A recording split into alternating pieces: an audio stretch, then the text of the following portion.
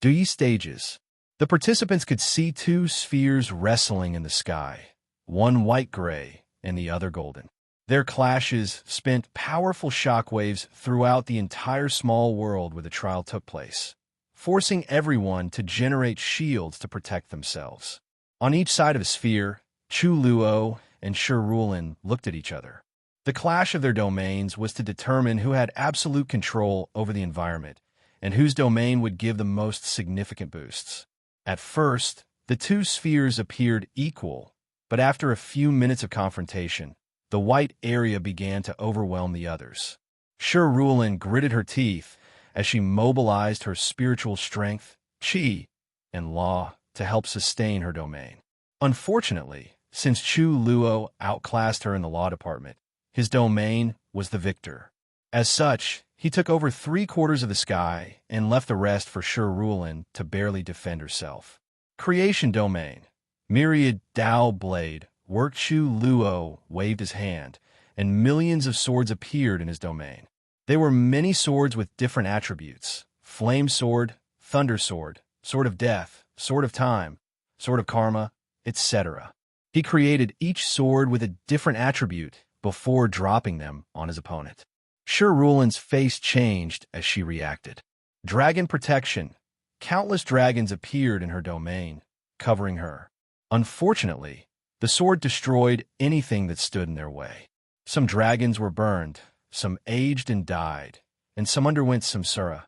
They died in diverse ways, but they all still died. So, Shi Rulin acted to increase her power. Myriad race protection. She summoned not only dragons, but races like phoenixes, rocks, and other demonic races. Pshush! A sword pierced her shoulder before igniting into a red flame. She could even sense the flame was using her karmic sin as fuel. Shi Rulin hurriedly used the technique, Sovereign's Pride. As a sovereign, she would never apologize for her actions, no matter how atrocious. Her pride transcended karma. As a sovereign, karma did not affect her. Shi Rulin created this technique to deal with karma-based attacks. The flame extinguished as she mobilized her blood energy to heal the damage. At the same time, she also focused on the swords that seemed infinite.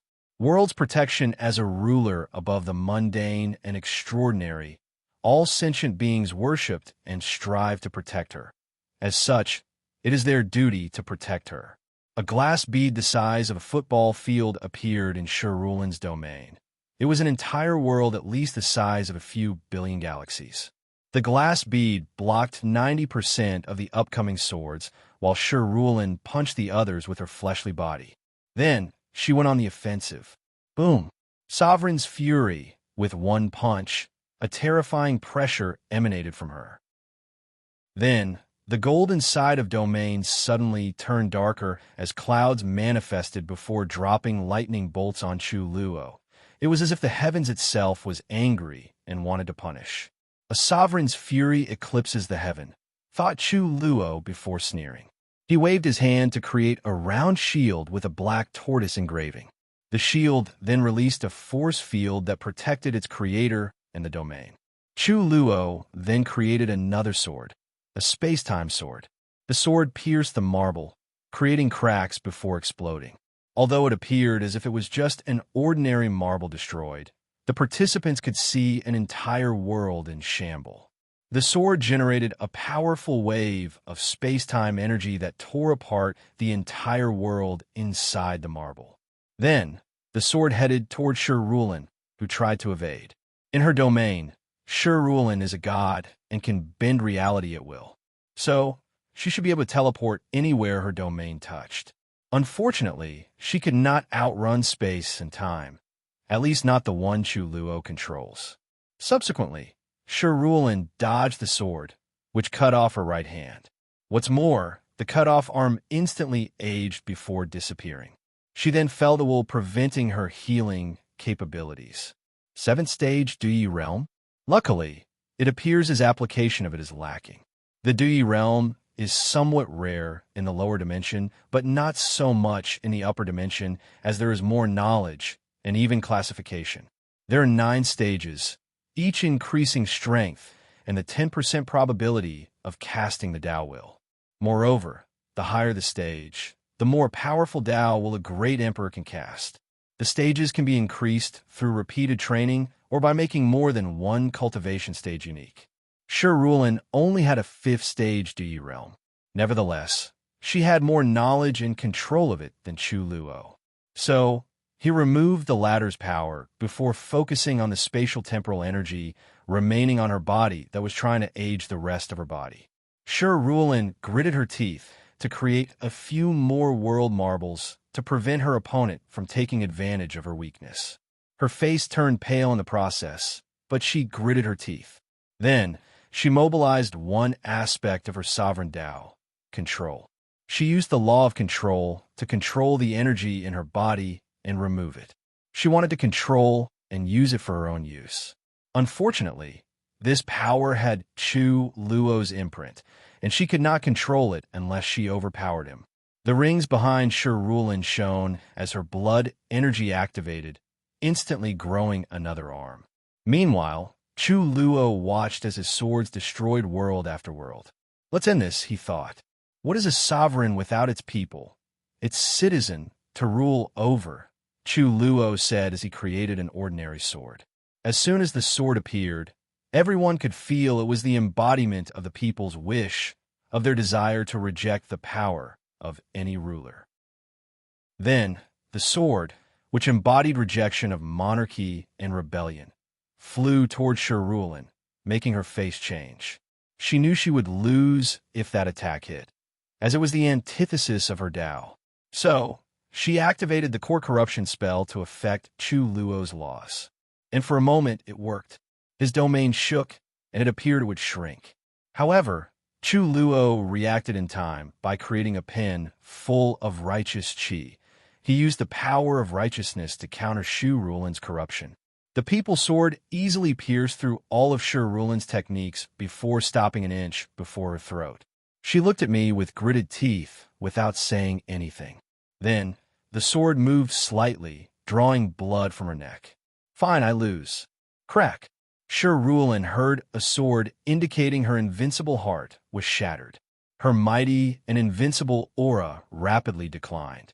She looked directly into Chu Luo's eyes and muttered, "So, this is my path forward. Find a way to be both a sovereign of the people and an independent sovereign not bound by heaven and earth." Shi Rulin entered a brief state of enlightenment, and her aura sublimated. Upon completion, she sensed her path of achieving 5-leaf immortal venerable was not far. Wang Wei watched the battle with great concentration. He watched every move Chu Luo made, storing the latter's understanding and control of creation Tao for later in his cultivation journey. He knew he would not have to worry much about his breakthrough in the Empyrean realm after this battle. Wang Wei also paid attention to Shi Rulin. Her Emperor Bone's ability reminded him of Di Tian's pseudo-domain. The main difference was Di Tian could bring people on the same realm as him. The weakness is that realm was not the same as the strength. Most heaven-chosen could fight above their realms. So, reducing their realms could indeed drastically increase them.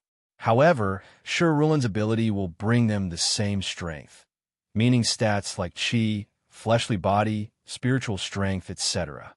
The only thing she could not reduce was a person's control or understanding of laws. She can control the level of destruction their technique or laws could make for Leaf, but not the subtle or ingenious applications. This is why she lost this battle. Another difference between these two techniques was that Di Tian's domain could be avoided, nullified, or countered. However, Shi Rulin's ability seemed to involve order power back by the power of a great emperor. So, unless a mortal has the strength of a great emperor, they cannot nullify her ability. The only way to defeat Shi Rulin is to beat her in the same realm. I could probably use my order disorder law to recreate their ability, thought Wang Wei. Of course, he knew his method would, at best, be on the same level as Di Tian's. He could never reach Shi Rulin's level unless he had reached the 10th extremity foundation. But at that point, he has the strength of a great emperor. Why would he need to use this technique? No, it could be useful. If the technique could work on a great emperor, I could lower their cultivation realm to the same as me and easily defeat them. If he had the 10-extremity foundation and load a third-class emperor's realm to the quasi-emperor realm, he would easily slaughter the latter. Wang Wei mentally shook his head as he realized such a technique was too impractical given all the requirements to be useful. The two physiques history. Chu Luo's fighting style seems to be using his opponent's opposite Dao to crush them, observed Wang Wei during the battle. With how diverse creation Dao was, he understood why this fighting method was used. However, it would not work for him since he fused his opposite, freedom, into his fate Dao. And even if he did, this tactic would not work on him since his Dao tree turned silver. At best, Chu Luo could be equal if he used freedom Dao against him. Chu Luo is the victor, announced Lord Spirit with evident joy in his tone.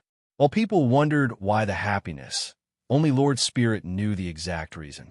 According to the agreement his master made, as long as Shi Rulin and Xiao Tiandi lost a battle, they could expel all the upper-seeded players back to the upper dimension, not allowing them to participate in the final part of this trial. Now, one of the two was defeated. Wang Wei, don't let me down, thought Lord Spirit. Who wants to go next? Me. Everyone looked up to see Shi Rulin was the one who answered. Lady Shi, you want to challenge again? Yes, and this time, I'm challenging Wang Wei. I refuse, said Wang Wei immediately. Why? Are you looking down on me? No, it's because your ability is too disgusting. Shi Rulin's lips twitched. This was not the first time someone had said that about her ability. Fine, you don't have to fight me. But show me how you would deal with my ability. What method you would use to have the same cultivation realm as me. Shi Rulin felt that Wang Wei should have a method similar to Chu Luo that would allow him to keep the same strength as her, and she wanted to know. Meanwhile, Wang Wei pondered for a moment before agreeing. The image of a purple star appeared above Wang Wei, illuminating the surrounding. The star was noble, mighty, and released the aura of a born ruler. The East Purple Star, also known as the Sovereign Star, muttered Shi Rulin. She could tell the latter used his fate Dao to change his fate to that of a sovereign. With this method, she would not be able to suppress him to a realm below her. That should work, Shi Rulin said before looking at Jilan Fong and the other lower-seated players. Then, she flew back to her seat. Although she wanted to ask them the same question, she did not. These people's strengths were too weak compared to hers. Jilan Fong was the only one with one leaf strength, while the rest only had the potential to reach that level. Even if they had a method, they would still be suppressed because of the vast difference. And Shi Rulin was correct in that they thought of a way in case they needed to fight her. Jilan Fong thought of using all the King Dao swordmanships he knew to create the aura of a sovereign. Tong Ruobing would use an aura-changing talisman to acquire the bearing of a ruler. Shi Qian could connect to the karma of mortals in her homeworld, forcing them to give her the position of a sovereign. Meanwhile, Jinhu Hua was technically a ruler. The three-legged crows were the royal family of the Golden Crow race, so she had the aura of a sovereign. Now that everything is settled, who is the next? Lord Spirit did not finish his words as a terrible sound echoed in the lobby, forcing everyone to hold their ears.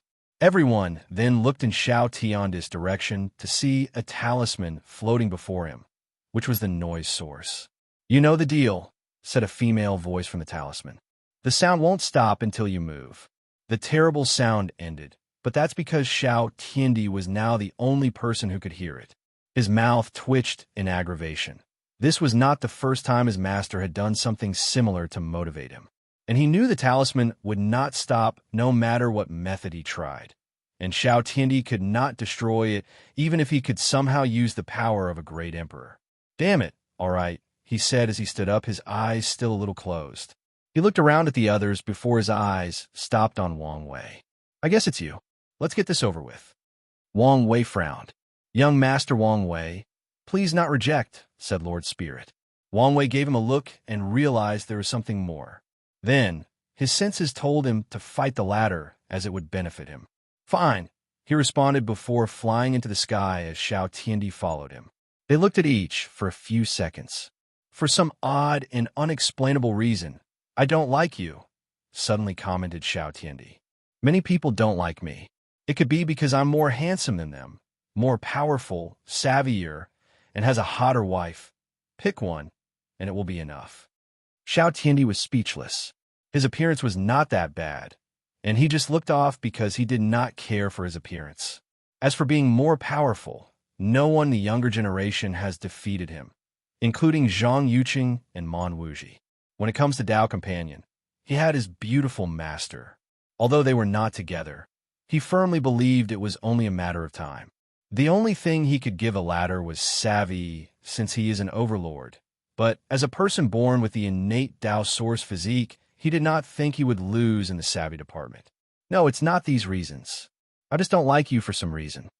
"Well, honestly, I feel the same," replied Wang Wei, who knew the reason for their dislikes. The innate Dao source physique and innate paragon soul are often called destined enemies.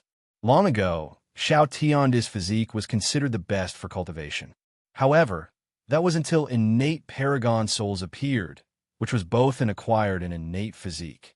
Some people can be born with an innate paragon soul, or a paragon could use countless paragon-level resources similar to world essence to nourish an unborn child in the womb.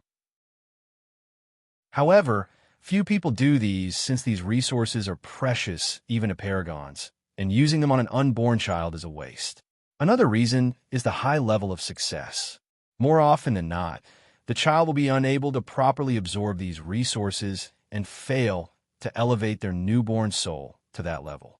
And there's also a chance of overpowering the child's soul, causing irreparable damage.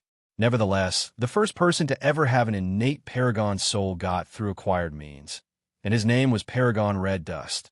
Red Dust was conceived in a time of the eternal ascension world when a man with the title of Truth Seeker reigned supreme. He was a boundless paragon with unmatched power. Truth Seeker Paragon lived in a relatively earlier era of the eternal ascension world, making him quite ancient, taking into account modern times. In his time, there were few paragons, let alone boundless. Nevertheless, he was still the most powerful of his peers, suppressing an entire era. As a result, the only thing Truth Seeker wanted was an opponent on par with him. And he feared this day would never come, until a pregnant woman approached him with a deal. The woman told him if he gave him the necessary resources, he could cultivate a child with an acquired talent on par with Truth Seeker's innate Dao source physique. Intrigued, the paragon agreed. Hence, Red Dust was born, the first person with an innate paragon soul. Truth Seeker taught the child everything he knew and also gave him the resources he needed to reach the same realm as him. This was not the first time he had done such a thing, since he always wanted someone who could give him a challenge. Unfortunately, things proceeded beyond his calculations. Truth Seeker was a prideful and arrogant man. He wanted someone who could give him a worthy challenge, but he could also defeat whenever he pleased. Unfortunately, Red Dust was his equal in every way possible. Even when he tried his best, he could not defeat the latter, a fact that shattered his pride. On the other hand, Red Dust was also not happy with the outcome of their battle. His dream or goal since childhood was to surpass his adoptive father. Yet, no matter what he tried, the result was a stalemate. Then these two boundless paragons began to compete in other things like alchemy, talisman, array, etc. With their physiques, terrifying comprehension, they could excel at everything they tried. Regrettably, the result was always a stalemate. At this point in their life, their competition had changed their relationship. They grew to hate/despise each other. So, they decided at one last attempt to reincarnate with their physique, ensure they were born in the same generation, and compete for the heaven will. After these two decided on the competition, they disappeared to this day. No one knew who was the final winner. Heavenly Tao recognized the innate paragon soul as a physique that could balance out the innate Tao source physique and just grant it to specific individuals. However, Truth Seeker and Red Dust paragons were inherited by the future owner of their physique. So, as long as the two showed up in the same generation, they would often compete, trying to surpass the other. Of course, Wang Wei was not influenced by this will. He had a disdain for Xiao Tiandi for another reason, one he had not discovered yet, but felt was related to his overall demeanor. Hopefully, he could find a reason during their battle. Grand Mist Wheel. All right, let's get this over with, said Xiao Tiandi. Don't expect me to go easy on you. That's my line, replied Wang Wei before rushing to his opponent. He immediately appeared in front of Xiao Tiandi and punched him. Boom! So fast was the last thought of Xiao Tiandi before flying away, ribs cracked and heart squished. Midway through his fly, a white flame appeared on his body, healing his injuries. Meanwhile, Wang Wei went on the offensive. He used his fate escape technique to fly at an unimaginable speed. He also used the tips he received from the Rainbow Emperor. He used the Rabbit Zodiac to boost his strength further. He used the Sheep Zodiac, which granted him dominance of the elements. And with this dominance, he used lightning, wind, light, and space-time to boost his strength further. So, with a speed that appeared as if he had teleported, he appeared before Xiao Tiandi. Bang! He exploded the latter's head with one punch. How is he so fast that I can't even react?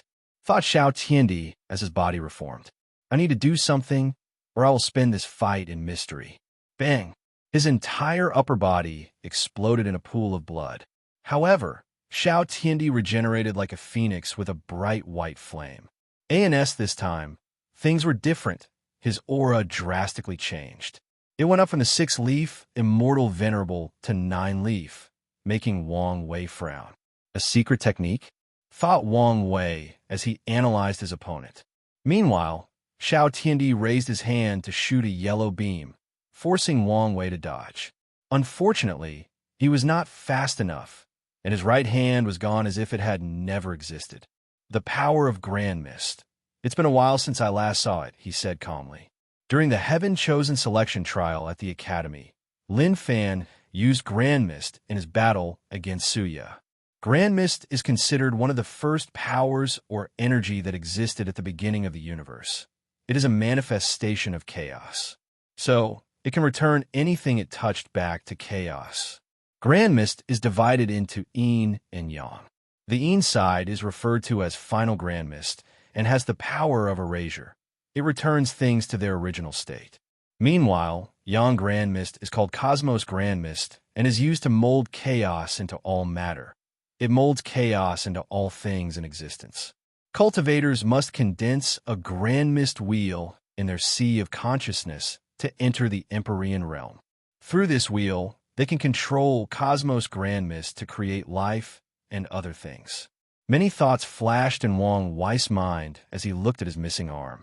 Then, a purple flame appeared on the missing arm, burning off the power of Grand Mist with the chaos flame in his heart. Xiao Tiandi did not give his opponent time to breathe. He turned his final Grand Mist into a sword that resembled a lightsaber. Then, he rushed toward Wang Wei to slash him. Oddly, though, the opponent easily dodged his attack. With his 9-leaf, immortal venerable strength, he should be able to overwhelm the latter with his sheer speed, just like he suffered previously. Swish! Swish! Swish! Xiao Tiandi swung his sword more than 1,000,000 times in less than a second. But not one of his attacks touched his opponent. So, he condensed the Grand Mist sword into a bomb, spreading its attack in a wide area. However, Wang Wei moved quickly out of the attack's range. Xiao Tiandi paused as he looked at Wang Wei. You're using the Battle Maniac Paragon's ultimate evasion technique. So you've noticed. I've read about it in books. I thought it was a legend. It is said after creating this method, he has never lost a battle in his life. Well, it's true, Wang Wei replied. The ultimate evasion technique allowed him to synchronize his body to his opponent's aura, energy signature, spiritual strength, and laws.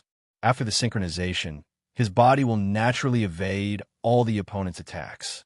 No matter the attack, his body would move on its own to evade. It was as if it was allergic to everything about his opponent and would naturally avoid it.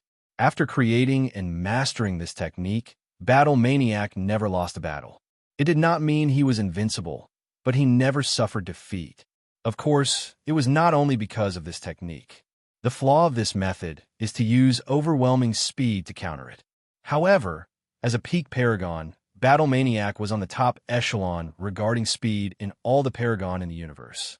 So, he never met someone who could overwhelm him with speed. Additionally, this technique had higher levels. For example, Wang Wei also synchronized with Xiao Tian's fate and karma to aid him in his evasion. For the level of this technique, he needed to have some fate or karmic connection with Xiao Tiandi, and he did. Xiao Tian's master was Su Junyao. The woman Wang Wei had a love-fate connection besides Wu Hong. Wang Wei had a sigh at how wonderful fate could be. Is it a coincidence that he met him now? Most likely no. Domain expansion, Grand Mist erasure. Xiao Tiandi controlled the entire area and filled it with Grand Mist, not giving any room for Wang Wei to dodge. As such, he surrounded himself with a purple flame, protecting himself. At the same time, he finally figured out the secret technique the latter used. He borrowed the power of an alternate version of himself, a variant of himself that failed in accomplishing the 9-extremity foundation and ended up with 9-leaf, immortal venerable strength. What a wonderful secret technique. It's a shame I cannot use it. Based on his analysis, divination, and calculator, Heavenly Tao only allowed cultivators to access parallel timelines in the upper dimension. Although only paragons should be able to travel or access parallel timelines, Xiao Tian's secret technique granted the ability to borrow strength from his parallel self, with the only limitation that he could not acquire the power of Tao Ancestor. So, 9-leaf was the limit he could achieve. Xiao Tiandi observed his opponent with a frown, rapidly calculating the best attack mode. Secret technique. Rock infinite speed 2, large energy wings appear behind him, while the phantom of a bird or fish manifested behind him. It was the image of a rock. Rocks are known as one of the fastest creatures in the universe. With this technique, Xiao Tian's speed approached the infinity domain, a realm of speed that at least one root Tao Ancestor can reach. As a comparison, a 2-root Tao Ancestor has a base speed of 20 times infinity. With this speed, Wang Wei's mind could perceive Xiao Tian's movement. After all, he is connected to his other clones to existence and technically has the reflex of a 2-root Tao Ancestor. However, his main body, with only 6-leaf, cannot move in time to evade. Bang! Xiao Tiandi flew back with half of his body destroyed. Meanwhile, Wang Wei remained intact. At the last minute, he used the Pig Zodiac ability to absorb the attack and redirected it before his opponent could even react. Xiao Tiandi frowned as he felt something was wrong. He should not be able to absorb an attack approaching 1-root Tao Ancestor. Is he secretly a 9-extremity foundation? He thought of how Wang Wei previously hid his battle with Ao Tianyi, making him a little suspicious. So, he used another technique to manifest a third eye on his forehead. He stored the power in his acupoints. That would make sense. I also sensed Devour Law. While Xiao Tiandi analyzed the situation, his body rapidly regenerated, making Wang Wei frown as he also detected something. I thought his main Tao was Lesser Chaos, but now I know his main Tao is Dream. He converted his injury into a dream. So, it was as if they never occurred. Wang Wei always knew there were 2 different Chaos Tao, but he never knew the exact classification until he received Ao Tianyi's memories. Lesser Chaos Tao referred to the Tao Lin fan cultivated before he became an outlaw. Lesser Chaos Tao directly cultivates Chaos Law, which involves things like Grand Mist, sub-laws like destruction, creation, absolute beginning and absolute end, origin, and others. Meanwhile, Great Chaos Tao is when cultivated decided to cultivate all 3,800 primary Taos to a high level before fusing them. This Tao is on the path of becoming nigh omnipotent. It's the Tao of mastering all concepts, laws, and rules. It's the Tao of becoming the embodiment of all things in existence. Of course, both Taos are outlaws, but people with the absolute chaos physique and other exceptional physiques can cultivate Lesser Chaos Tao without a problem. Meanwhile, Great Chaos Tao is an outlaw to everyone. Wang Wei snapped his finger. Order. No secret technique. Immediately, Xiao Tiandi lost all his strength, returning to his original power. Wang Wei instantly appeared before him and held him by his throat, even sealing all his strength. I know why I didn't like him, and I could use it to my advantage. The only issue is whether it was worth the risk. Disdain. Thanks to Janish and many others who donated gifts, they sponsored this chapter. Wang Wei scanned Xiao Tiandi's body with his divine sense and almost smacked his lips. He could feel a terrifying power preventing anyone from accessing Xiao Tiandi's physique. The power protected his blood and even his hair and teeth. Ignoring the latter's attempt to get rid of his seal, Wang Wei looked at Lord Spirit, who happily announced he was the winner. Finally, Wang Wei released Xiao Tiandi from his grip. As the winner of this battle, he won a great deal of destiny, even more than he anticipated. Furthermore, Wang Wei could feel that a vision was about to appear due to his innate paragon soul defeating the innate Dao Source physique. He quickly calculated that it was one of the reasons he acquired so much destiny from Xiao Tiandi. Nevertheless, this was unimportant since he did not want the vision to appear as it could reveal his soul. So, he quickly denied its appearance. He could sense some odd gaze from Lord Spirit, but he did not look back or explain anything. Instead, he looked directly into Xiao Tiandi's eyes and said, "I know why I dislike you. You reek of laziness and depression. Despite having supposedly the greatest talent for cultivation, your willpower is so weak that it's pitiful." "You know nothing about me," roared Xiao Tiandi. "So, don't act as if you do. I don't need to know anything about you to know you seem to have given up." "Shut up," he roared again, this time even louder as his voice echoed throughout the entire miniature world. "Do you know what I've been through? Do you know how much I suffer? How much pressure I'm under?" Xiao Tiandi replied with clenched hands. "Before I started cultivating, life was beautiful. I was born with the most remarkable talent under heaven and earth, making everyone in my family proud and looking forward to my future. I was lucky to meet my master, who cared for and protected me. She was the only one who saw the real me, not the Xiao Tiandi with the innate Dao Source physique. However, everything changed when I began my cultivation journey and learned about the world. My talent was not a gift, it was a curse. Every time I made progress, every time I made an achievement, every time my reputation soared, I could feel it, the gaze of the 2 suns and 7 moons. And it was not a friendly gaze. They saw me as nothing but a nuisance, a problem that had to be dealt with eventually. They saw me as an eventual threat to their reign. So, in response, you made yourself smaller to not get their attention. You wasted your potential by wailing in self-pity, cursing at unfair the world was?" asked Wang with a sneer and great disdain. He finally understood why Xiao Tiandi did not even attempt the 9-extremity foundation or even try cultivating an outlaw Dao. Wang Wei guessed this was the excuse he used to not even enter the Di realm since he could not sense its power on the ladder. "I had no choice," quickly replied Xiao Tiandi, his voice raised to the point of roaring again. "This was the only way to survive and protect me, my family, and my master. I had to look unthreatened to them. I had to waste my potential." Wang Wei looked down at the other upper-seated players. He could sense fear, frustration, and unwillingness in Shi Rulin and Shishangyan. Even Ao Tianyi, who managed to regain some bearing, felt some emotions similar to this. Meanwhile, Zhang Yuqing gloated despite his face looking peaceful and normal, and Monk Wuji lowered his head, showing shame and regret. "I finally understand why the upper and lower dimension is separated," Wang Wei said calmly. "In the endless void, there can only be 3,000 great emperors in each generation. ANS quintillion upon quintillion of races competes for these spots. And usually, only the best of the best gets to sit on the throne. Only the best have a chance at achieving eternity and escaping the shackles of death.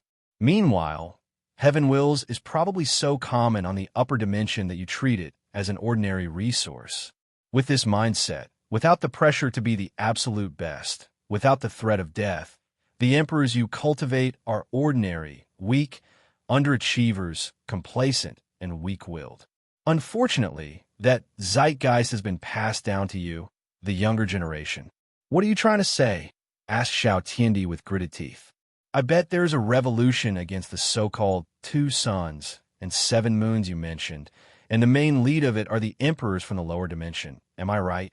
Xiao Tiandi did not answer, so Wang Wei sneered before continuing. These people know their struggle is futile, but they never give up.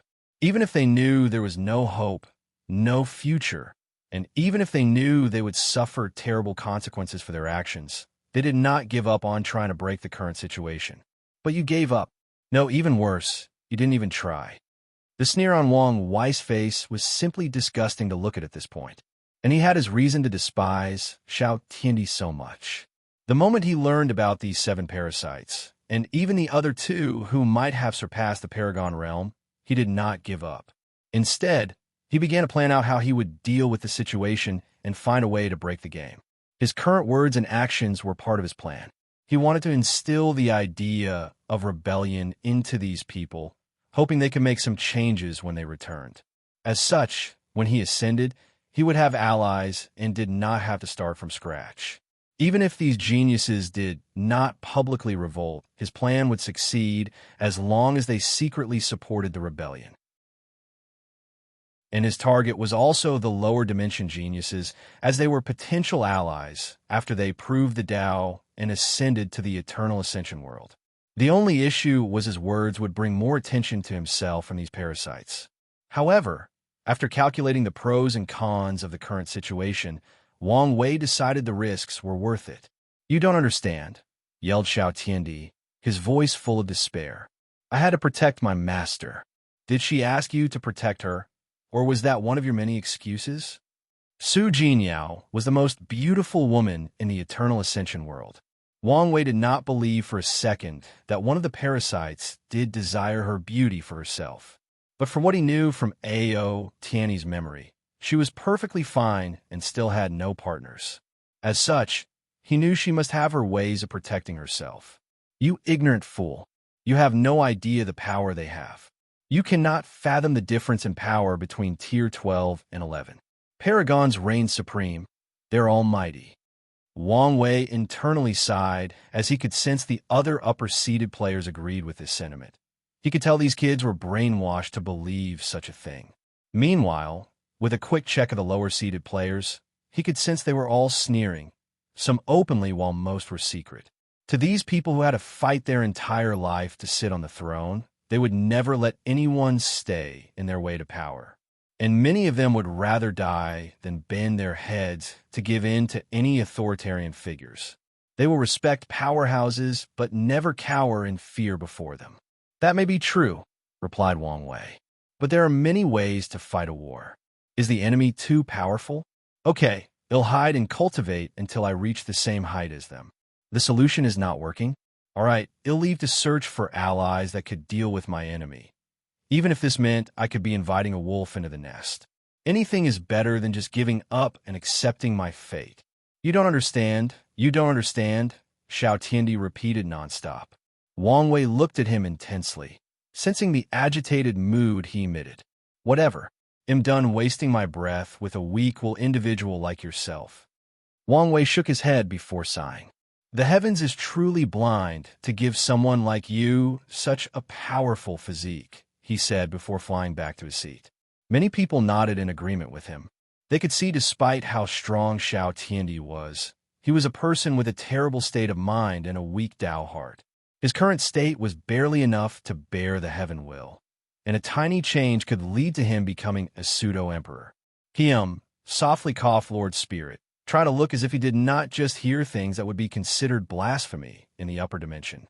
The combat aspect of the trial is officially finished. We will regroup a few days from now for the final competition.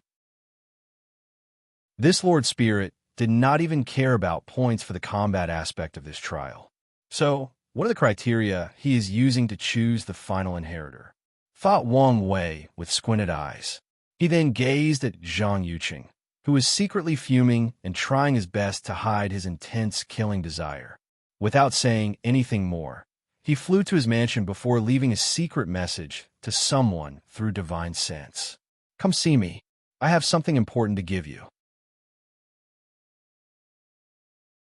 Chapter 596 Buddhism versus Taoism 1. After Wang Wei returned to his mansion, he immediately heard Ancestor Wuching's voice. So, you must have reasons for taking such a risk in preparing for the future. Without removing these so-called 2 suns and 7 moons, I can never reach the top of the cultivation world. And even the ancestors cannot properly revive. So, I will need all the help I can to deal with them. Although I know I might not need to remind you, given your personality, I still will. Always be cautious. After you ascend, I and the other will no longer be able to protect you. The sect will probably not be able to provide you any help and might even be a hindrance. So always be slow and steady. I will, replied Wang Wei, and Wang Wuching no longer spoke. The old ancestor felt his young descendant grew too fast, and it was only a matter of time before his old bones became useless. Although he always knew this was inevitable, recent events indicate this process might be faster than anticipated. Meanwhile, Wang Wei observed Feng Heng's mansion for a few hours, trying to detect any signs of trouble. Luckily, until Monk Wuji showed up, nothing changed. Monk Wuji deactivated his invisible talisman before cupping and bowing his hands. Benefactor, what do you need from me? Monk, can you tell me exactly Zhang Yuqing's strength? The last time you were vague. Monk Wuji frowned for a moment before answering. He is only the peak of 7 leaf. However, he can use a secret technique to generate a mysterious power from his 2 physiques, boosting his power to 8 leaf. Is that so? Wang Wei briefly pondered before taking out a booklet and handing it to him. See if this can help you rise in strength. Monk Wuji took the book labeled 7 Chakras and scanned through it. And the more he read, the brighter his eyes were. This technique is similar to the concept of 5 inner wheels. However, it is more detailed, purer, and more powerful. Monk Wuji had access to all the Buddhist scriptures, so he remembered the school of thought based on the 5 inner wheels. Although they were not the most popular or influential in the Buddhist sect, they were generally decent. 5 inner wheel? I remember Buddhism only had 5 chakras back on Earth before it was changed, while Hinduism, the creator of this system, had 7 chakras. I'm guessing this world also discovered some version of chakra, the Wang Wei. This technique should allow you to reach 8 leaf, so hurry because I don't think you have much time. You make a great point, benefactor, replied Monk Wuji before rushing out. And to Wang Wei's dismay, the monk entered one of the rooms inside his mansion instead of returning home. This chapter upload first at Novel Bin. If you want to read more chapters, please visit novelnext.com to experience faster update speed. Monk Wuji took out a formation plate from his space ring, allowing him to lay out a powerful array around the room instantly. Subsequently, he entered the time treasure he had to facilitate faster cultivation. As soon as he entered the treasure, he did not waste time opening his chakra. Unlike Wang Wei, who had to use the good fortune flame to open the chakra, Monk Wuji used the purest of Buddha power. And since the energy he used perfectly matched the concept of chakra, he benefited even more than Wang Wei did. After a few hundred years inside the time treasure, Monk Wuji opened his eyes. His pupil had entirely turned golden, and he radiated an aura of purity, benevolence, and nobility. His body shone with golden lights for a few minutes before he returned to normal. Peak 8 leaf strength. The increase was even greater than I anticipated. Monk Wuji muttered before looking at the artificial sky inside the treasure. Zhang Yuqing, you wait for me. The monk left his treasure before exiting the room and meeting Wang Wei again. It seems you succeeded. Thank you for everything, benefactor. No need. I'm just paying my karma. Be that as it may, you have helped me greatly and made a great contribution to Buddhism. Monk Wuji was not lying. The 7 chakra method will advance the 5 inner wheels faction by miles, possibly elevating them to one of the great factions of Buddhism. Wang Wei calmly accepted the latter's thanks. Although he did not invent the chakra method, he translated it to fit the laws of the eternal ascension world, which should give him some credit. Furthermore, he did not mind taking credit for someone else's work if it could help him pay some of his karma. Thus, he chatted briefly with the monk before overseeing him leave his mansion. Wang Wei was alone since Li Jun entered seclusion to use the talisman the battle maniac emperor left for him. And since he had to observe the situation in case of any changes, he decided to cultivate a little. He first checked his acupoints. He had already created or opened all his artificial acupoints. The next step in refining his body was to condense the 1,964th black holes. Regrettably, he could not do that now, as he could sense a fleshly body tribulation was approaching. From the third stage of the true power realm, body refiners have to undergo tribulations often, and it was Wang Wei's turn. And from what he learned from his ancestor, there will be a drastic increase in pain after he reaches the fourth stage. According to the ancient desolate paragon, the pain is so intense that most cultivators give up trying to open the gate of power. Additionally, since he decided to walk both the chi refiner and body tempering path, the pain he will suffer will be at least 100 times more than pure body refiners who focus on only opening the gate. The pain is the way Grand Tao used to balance how powerful body refiners were.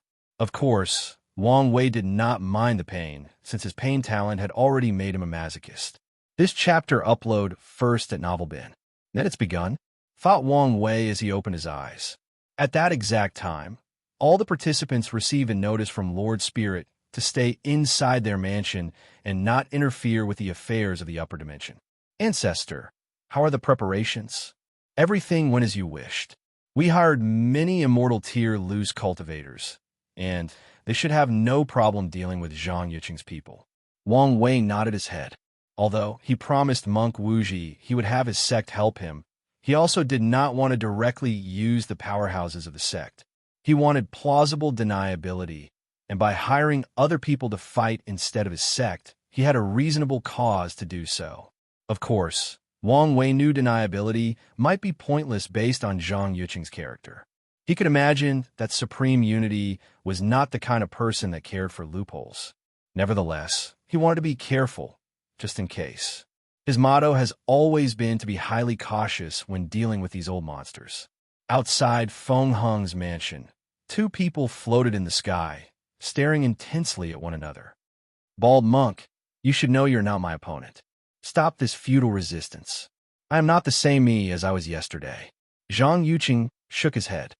Why do monks try so desperately to resist your fate? My master is now the heavens. Taoism's destiny is to reign supreme, so why not bow and accept the mandate of heaven? All things that rise must fall, replied Monk Wuji, his voice soft, soothing, and full of wisdom. Taoism had its era, Buddhism followed, and it should have been someone else's turn. This was the way to maintain the balance of heaven and earth. But your greed forced another era of Taoism. You have corrupted the way of heaven and earth, and thus must pay the price. Blasphemy, is it? You, Taoist priests, always preach about being inactive, following the flow of nature, and letting things proceed on their course. Yet, you do not practice what you preach. Don't be so sanctimonious, it's disgusting. It's not like you Buddhists are innocent.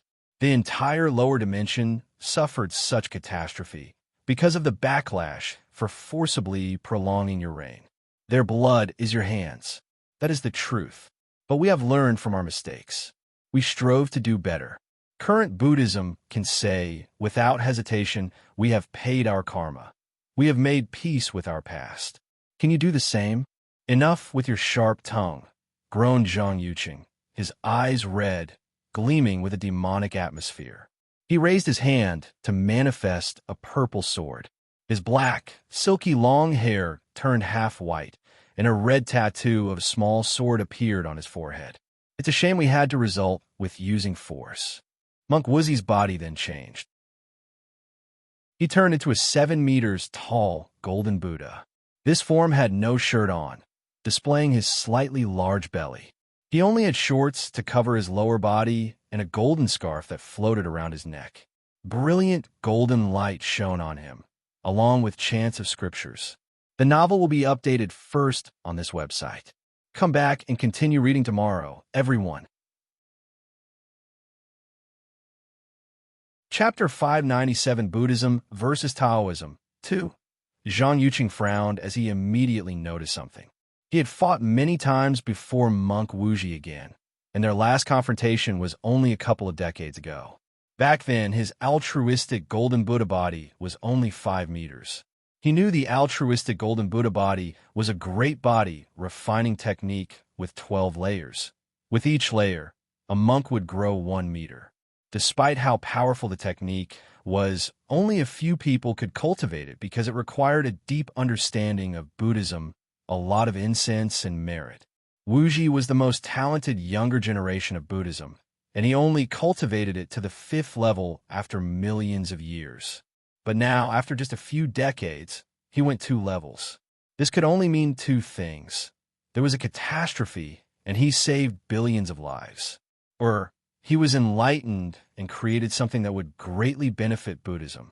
Zhang Yuqing knew it was most likely the second option, since he would know if monk Wuji saved so many people.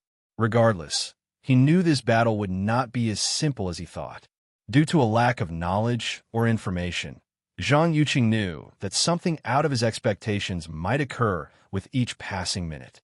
Furthermore, his master warned him of the possibility of the Tao opening sex air in the lower dimension intervening in his battle. After analyzing the situation, he decided to end this battle as quickly as possible. Wuji has no limits. Infinite swords, a black and white diagram covered the entire sky. And from that diagram, swords began to fall, with no indication of stopping. Each sword had the power to eradicate thousands of tiny universes, and there was an infinite amount of them. Monk Wuji immediately knew his opponent was going for the kill after seeing this attack. Out of the 5 elements and 3 realms, Buddha is a supreme being that has transcended the 5 elements of all matters. It is also detached from the mundane realms, the realm of the dead, and the realm of the spirit. After using this technique, all the swords passed through monk Wuji's body as if he was non-existent. With this technique, he entered a state of intangibility similar to Wang Wei's nothingness Tao. Monk Wuji could see the shock on his opponent's face, and he knew the reason. In their last confrontation, he could not achieve this level of intangibility. Wuji involved the concept of everything being born from nothing, so his technique should be useless to a high-level spell like the one Zhang Yuqing used. However, the current him was not him of yesterday. Without giving the latter a chance to brief, monk Wuji went on the offensive. Buddha's light. Call of Samsara. Monk Wuji first took a prayer stance with his palms touching before putting one hand forward. A bright and pure golden light emanated from his hand, illuminating the dark night. The light was so bright that, for a moment, it appeared as if the sun had resurfaced, signaling the end of the darkness known as the night. The golden light did not affect the diagram above them, nor did it affect the falling swords. The light directly attacked Zhang Yuqing. Do it. You know you want to. This chapter upload first at NovelBin. Then if you want to read more chapters, please visit Novel Next. To experience faster update speed, that's right. Life is hard, so why struggle? End this misery and relieve your burden by entering samsara. That's right. This is the best place. You can forget your problems, pain, and suffering. You can be free. Zhang Yuqing groaned as he felt a massive headache. He could not concentrate with millions of whispers tempting him to give up on his life and enter samsara.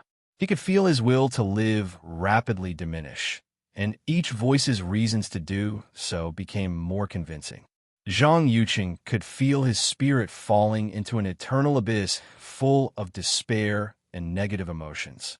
No, he screamed, waking up from the terror. The voices continued, but he took advantage of this brief clarity to act. He manifested a 2-fold shield inside his sea of consciousness to defend his soul. The first shield contained yin-yang power, with a heavy focus on the yin side, since it was related to the soul. Wuji came before yin and yang and can evolve into yin-yang. So, his Wuji Tao body was a yin-yang body with even more abilities. For the second layer of his shield, Zhang Yuqing condensed all the defensive and soul-related sword wills he knew.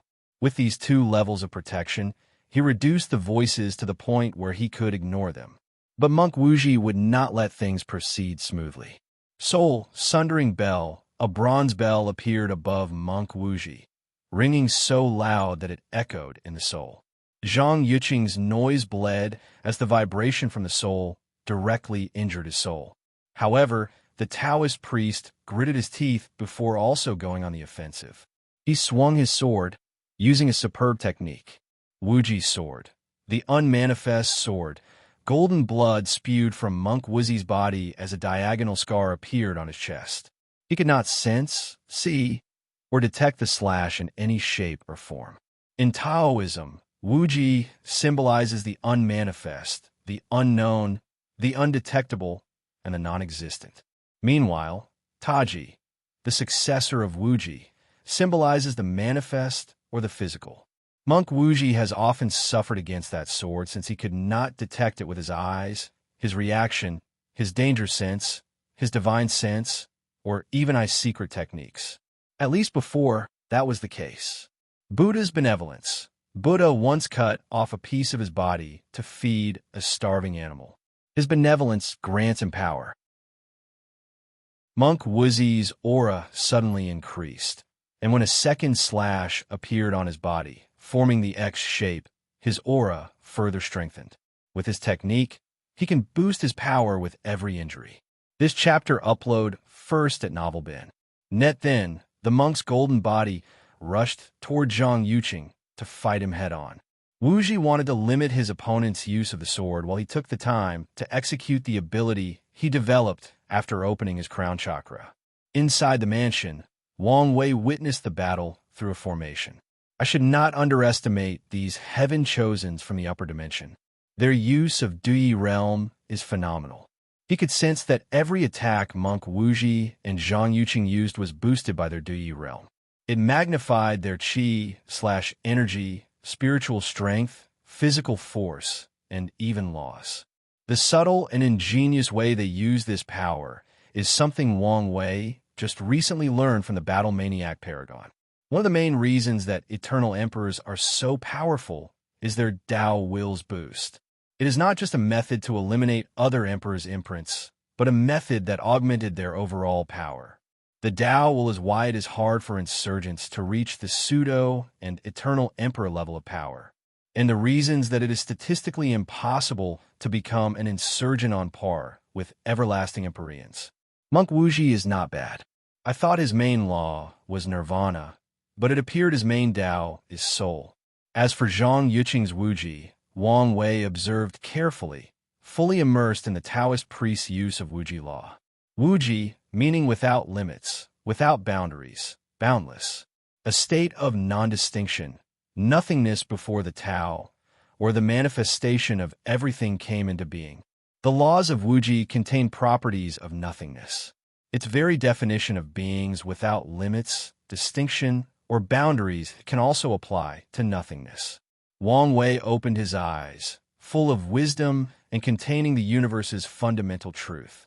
After this enlightenment, his body had subtle and unnoticeable changes.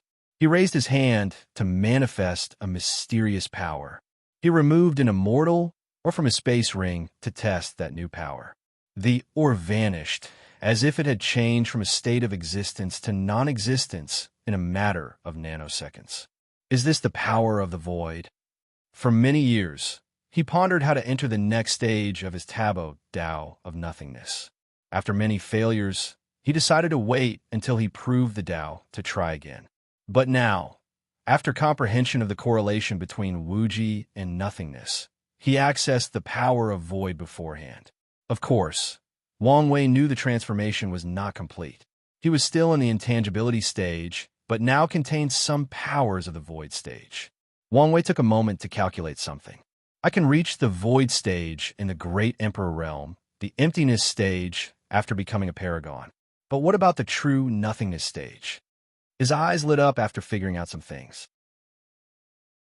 Although he knew his prediction might not be correct since he had yet to reach these realms and only knew some vague knowledge about them. Yet, he believed he had a high chance of being correct, so he looked forward to the future. Maybe there is a connection between perfection and nothingness, he muttered after suddenly having an idea. Is nothingness one of the few things that are considered perfect? Wang Wei shook his head as he felt he might be reaching. Then, he concentrated on the battle. The novel will be updated first on this website. Come back and continue reading tomorrow, everyone. Chapter 598, Buddhism versus Taoism, 3. I wonder whether the Duyi realm will evolve in a Tao after I reach the 10th extremity, or at least a pseudo-version of it, thought Wang Wei as he looked at Monk Wuji and Zhang Yuqing's clash of the Duyi realm. They were on a 9th stage, which is normal for most people who attempt to complete the 9 extremity foundation. For example, he was currently in the 8th stage since he was in the Saint realm. From the body-tempering realm to the primordial spirit, he ensured that each of the realms was unique, allowing him to reach the 6th stage. As for the void-shattering realm, he entered the 7th stage after his first incarnation entered the same realm. This is because he now had 2 law altar/law trees, and his incarnations were connected through his existence. However, back then, he could only use the Duyi 7th stage after fusing or borrowing the power of his incarnations.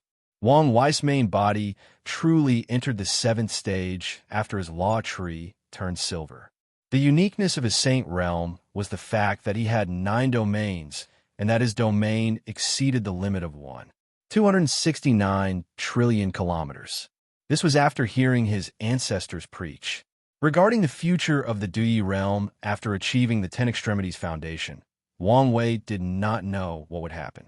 He had no information regarding this level of foundation, as no one probably ever reached this level, at least not in the eternal ascension world. Once he succeeded, he was still undetermined about what would happen. There was a chance that nothing occurred since the 10th extremity was nothing but a foundation, and since nothing in the realms became unique.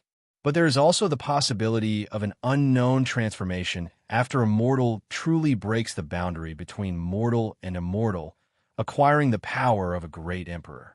I guess we will wait and see. For a moment, he ignored Monk Wuzi's desperate attacks as his gaze pierced through the void, and he saw an even more destructive battle. More than 10 Tao ancestors and an immortal venerable faced each other. The mercenaries are holding up better than expected, thought Wang Wei after noticing that the people the sect hired could keep up with the people working with Zhang Yuqing. Wang Wei had prepared for the unexpected and gave these people some talismans to help them in an emergency. He tasked them with keeping the enemy at bay for as long as needed. However, these mercenaries' display of power was better than he anticipated, given they were loose cultivators. After checking the situation, he focused on the current battle. Monk Wuji had a few more scars on his body, but they were minor compared to the first 2. He closed his eyes as he used palm attacks, directly clashing against Zhang Yuqing's chaos-grade magic artifact sword. Monk Wuji opened his eyes, which were profound as if he was a man who saw through the veil of existence. Higher consciousness, Monk Wuzi's eyes became clearer as he could now see the world differently. He was not limited by sight, sense, soul, spirit, or mind. He elevated his internal and external senses to a higher essence, allowing him to see things he could previously not see. For example, the unknown, the unmanifest, or the non-existent. He raised his palm in one direction, generating a powerful shockwave that made the void tremble. Although it appeared Monk Wuji attacked empty air, he and Zhang Yuqing knew he targeted the Wuji sword. This chapter upload first at NovelBin. Net, if you want to read more chapters, please visit Novel Next. Com to experience faster update speed? Impossible, said Zhang Yuqing, unable to comprehend what had occurred. In their previous battle, the monk was forced to tank all his attacks once he used the Wuji sword. But now he could detect and possibly evade his attack. Monk Wuji was not in the habit of giving his opponent the time to think or brief. Although he was benevolent at heart, Buddha also had a wrathful side. Essence Spirit Attack, bang. Monk Wuzi's palm landed on Zhang Yuqing's chest, caving it inward. The Taoist priest flew a dozen meters away, coughing blood. Adding to that, he had a massive headache. The palm affected his body, essence, and the injury was transferred to his soul, spirit. Luckily, he used a body-refining technique that used the constant revolution of yin and yang to temper the flesh. Nevertheless, his soul was more fragile than his body, making injuries even harder to deal with. Zhang Yuqing used his Dui realm to try his best to remove his opponent's effect so he could heal. Unfortunately, they were in the same stage and had similar levels of control and application. As such, the process would take time, something he did not have. Swish, swish, swish. He swung his sword non-stop, but Monk Wuji easily dodged. Damn it, thought Zhang Yuqing in frustration. The Wuji sword was one of his most potent attacks, as it gathered the best from his two physiques. And now that it was not working, he became frustrated, especially since there were many tactics he could not use because of the restraint in the lower dimension. Regardless, he decided not to easily give up as he had one last trump card. Secret technique. Physique burning Zhang Yuqing did not hesitate to sacrifice his two physiques for a drastic increase in power. Usually, this would result in severe destruction of the foundation and potentially losing one or both physiques. However, he did not care since he had a master that could instantly heal such a minor injury. With his secret technique, Zhang Yuqing's strength increased from the peak of 7 leaf to the middle of 9 leaf. Wuji to Taiji, stillness to motion. Wuji represented the state of the universe before its birth, a state of stillness that embodied the concept of non-existent. Then, from nothingness was born something. Tao gave birth to 1, 1 gave birth to 2, 2 gave birth to 3, and 3 gave birth to myriad things in existence. These words perfectly encapsulated the process of Wuji transforming into Taiji, a process in which nothingness, stillness, created something, motion. This chapter upload first at Novelbin. Net after using this technique, Zhang Yuqing's surroundings moved in slow motion, as if time was slowed down, whether it was the air, the spiritual qi, the clouds, or Monk Wuji. However, the technique did not use the power of time per se. It used the very concept of motion and stillness to accomplish a similar feat, and maybe one even more impressive. Zhang Yuqing looked at Wuji, slowly moving some of his fingers and mouth. His red eyes gleamed with sneering as he marveled at his godlike power. He flew before the monk, looking directly into his eyes. He smirked before moving his sword, heading directly for the heart, a vital organ. Unfortunately, before he succeeded, a powerful sonic wave came from Monk Wuzi's mouth, pushing him away. Then, the sound echoed with so much vigor that it shook and disturbed the power of stillness, affecting him and the surrounding. That was closed. If I did not open my throat chakra and developed a new ability, I might not have made it, thought Monk Wuji with relief. Although he was not afraid of death, as he would just reincarnate, it did not mean he wanted to die. Reincarnations met more Buddhist monks, since their philosophies revolved around achieving enlightenment through trial and error in each life. Each monk must fully use any life, even if they reincarnated into an animal or plant. How can you become so powerful? You don't need to know. Zhang Yuqing gritted his teeth, thinking about an explanation for the current situation. He did not believe the latter was using some powerful artifact since they were not back home. He did not sense any secret techniques. As for other people helping Wuji, he never considered this aspect.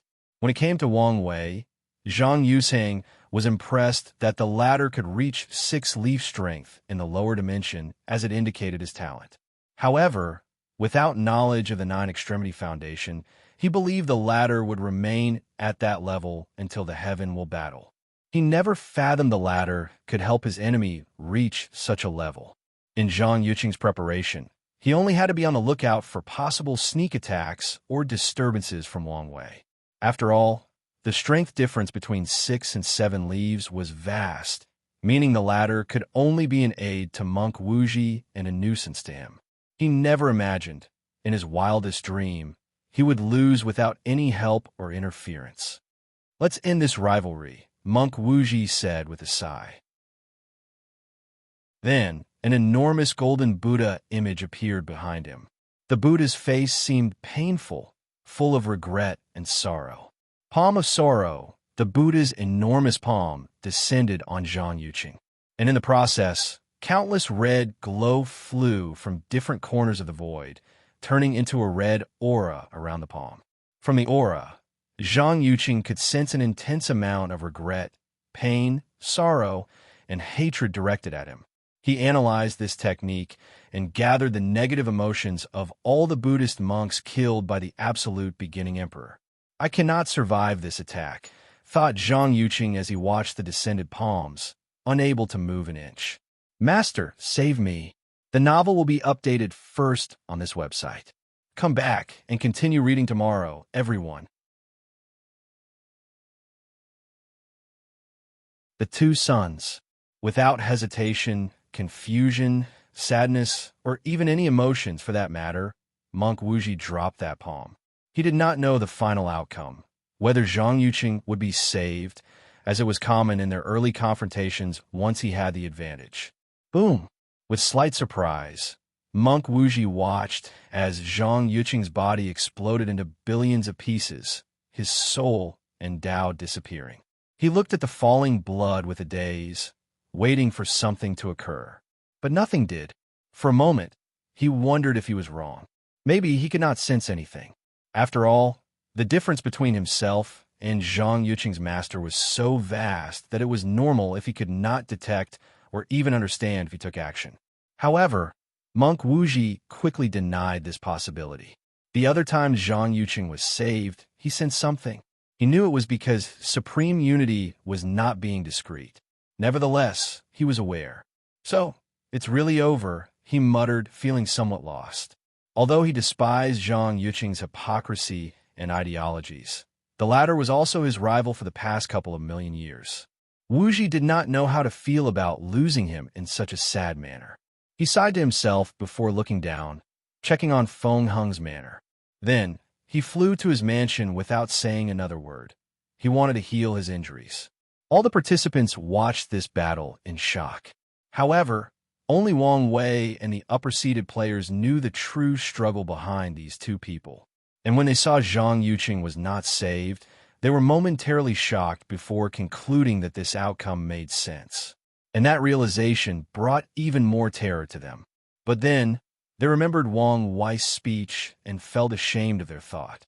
They gritted their teeth, thinking deeply about the future. Eternal Ascension World. 2 suns and 9 moons lorded over all myriad beings in this infinitely large world, and they symbolized absolute power. These stellar bodies should have been only symbols, but one of the suns housed a magnificent palace made entirely out of supreme chaos treasures, primordial and paragon materials. Sitting cross-legged on valuable meditation cushions at the center of the room was an older man with long white hair and a well-trimmed beard. He had a purple robe laced with golden threads, black shoes, and a beautiful jade token hanging on his waist. The interesting thing about this cultivator was all his clothes shone brilliantly with the light of treasures, indicating that each piece was valuable enough for countless paragons to fight over. Supreme Unity opened his eyes, and there was no vast or mighty aura. He resembled an ordinary person. However, his eyes were off-putting to anyone who saw him because they lacked any emotions. It was like he was a piece of machine with only logic. Zhang Yuqing is dead? It doesn't matter. He has already served his purpose. Supreme Unity only accepted him as a disciple because he had 2 physiques. He wanted to create a special method to divide his existence into 2 separate but connected parts. The main part would be his previous self, and the second part would remain fused with heavenly Tao. Upon success, he would no longer be limited or influenced by heavenly Tao. Supreme Unity wanted to gather information and draw inspiration from individuals with 2 heavenly physiques. After getting the information he wanted, Zhang Yuqing was useless as a pawn. Heavenly Tao is drawing a lot of strength from all the paragons that have existed since the Eternal Ascension world's creation to reduce my control. If only Mithria did not stop me, none of this would have happened. Of course, Supreme Unity knew the primary source of his trouble was the method he used to take a half step into transcendence was fundamentally flawed. However, there was nothing he could now but take complete control of Heavenly Tao and swallow it. Once he succeeds, he will be free, have no restrictions, and can further pursue detachment. The situation is not looking good for me once Mithria can receive faith from the lower dimension. She might be free before me. Supreme Unity frowned before closing his eyes to focus on regaining his lost power. Separating his existence was more complex than he imagined, and he also needed to stabilize things first, or his strength would be drastically reduced. As such, his best plan is to succeed before Mithria, or hope the other rulers can eradicate the people in limbo. There is a small town at the center of the Eternal Ascension world, full of mortals. These people lived happy and fulfilled lives, always with joyous smiles on their faces. Despite knowing the existence of cultivators, no one in this village pursued power or immortality. The villagers were content. Not far from the village was a rundown temple with only one monk. It was a young woman dressed in plain female monk attire. She tied her hair in a bun, making her extraordinary beauty appear dull and unordinary. The monk was known for her benevolence, and the villages enjoyed offering prayers to her temple or communicating with her. They always offered her to save money and build a bigger and better temple, but she refused, stating she was comfortable with how it was. Little did these villagers know that this woman, living in such dirt-poor and dilapidated temple, was the supreme leader of Buddhism, one of the two sons, Mithria Buddha. After sensing Zhang Yuqing, Mithria opened her eyes for meditation, and the power of infinite time flashed deep in them. Her gaze penetrated space and dimensions to look at her disciple in the lower dimension. So, he finally discarded the useless pawn, she commented before shaking her head in disappointment. You're really gone, Supreme Unity. The Supreme Unity she knew was an ambitious and power-hungry cultivator, but he still had some bottom line. But even that was gone, and Mithria does not know whether this resulted from fusing with Heavenly Tao or his true personality manifesting after acquiring power. After sighing to herself, Mithria's gazed to a handsome young man with gray hair and eyes. Should I help him? All my calculations indicate he is the one I'm waiting for. But the future is not set in stone. Maybe I need to help him get through this upcoming catastrophe to become the person I need. She frowned as her eyes perused the infinite possibilities of the future. However, she could not find the answer she wanted. Let's wait and see. Then, she shifted her gaze to the Tao opening sect, her eyes ignoring all the Emperor formation to gaze at Wu Hong, who was in retreat. Perfect foundation? If I had such a thing, it would make taking half-step so much easier. She shook her head before looking at someone else. This time, it was someone in the Eternal Ascension world. It was a woman that looked exactly like Wu Hong, except for a more supreme, strict, and noble aura. Wu Hong definitely did not create that clone. So, a future version of herself. But how come I cannot completely see through it? Is that a sign she found the path ahead and surpassed me? If that were the case, Mithria would be happy, as this would mean she had hope for her path forward. However, things appeared too complicated for the moment. Your fated lover finally appeared, but with a clone. What an interesting love story. I cannot wait to see how it unfolds. Mithria remembered conversations with Wu Hong about that unique love fate line. Wu Hong tried to remove it, but the connection was too powerful, and it was one of her fate nexus, so the River of Fate would not allow her to get rid of it so easily. Of course, as a powerful paragon, there were many ways to deal with fate nexus besides becoming a fateless. They could postpone the event indefinitely or control how it occurs. For example, Wu Hong could create a clone to meet her destined partner and have him fall in love before dispersing it. With this method, her fate of falling in love was accomplished, thus removing the fate nexus. And these two methods were just the most used. In the end, Mithria convinced her to wait and see, since maybe the person destined to be with her was worth it. Love fate lines were rare amongst immortal tier cultivators, and it is usually a sign that two people among the entire chaos universe were perfectly compatible. Do you want me to remove the blockade and allow you to enter primordial chaos? It might help you heal much faster. No, replied Wu Hong. Are you still mad at me? How dare I, respected son? I told you I had my reasons. Which are? I cannot say for now. And when you can say, we can talk properly. Mithria sighed. She had her reasons for not only allowing these paragons to usurp power, but also preventing the rise of others. Her detachment method was also flawed, and she required the eternal ascension world to remain stable and unchanged to avoid affecting her. Once someone broke through the paragon realm, the changes in the world would be detrimental to her. So, she needed time to stabilize herself. Regardless, her bottom line was not to touch the people in limbo. Now, things have gotten better.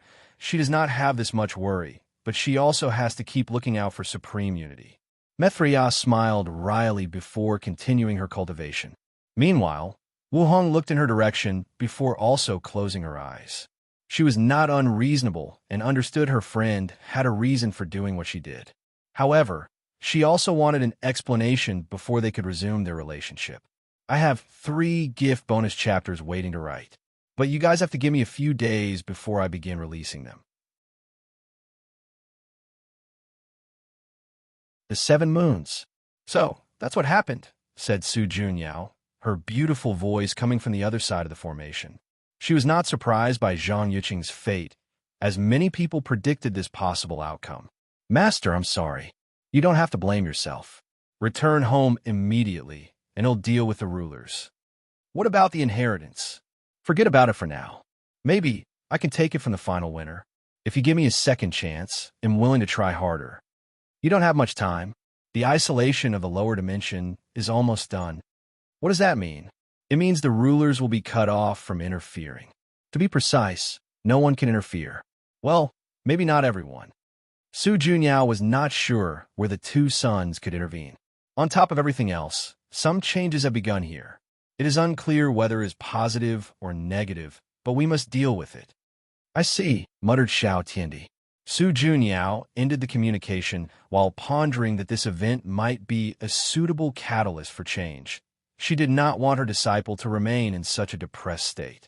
Hopefully, this one wise words have positively influenced him. Meanwhile, Xiao Tiandi hesitated for a moment before taking out a token. He looked in the direction of Wang Wei's mansion, his eyes full of confusion. With a sigh, he activated it and disappeared from the lower dimension. And 2 people did the same as him. Eternal Ascension World. Ao Jing observed his son, Ao Qiani. He could see how much of terrible shape he was. I thought that brat said he would not go too far, he thought before shaking his head.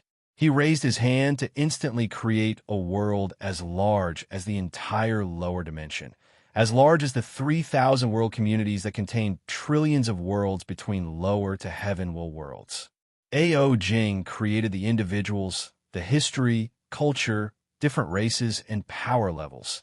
He made everything needed for a complete world to function. He then glanced at his son before snapping his finger, forcing him to reincarnate in that world. I have created infinite scenarios for you to temper your mind. Hopefully, you can stand after breaking. Ao Jing designed this world to start over once Ao Jing reached a certain level, allowing him to experience different aspects of life. Regrettably, Heavenly Tao does not allow the 9 extremity foundation that is cultivated in such a manner. Otherwise, this level of foundation would be more common. After settling his son, Ao Jing went to report to the patriarch. In another section of the upper dimension, Shi Rulin appeared in an enormous and opulent palace decorated with gold, purple, and priceless jewels. And the moment she appeared, a man dressed in court eunuch uniforms teleported before her, kneeling on one knee. Your Highness, this is the information my father wants, she said calmly. her previous cheerful and approachable demeanor replaced by a cold and authoritarian presence. The inheritance? The mission failed, replied Sherulin before walking away, ignoring the eunuch. She walked to a room with a golden throne and sat on it, a deep pondering look on her face. A secret that few people knows is she is the secret child of one of the rulers, the Earth Emperor. Her relationship with her father was great, despite not being publicly acknowledged, as he always supported and cared for her, and she idolized him. However, Sherulin has always felt that some things were wrong, but was always scared to address them. For example, why did she never attempt the Nine Extremity Foundation? She once asked her father for permission, and he refused, explaining that it was dangerous and had a high failure rate. Danger was never a good excuse for cultivators not to do something. As for the failure, she could still benefit even if she failed. Another odd behavior was when she began cultivating an outlaw Dao. Her father warned her of the danger, to the point of scaring her to change her Dao. A third anomaly was the oldest of her siblings, the Great Chu divine court princes. She knew a few of them were Empyreans, but not one became paragons. And the current crown prince has been in this realm for far too long. Then there is Brother Liu. He was the only one who became an everlasting Empyrean, but he suddenly died. If it were before, Sherulin would never care about these anomalies. But after witnessing Xiao Tiandi's inner turmoil and Wang Wei's rebuttal, she had no choice but to confront these burning thoughts she had forced in the back of her mind. Unfortunately, she did not like the conclusion she made. What do I do? Great Chu divine court, in a palace thousands of times even more magnificent than Sherulin, on a throne room. A young man with long black hair and a long goatee sat on a throne, wearing a yellow emperor outfit with dragon designs. The Earth Emperor calmly read the information his daughter sent. Without much change in his expression, he put away the talisman, entering a pondering state. With the upcoming era, the karma position of Heavenly Emperor might finally appear. I can finally put my plan into motion. Earth Emperor originally planned for one of his 33,000 children to inherit that position. He had even more confidence in Sherulin, but after the recent changes, he theorized the position would appear in the lower dimension. Suddenly, he sensed something. Is there a meeting? The Earth Emperor thought before closing his eyes, sending his mind into a dimension with 8 seats. Many people believe that 7 Mons reign over the world, but only they know there is an 8th and hidden moon. Did everyone get the information? Asked 7 Cauldron Taoist, a middle-aged woman dressed in a Taoist robe with pill symbols. I haven't received it, replied 5 Feather Phoenix, the matriarch of the Phoenix race. So, someone else distributed the information from Xiao Tiandi and Sherulin. All 7 reviewed the information with a calm attitude. Undead Phoenix, what about your side? Everyone looked at a young man with a pale complexion, dead eyes, and a black phoenix mark on his forehead. I've got more information. I've reduced the leader of the new era to 3 people. Undead Phoenix waved his hand to manifest 3 people: Chu Luo, Di Tian, and Wang Wei. They have successfully established a 9-extremity foundation, said Undead Phoenix before explaining all the information he gathered. If Wang Wei were here, he would be shocked, as many things he thought he hid well were revealed in this meeting. He severely underestimated the capability of a paragon. Chu Luo can be eliminated since he is not from the Myriad Emperor world. Di Tian is the second to be eliminated since his main goal seemed to revive his loved one. The most likely creator of the new era is this Wang Wei. He is intelligent and cunning. And similar to Qiyuan, he is an innovator and a visionary, a person who advocates for the advancement of civilization. Yes, he seems like the perfect person to lead the new era of the Myriad Emperor world, commented 7 Cauldron as she looked at the changes in the Dao opening sex domains. She saw an entire civilization based on puppets and mortals as the core. So, do we get rid of him? Asked Blood Dragon. It's not that simple. He is connected to Lord Methreya and Empress Wu, added Undead Phoenix. The Empress? She hasn't shown up in so long, staying to herself. Why is she making moves now? I don't know. Everyone frowned. Seven Cauldrons looked at a monk who had not said anything since the meeting. Monk Twinflower, what does your leader say? Twinflower was the Maithuna sect's leader, a Buddhism branch that focused on dual cultivation. Buddhism ideology focused on the body remaining pure, but the Maithuna faction followed the opposite philosophies, believing the pleasure of the flesh is another pathway to enlightenment. Of course, their factions do not engage in mindless overindulgence. Each monk will choose one partner to cultivate for their entire life. The monk did not respond as he knew the situation was complicated. His leader no longer wanted to act the same way and prevent others from becoming paragons.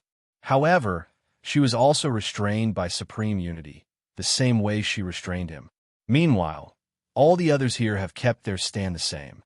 You could do what you want, he responded, since the Lord told him he did not have to worry about Wang Wei.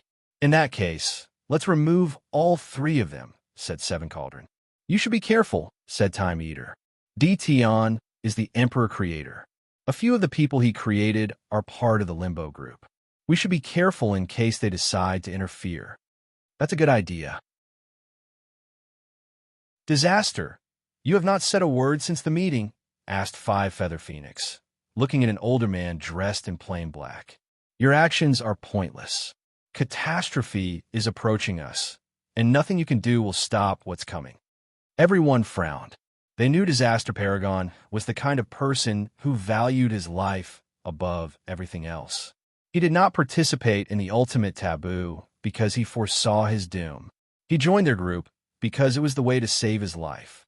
And now that he said these words, he must have detected something and even already planned how to survive. And given he was the hidden moon and was unknown to the world, it might be easier to do. Don't mind him. Although these people have great destinies, it does not change the fact they are weak. So, as long as we act fast and swift, they cannot escape their fate, said Time Eater. True. So the best plan is to send a projection and annihilate all of them before they can react, said Seven Cauldron. To be safe, let's all send a projection, said Earth Emperor. Agree. Since everyone agrees, let's discuss how to deal with Gu Xian and the traitors, especially the Celestial Clan, continued Seven Cauldron.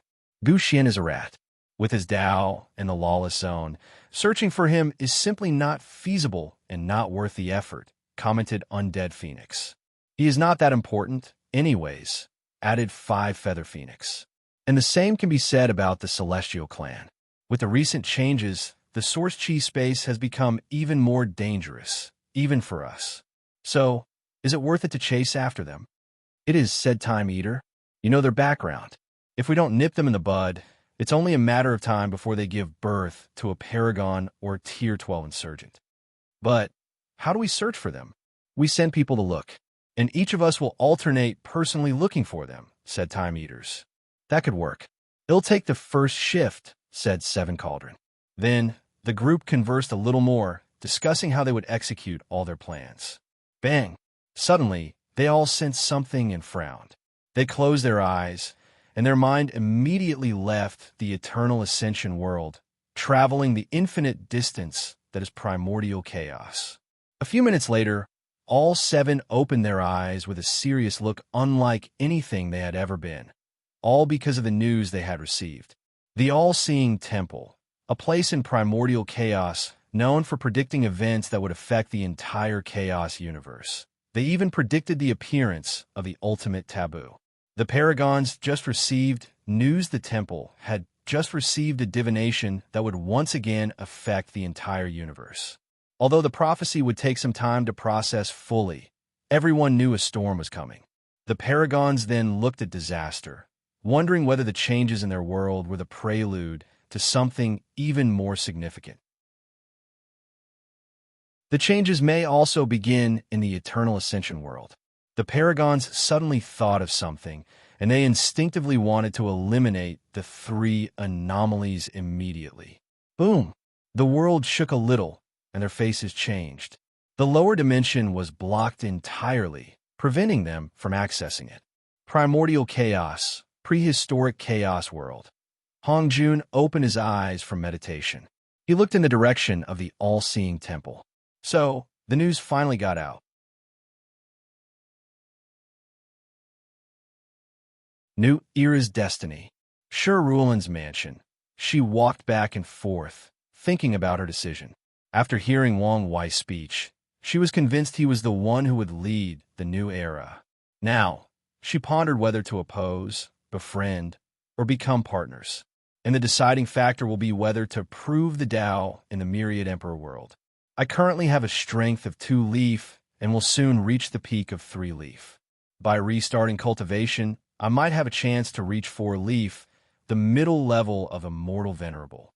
Meanwhile, his strength is already reaching 6 leaf.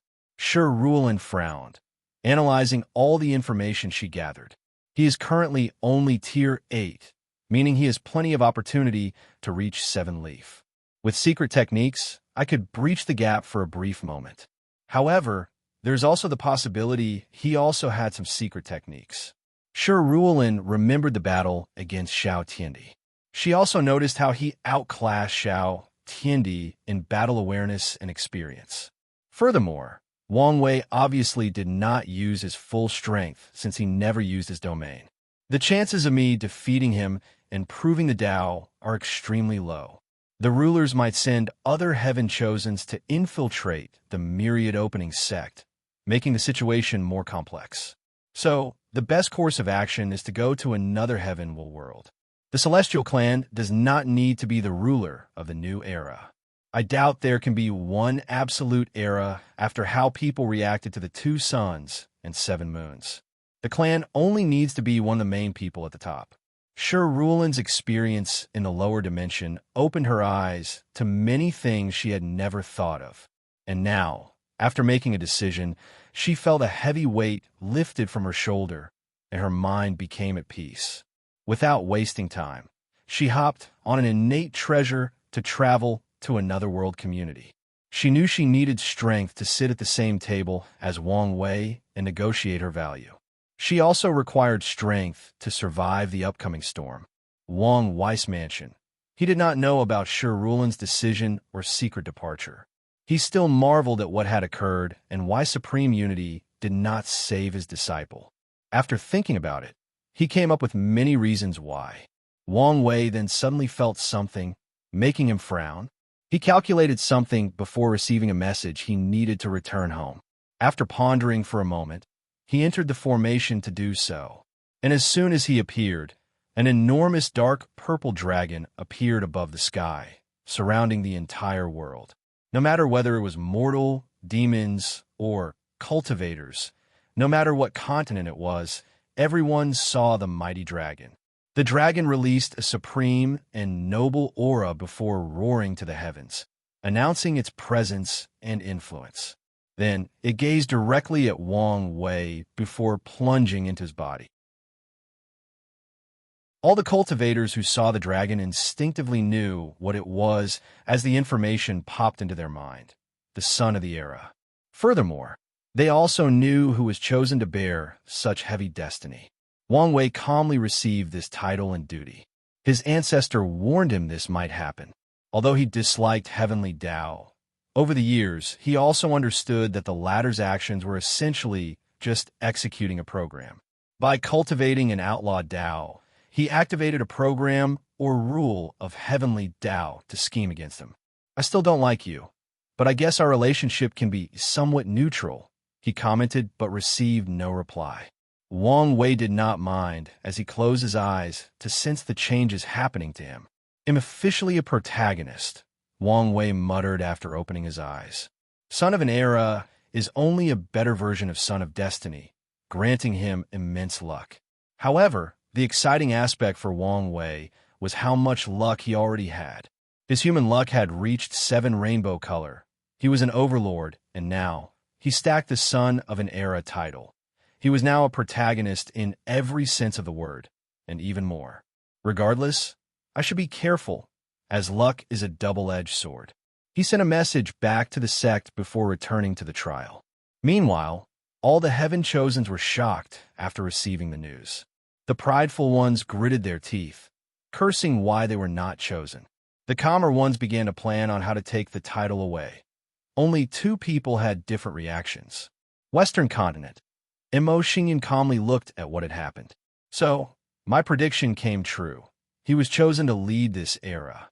However, I did not expect it did not give anyone else a chance. She squinted her eyes, thinking about her next step of action. She had a plan ahead to survive and strive in the upcoming era. The other person with a similar reaction to Immerse was Tion. He looked at the changes in the sky, not caring in the slightest. He had a hint that this would happen, especially after Wang Wei passed the outlaw trial. However, according to his theory, the new era's destiny should have been divided into smaller sizes, with Wang Wei being granted the most. He did not expect Heavenly Tao to be so bold and give everything to him.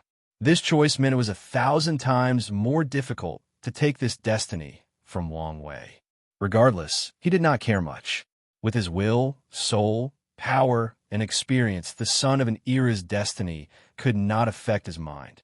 This ability did not work when he fought Empress Wu, and it will not work now. Tion only cared about achieving 10th extremity and proving the Tao in this generation. Regarding the arrival of the new era, it has to wait for the next generation. Southern Vermilion Bird Continent, Heavenly Flame Domain.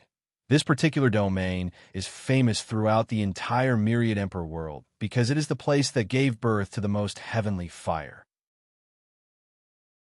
There is a legend that the Flame Emperor spent most of his youth in this place, searching and hunting for heavenly fires to create his famous Chaos Flame. Many alchemists will venture into this place to search for heavenly flames or pay people to search for them. A few supreme sects allied and created a business helping people search for these flames. Emperor lineages did not compete with them because of how dangerous the place was and because it was less cost-efficient to pay them to do the dirty work. Deep in the domains, in a separate small world, there was a pool made of a dark and eerie blue flame. Bathing at the center of that flame was a handsome young man with an 8-pack for abs, a black flame mark in the middle of his brow, and a creepy vibe that was somewhat very attractive. The young man opened his eyes, and they were all black, with no pupil or iris. He slowly walked out of the pool as a dark red robe appeared on his body. His vision then penetrated the small world as he looked at the dragon. It appeared not long after losing contact with the master. This is not a coincidence. The young man frowned. Things will become difficult without help, but the mission must continue. The young man took a few steps before stopping. He then looked at a brown spot on his arm. I need a new body and one with a high flame talent. Should I go after that Huoclan's heir? Her phoenix bloodline is perfect. As a member of the soul race, changing bodies, no matter the gender, was expected, and he could possess anyone he could overwhelm. However, because of the technique he practiced, he needed special flame attribute bodies. Forget it. The situation has just changed, so it would be best to lay low for a while. Plus, the corpse-selling sect has already promised me a new body. With them having branched in different world communities, it should be easier to find me a new body. The young man left his cultivation retreat place to head to the corpse-selling sect. Meanwhile, many shadows suddenly appeared after Wang Wei became a son of an era, clouding the entire world into this sudden eerie atmosphere. And the situation became even tenser when the Heaven Mystery Pavilion released the divination that some anomalies had occurred in this generation's Heaven Will Battle. This news forced some sects who did not want to participate in this generation's battle to act. They awakened some of their sleeping Heaven Chosens from past eras since they needed powerful leadership to deal with the upcoming storm. Meanwhile, after returning to the trial, Wang Wei planned to exit his mansion to go somewhere. Then, he suddenly stopped as he thought of something.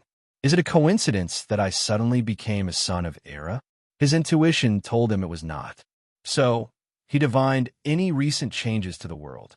He did not hesitate to power his incarnation strength to ensure success. So, the lower dimension has been completely cut off. This sudden decision of Heavenly Tao was a calculated move with a purpose. Wang Wei thought about many possibilities, but he had no concrete proof for any of them, and he could not divine or calculate any other information. So, he gave up, labeling this information as important in his mind.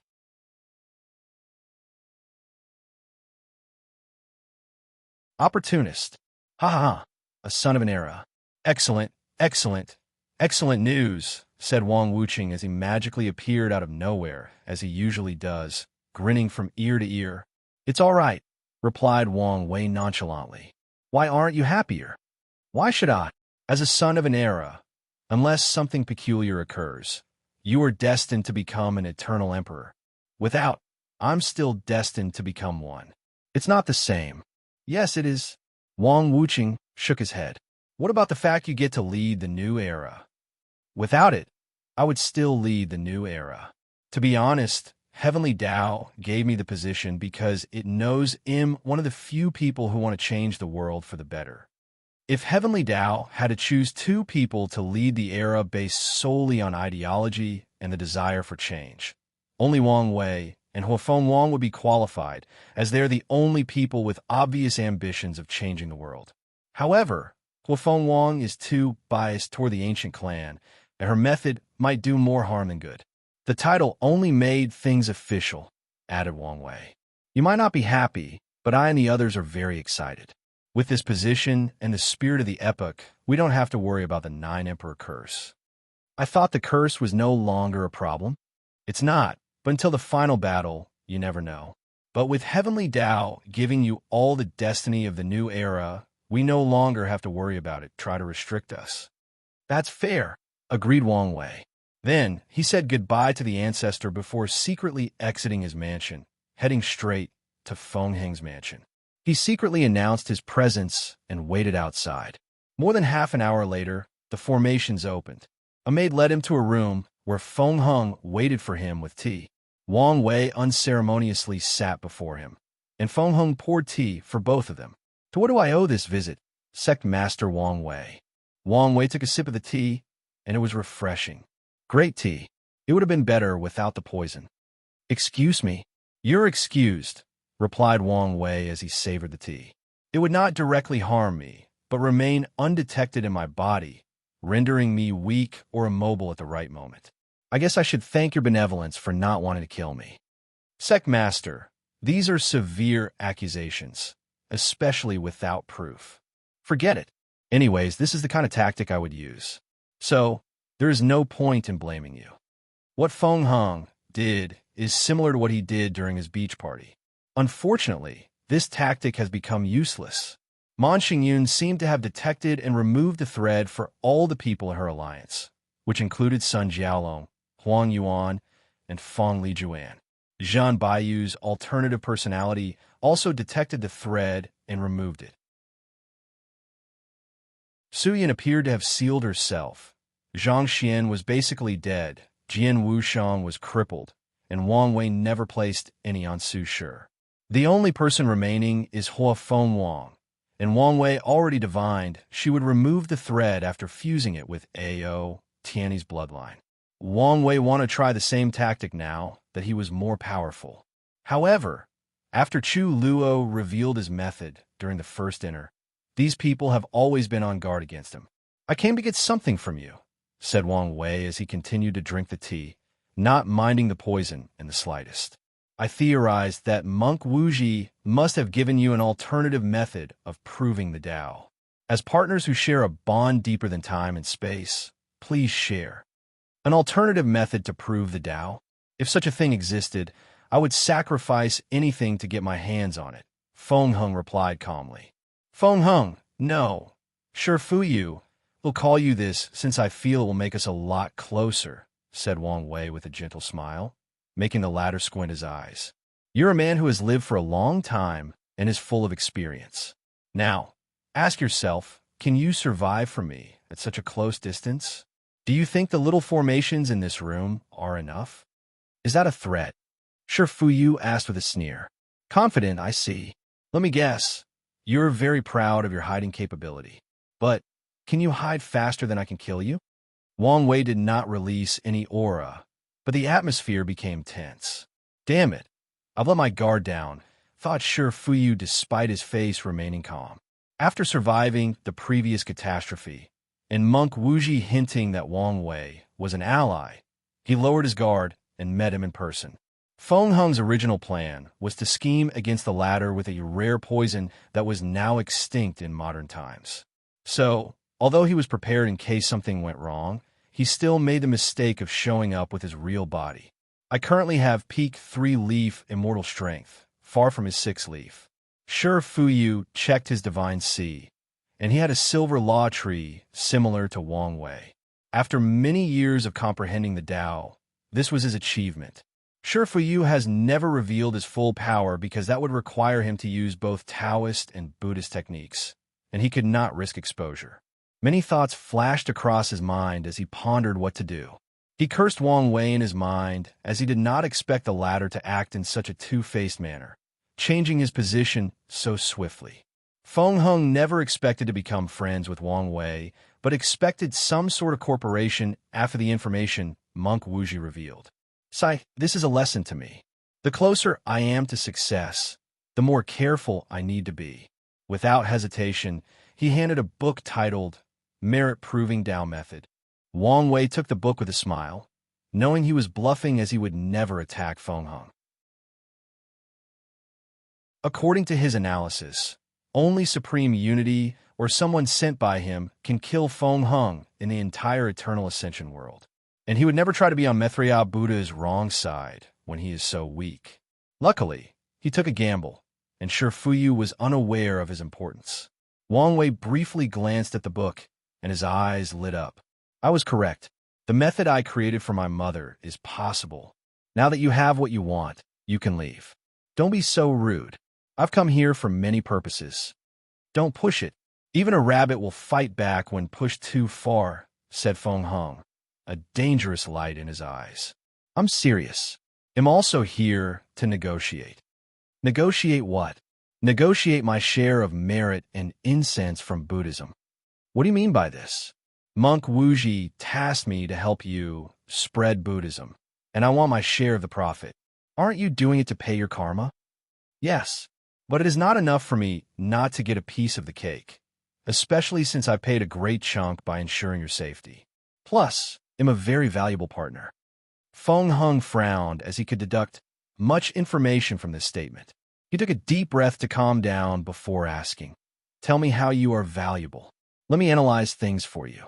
I can tell you that you have zero chance of proving the Tao in this generation through the heaven will battle. I'm sure this is why the monk gave you the alternative method." Feng Heng frowned but did not comment. Your only option is to gather enough merit and exchange enough merit for a heaven will through being the leader of Buddhism. Unfortunately, you cannot spread Buddhism in the myriad emperor world because of the Tai Profound Gate.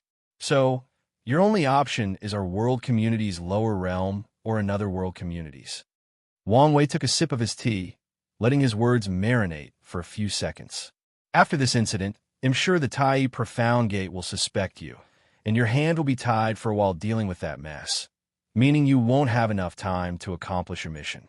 Plus, I can tell you the Tao opening sect has almost taken control of most of our world community's lower realm. There is no way for that to be true, commented Feng Heng, and Wang Wei waved his hand to manifest a map showing thousands of spheres. Immediately, Feng Heng's face changed as he could tell these were world coordinates of the myriad emperor world community. Then, Wang Wei continued, "If you wait until someone proves the Tao to begin spreading Buddhism, I don't have to tell you the consequences." Feng Heng knew the consequences. Wang Wei waved his hand to show him another map, making Feng Heng squint his eyes. As you can see, the Demon Supremacy world community. They are currently in a war between humans and demons. With Buddhist monks having a natural restraint to demons, this is the perfect place to begin preaching and spreading. And since I have access to these world's coordinates, I want to share the profit.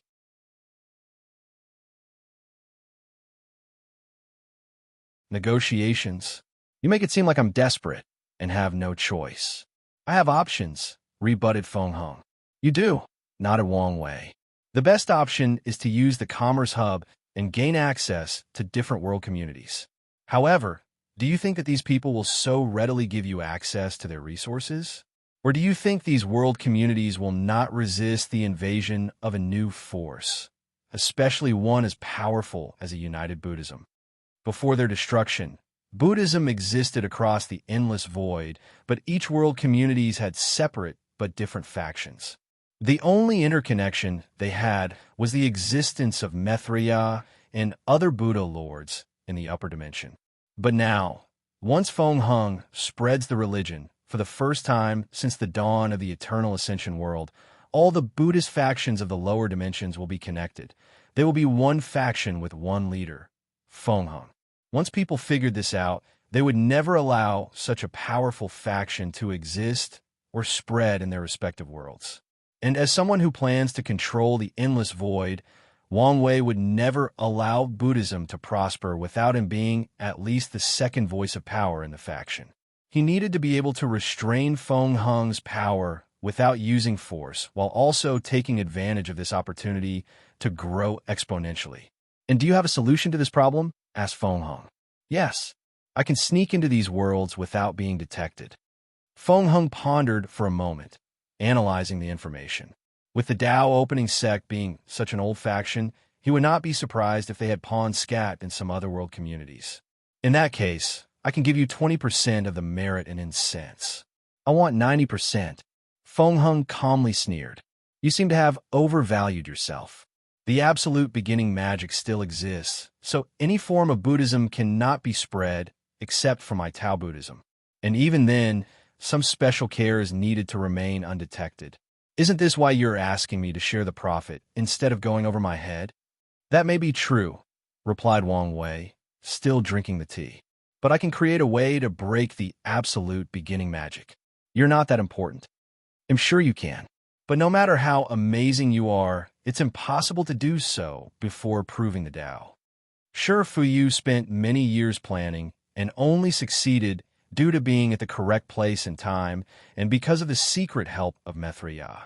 And don't forget, you would also need to completely convert to Buddhism before you could succeed. So, are you willing? Wang Wei did not answer, as he knew the monk was correct. The position of the lower dimension Buddhist leader seemed unique to Maitreya, and it is not something an outsider like himself could hold without properly converting. Be that as it may, I have access to way more world communities than you. I will be doing most of the work and taking on the greatest danger. And while I do all this, you will be stuck in a quagmire of political nonsense. I think it's fair. You also have a point. I raise my offer to 40%. That's the highest I can go. 80%, and I'm not going any lower. The two haggled back and forth, negotiating the correct percentage. However, Wang Wei did not budge on his bottom line of 80%, and Feng Hung could only offer 50% as his highest price. Never mind, said Wang Wei, tired of this back and forth. I'll change tactic. I'll make it my mission that you can't spread Buddhism before the heaven will battle. And after I take the throne, it will be easier to control you and get what I want. By then, you will be lucky if you get 1 to 2% of the profit. Feng Hung's face changed, and his body released a wrathful aura. However, before he could do something stupid, he received a communication talisman, and one that seemed crucial. He used his divine sense to check, and instantly lost more of his self-control. He finally received the news that Heavenly Tao granted the Heiress Sun title to Wang Wei. It gave everything to him, not giving anyone else a chance. A part of Feng Hung's plan revolved around the destiny of the upcoming new era. He planned to gather as much as possible so that Buddhism would lead the new era, or at the very least, they would be the ones who started it. And now, the only way to achieve his goal was to kill this monster. If Heavenly Tao had divided the new era's destiny into parts, people could acquire more if they had defeated or schemed against the others. But now, their only chance was to kill this monster. However, as someone with such high destiny, can anyone kill him? No, his pure luck was enough to ensure his survival, not to mention his strength. After learning this news, Feng Hung's thought process changed as he now had many other things to consider. Having a son of an era spread Buddhism was the perfect method to reduce the absolute beginning magic's counter. Feng Hung closed his eyes, reminiscing about that infamous day countless millennia ago when he helplessly watched the absolute beginning emperor massacre his fellow brothers and sisters. I've lost my way. My objective was to bring Buddhism back to the world. However, I've lost my original intention at the sight of worldly desires and benefits. My mind became impure, driven by greed and selfishness. So what if I do not have most of the profit? All that matters is the revival of Buddhism. Amitabha, muttered Feng Hung as his aura changed, becoming more peaceful and in tune with nature. With this enlightenment, his state of mind sublimated, making his future path of Tao Buddhism smoother. Sect Master Wang Wei, I agree with your proposition. You can have 80% of the merit and incense, as long as you spread Buddhism as far and wide as possible. This is the second monk who became enlightened because of my words or actions. Do I secretly have the power of the Bodhi tree? Fa Wang Wei, secretly speechless. I'm glad you've come around. Let's discuss the finer prints and sign a binding contract. The two then negotiated on the specifics before signing a grand Dao contract. Finally, Feng Hung gave Wang Wei a space ring with thousands of seeds. What are those? The luck-condensing treasure of Tao Buddhism is the Buddha world, and these seeds can grow unique small worlds that can block the power of the absolute beginning magic. This is the only way to spread Buddhism without any problems. I see. Could you give me the method to condense these seeds, since they might not be enough?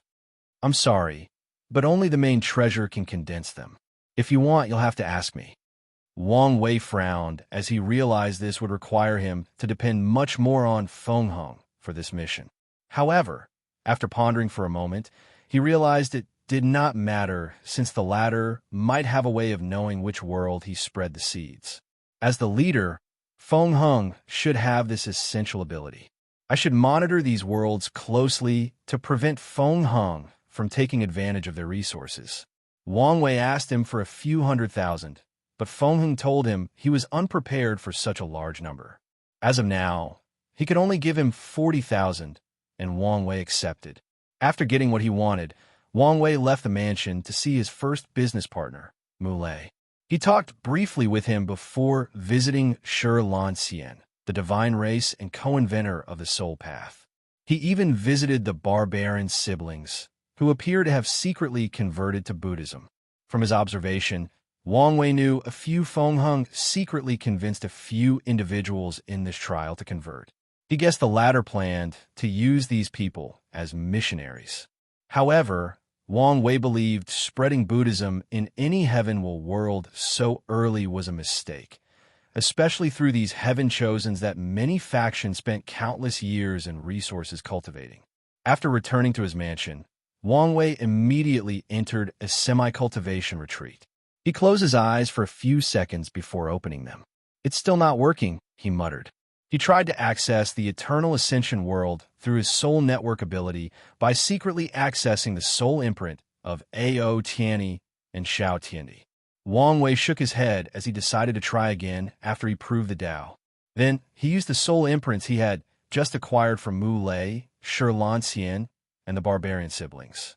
He had no problem accessing the others' worlds, but ran into trouble regarding his Shi Lanxian. The world he saw was entirely blocked, and he could not enter no matter what he tried. Forget it. Let's try the others.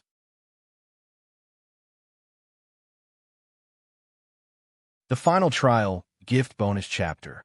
Thanks to Blood Ore for the gift, Wang Wei sent a projection to the ancient spirit world, where the barbarian siblings came from. As soon as he arrived, he immediately noticed the dangerous surroundings. He was currently in a place where an intense winter ravaged the land. Not far from his position, Wang Wei saw a group of tall men, women, and children dressed in animal-made clothes. As they traveled eastward, the group led a herd of sheep, goats, cattle, and horses. Migration? Wang Wei used his divine sense to learn about these people's language and current situation from someone who appeared to be their leader. He learned this man was called Batu, and these mortals belonged to the Bata tribe, ruled by the monk dynasty. According to the custom of this world, only one person worthy enough can have the name of the tribe, symbolizing their status and strength. Every few years, the 3-year winter arrives in their region, and under the monk Khan, ruler of the monk dynasty, all tribes must migrate to an area more suitable for living. Wang Wei spread his divine sense to the surrounding area and learned many things. The ancient spirit world is ruled by the barbarian race, while other races are the minority. This world is not friendly to mortals, as there are natural disasters all over the entire world. Things like winter that last dozens of years, heat waves that would turn the most luscious forest into deserts, non-stop rain for years, rainstorms, thunderstorms, tsunamis, and myriad other terrible natural disasters. The mortals have adapted to the world by becoming nomadic societies that constantly move from one region to another. Meanwhile, cultivators will live in these severe regions and use the environment to temper their bodies. As such, body refining is very prominent in this world. Additionally, teleportation across regions is very difficult and reserved for powerful sects because of the abnormal weather. Space resources or abilities are precious in this world, since most cultivators cannot teleport in the ancient spirit world until they become supreme. The situation subsequently results in animals and the demon race becoming the main form of transportation. In this world, having a good horse or demon ride is something to brag about. Wang Wei's projection teleported far away, trying to gather more information about this world. The most powerful emperor lineages of this world had 12 great emperors, while the second had 11, and it was the one the siblings originated. So, the 12 emperor curse exists, thought Wang Wei as he analyzed the information. Based on the history, he could detect that this world once had a 9-emperor curse after the Setsun tribe cultivated their 9th emperor. Then, out of nowhere, the Kudalin tribe began to rise, producing their 9th emperor soon afterward. The Setsun tribe then cultivated their 10th emperor, and a few other tribes also cultivated their 9th emperor. The situation repeated itself after the Setsun tribe cultivated its 12th emperor. With the existence of the siblings, Wang Wei can predict that the Kudalin tribe will catch up in this generation, maintaining the balance that Heavenly Tao desires. As for eternal emperors, the ancient spirit world had 4s, one from the Setsun and Kudalin tribe, the other from the most powerful human faction with 6 great emperors, and the last one was a loose cultivator. After getting the general situation of this world, Wang Wei checked the ancient spirit realm, a dimension where countless spirits resided. The spirits' level varied from ordinary animals to innate demons and fallen emperors who have become spirits. As soon as he entered this realm, Wang Wei's projection frowned. He sensed a gaze that even brought tremendous pressure on him. I was detected, and to give me such a level of pressure, it must have the power of a great emperor. After pondering for a moment, he did not go snooping and left. He headed straight for the nearest great thousand world in that community to check things out. He discovered the custom and environment were similar to the ancient spirit world. The creatures in this place could also access the ancient spirit realm. Could the ancient spirit realm be the reason for the uncontrollable natural disaster? Thought Wang Wei for a moment before focusing on something else. This world community is perfect for preaching buddyism. Although the resources are abundant, the disparity between mortals and cultivators is two extremes. Cultivators use the environment to their benefit, while mortals have to constantly migrate, losing countless lives in the process.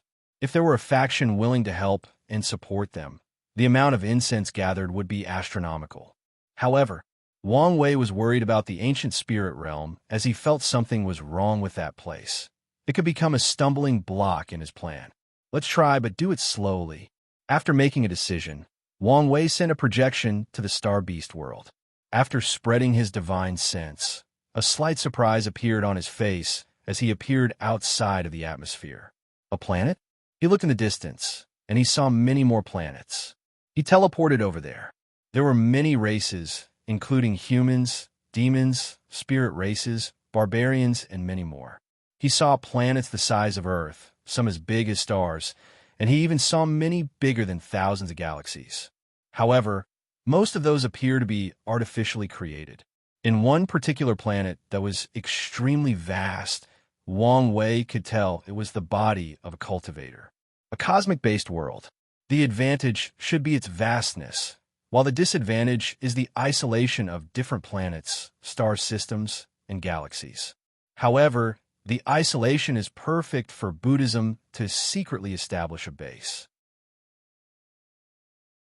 He went on to check some of the worlds in the lower realm, and their composition was similar, except way smaller.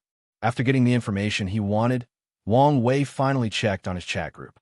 Mad King, the assassin, the doctor, the scholar, the butcher, and wannabe god had all become Tier 6. Over the years, the group contacted each other less in a blatant attempt to reduce the effect the group or Lord of Karma had on them. However, they realized how useless this method was when the Mad King suddenly attacked wannabe gods' worlds, wreaking havoc in a sneak attack. Then, the group became weary of each other, planning to protect themselves or attack others. Wang Wei did not spend much time with them, but released a mission for these people to help spread Buddhism in their factions. And the reward was very generous and enticing. Afterward, he began to create other subgroups of the chat group based on the Heavenwell community. Wang Wei currently had access to a few communities to recruit people in large numbers. He divided the recruit into two groups. The first one was sovereign or rulers, people who controlled a large population. Wang Wei chose people who had rights to the throne but did not have power for myriad reasons, mostly political or military. He would help them sit on the throne in exchange for making Buddhism the main religion and allowing them to gather incense. The second recruited group were people with a high affinity with Buddhism, and they were the group he would grant the Buddha world seeds. These people would become monks and practice Tao Buddhism. He also lured a few quasi-emperors into converting, making them serve as the protector of these new and weak monks. All these things took him 3 days to accomplish. On the first day, he received a notification from Lord Spirit that the final trial would occur in a week despite the upper-seeded players leaving. Wang Wei exhaled deeply after accomplishing his task. The seed has been planted. Now all I have to wait for is the towering tree. He did not just spread Buddhism in these world communities. He also left his fate shadow guards along with some other secret factions. And as long as he acquires more coordinates, his tentacles will continue to spread throughout the endless void. Of course, Wang Wei did not intervene in the Heavenwell worlds. He did not infiltrate or leave any factions. It was too risky. Since he had time, Wang Wei returned home to cultivate his acupoints into the Turtle Defense Array. The idea of the Turtle Acupoints Defense Array is to condense a talisman that contains the power of the Sex Array. Wang Wei has to keep the talisman inside his Divine Sea. He can set up the array with his acupoints, and the talisman would be the primary power source. The sex formation could be moved, and Wang Wei could keep it inside his Divine Sea. But that would leave it vulnerable, so he had to use this alternative method. The downside of both ways was the fleshly body had to be of a certain level to bear an emperor-level talisman or array, and not all its power could be mobilized. In just 4 days, Wang Wei barely started learning this array. Regardless, he had to leave to return to the trial. Once everybody had arrived and taken their position, Lord Spirit spoke. The main theme of this final trial is longevity.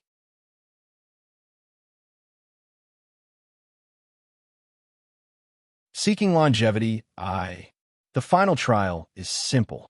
Your mind will be sent to a mortal body. The setting will be a mortal world with little to no spiritual chi.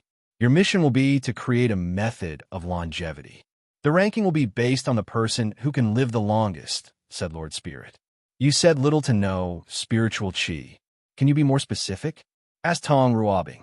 There was a vast difference between a world with absolute zero spiritual energy to one still having some trace of it, no matter how little. You can find out on your own. Any more concerns? No one said anything as they contemplated how to pass this trial. From the basic information provided, it was obvious that things would be more complex than stated. In that case, let's begin. The participants proceeded to the pagoda.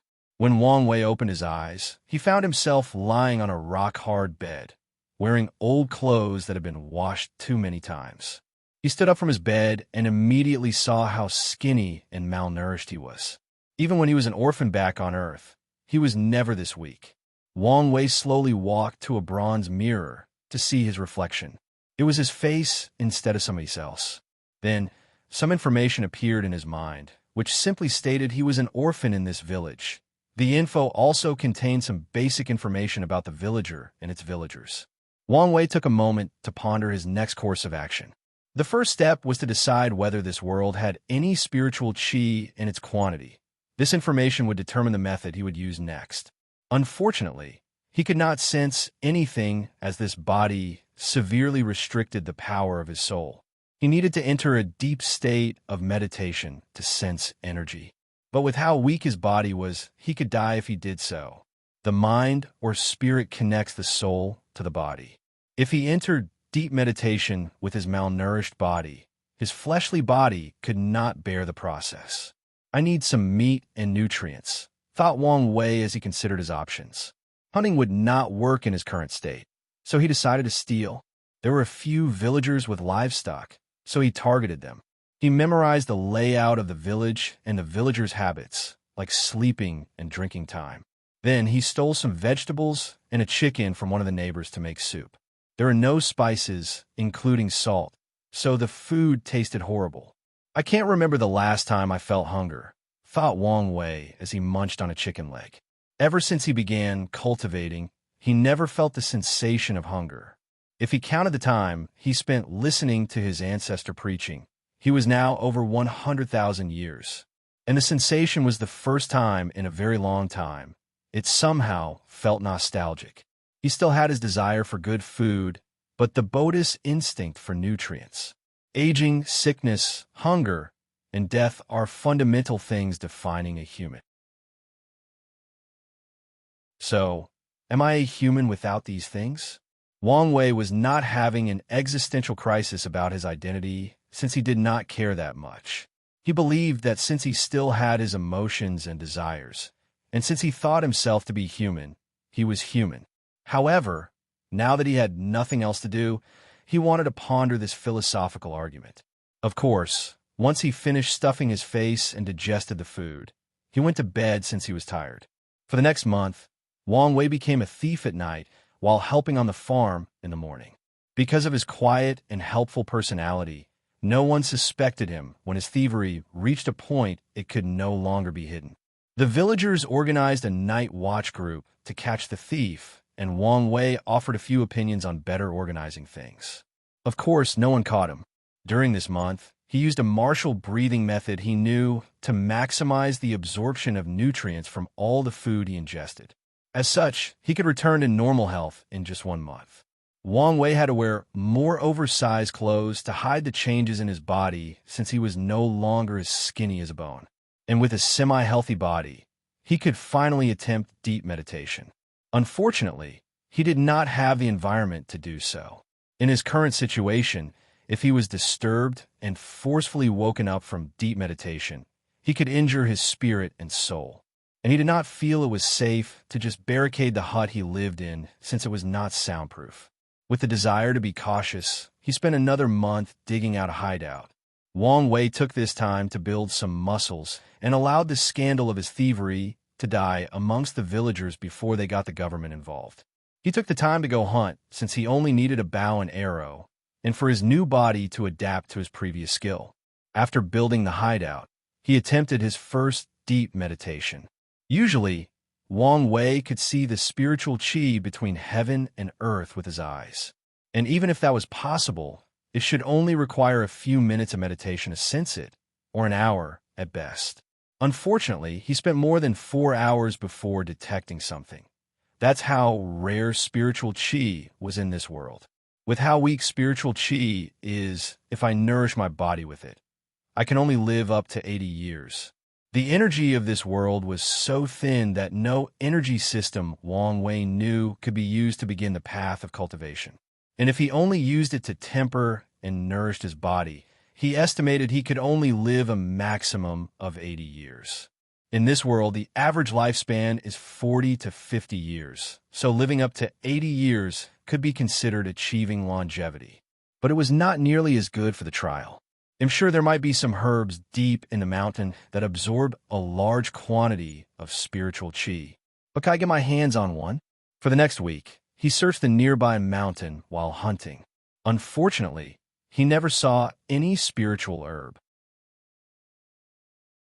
He also never encountered any animals with spirituality, which would also be a good supplement. Wang Wei then concluded that his luck in this world was average and subpar. I must create a cultivation system perfectly suited to this low-level world. Wang Wei had another option to build a science and technology civilization. Then, use genetic engineering to achieve longevity. But he knew the consequences and decided otherwise. Inside his hideout, he pondered deeply about his next step. Essence, chi, and spirit. These three treasures are the essence of cultivation and the three fundamental paths to achieving longevity. If I follow the correlation between them, I could live a long life in this poor environment. An idea of the way forward began in his mind. Let's begin with essence. Wang Wei began to train his body in martial arts. He used his abundant knowledge to create the perfect exercise for his body. Training requires energy to support the Bodhis evolution. And since he could not rely on spiritual chi, he found another alternative, blood energy. Animals' flesh and bones contain a large amount of blood energy based on their sizes. And through consuming them, Wang Wei acquired the energy his body needed to become stronger. Every day, he would hunt in the forest with traps and his bow and arrow. He consumed the prey's flesh and trained in his martial art. In just 6 months, Wang Wei's body has the strength of 3 cows. He could smash a large boulder with one punch and fight a tiger with his bare hands. Unfortunately, he encountered another problem. He needed to consume the equivalent of 10 cows every day to maintain his training.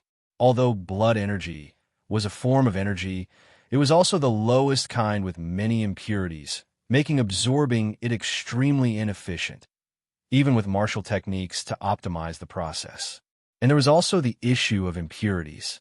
Wang Wei had to spend at least 5 hours a day on the toilet, removing these impurities from his body. And since he was not a cultivator and expunged impurities through his skin, he had no choice but to use the toilet. With the time I spent hunting, eating, training, and shitting, I will never finish the essence refining technique. It did not take him long to realize the solution to his problem: money. As long as he had money, he could cut off the time to hunt and cook, focusing on his training.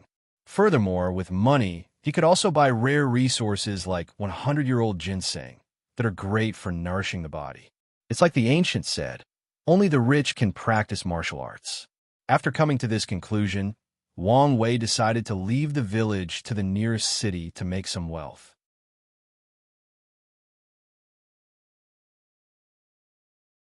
Seeking Longevity 2. Gift Bonus Chapter. Thanks to Punch Haddock 5 for the gift. Xiao Wei, take good care of yourself. I will, Aunt Lee. This is for you, said the middle-aged woman, handing him a little sachet with coins.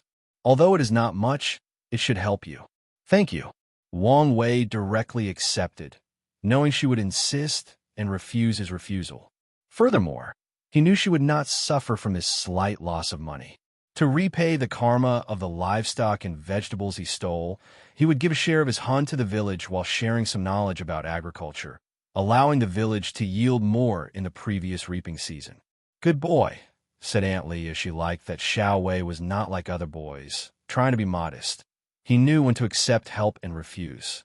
Many other villagers came to bid him goodbye, while also giving him some gifts, mostly some money or items in their family they believed would bring luck and prosperity. Wang Wei thanked everyone before bidding them goodbye. Then he hopped on the caravan he had paid that would take him to Spiral Leaf City, a middle-tier city size-wise of the Great Lu Dynasty. The journey took half a month, and they encountered a few bandits. However, the caravan had trained bodyguards armed with weapons. Wang Wei observed the bandits and guards to see if there was any power system, mostly martial art. And there was. But it was nothing like training the body to increase strength. The system evolved around the moves or martial skills. The head guard and one of the bandit leaders were very adept at the weapons they used, and Wang Wei could detect they had spent years training. Of course, he did not come up with conclusive evidence as of yet, since there was the possibility these people were not privy to this world's power system. After arriving at Spiral City, Wang Wei began to act. He chose this city because it was larger than the smaller ones, far away from the capital they could not easily reach, and it was a port city. The ocean was excellent for business. After settling in an inn, Wang Wei acted.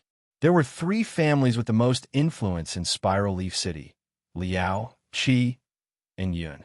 With his martial skills, he infiltrated these families' mansions to access their library. Knowledge was precious in ancient times, and he could barely get some information from the surrounding villages. And by reading these old and powerful clans' knowledge, he could analyze the overall situation of this world. I guess I should have expected this, thought Wang Wei as he placed a scroll back where he found it. There was no cultivation or power system in this world, and as he previously observed, martial art was based purely on skills and practice. Extraordinary powers only appeared in the form of certain individuals born with inhumane strength. These people often become generals that can slaughter hundreds of soldiers on the battlefield. He also read of some people who ate weird herbs in the forest and became extremely powerful. Wang Wei sighed in disappointment, as he could easily explain these phenomena. The people with inhumane strength are people born with divine strength due to their luck. At birth, they were lucky to absorb some spiritual qi, nourishing their bodies. As for the people who became experts after eating herbs, that's even easier to answer. These people were lucky to acquire the rare spiritual herbs of this world. Wang Wei quietly left the Liao clan's mansion with a reaffirmed belief that he must rely on himself to achieve longevity. If I want to make money, there are a few paths before me. The first is to become a scholar and use the government's power to acquire wealth. This path is too long and full of too much uncertainty. In this ancient times, a person could not become a scholar simply because they were talented. Scholars, especially ones from low backgrounds, needed to attend schools built by noble clans. And after years of serving them, they can get recommended for government positions. If only this world had the imperial examination, thought Wang Wei, even though he knew this might not help. Throughout history, the noble clans have also corrupted the imperial exam. The second path is through the military. With my strength, becoming a mighty general is not a problem. However, if possible, I would like to avoid large quantities of battles. Battles often injure the body, and with the scarce resources in this world, repeated injuries will lead to a decline in lifespan, which was contrary to Wang Wei's goal. So, that only leaves me with the commerce path. Wang Wei studied business in his past life and could create a successful one as long as he analyzed the needs and wants of the city. However, there was a problem: backing. In this ancient time, doing any business without the proper backing will result in it being taken, or worse, killed. He could predict that if he created a successful business, the 3 families, the government, and a bunch of other people would target him. So, he needed backing. The easiest one is to either use his charming face and marry one of the main branch daughters of the 3 families. But he did not dare, or become an underling of the city's mayor, joining the side of the government. And there was no way he would do that. So, he took the third option: create one for himself. And the method was simple and rude. He used his overwhelming martial prowess to conquer all the city gangs, both small and big. He thought a small group of elites, his essence-refining technique, to create a powerful force under him. Then, after stabilizing his power as a gang leader, he entered the business field.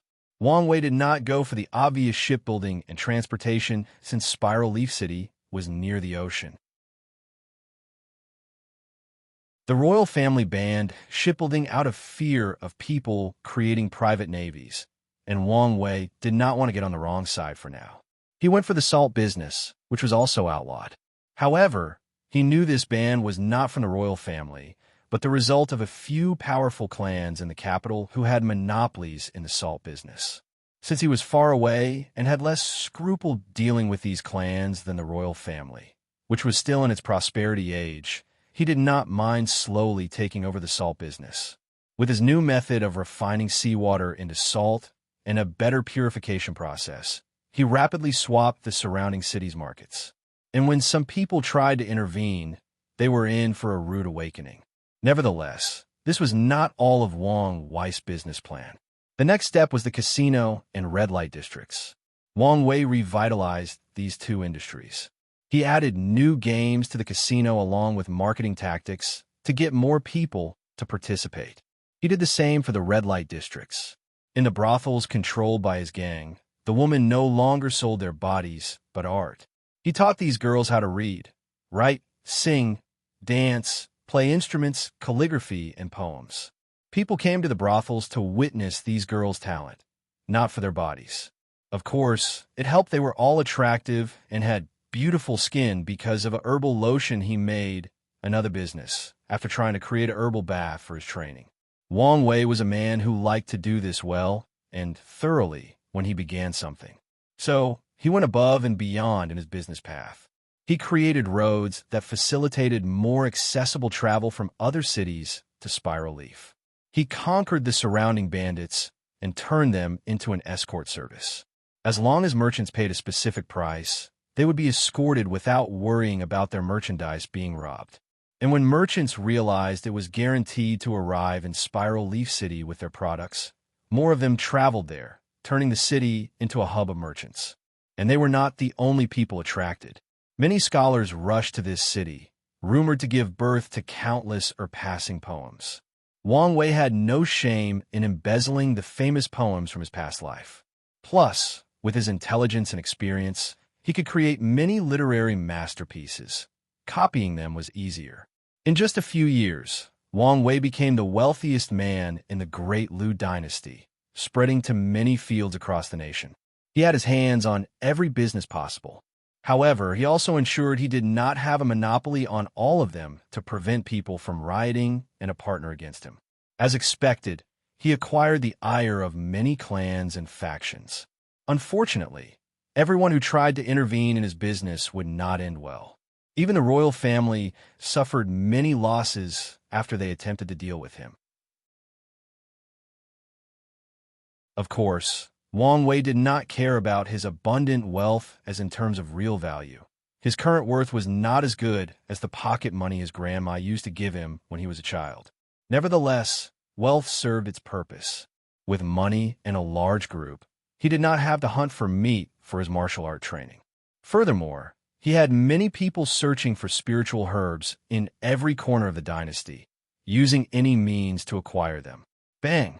Wang Wei threw a punch, generating a small shockwave. The strength of 9 ox. Is this the body limit of a weak world? He shook his head.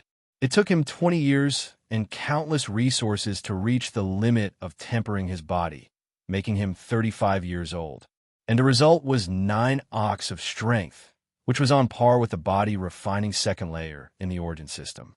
Thinking about how much time he spent on the toilet, Wang Wei felt it was not worth it. Luckily, after reaching a certain stage where he had complete control over his body, he could expel impurities from his pores. He also developed some cooking methods to reduce animal meat impurities. It doesn't matter. With the essence refining technique completed, I can live for 120 years. The next step is qi refining. He looked in the distance, thinking about the next step in his plan.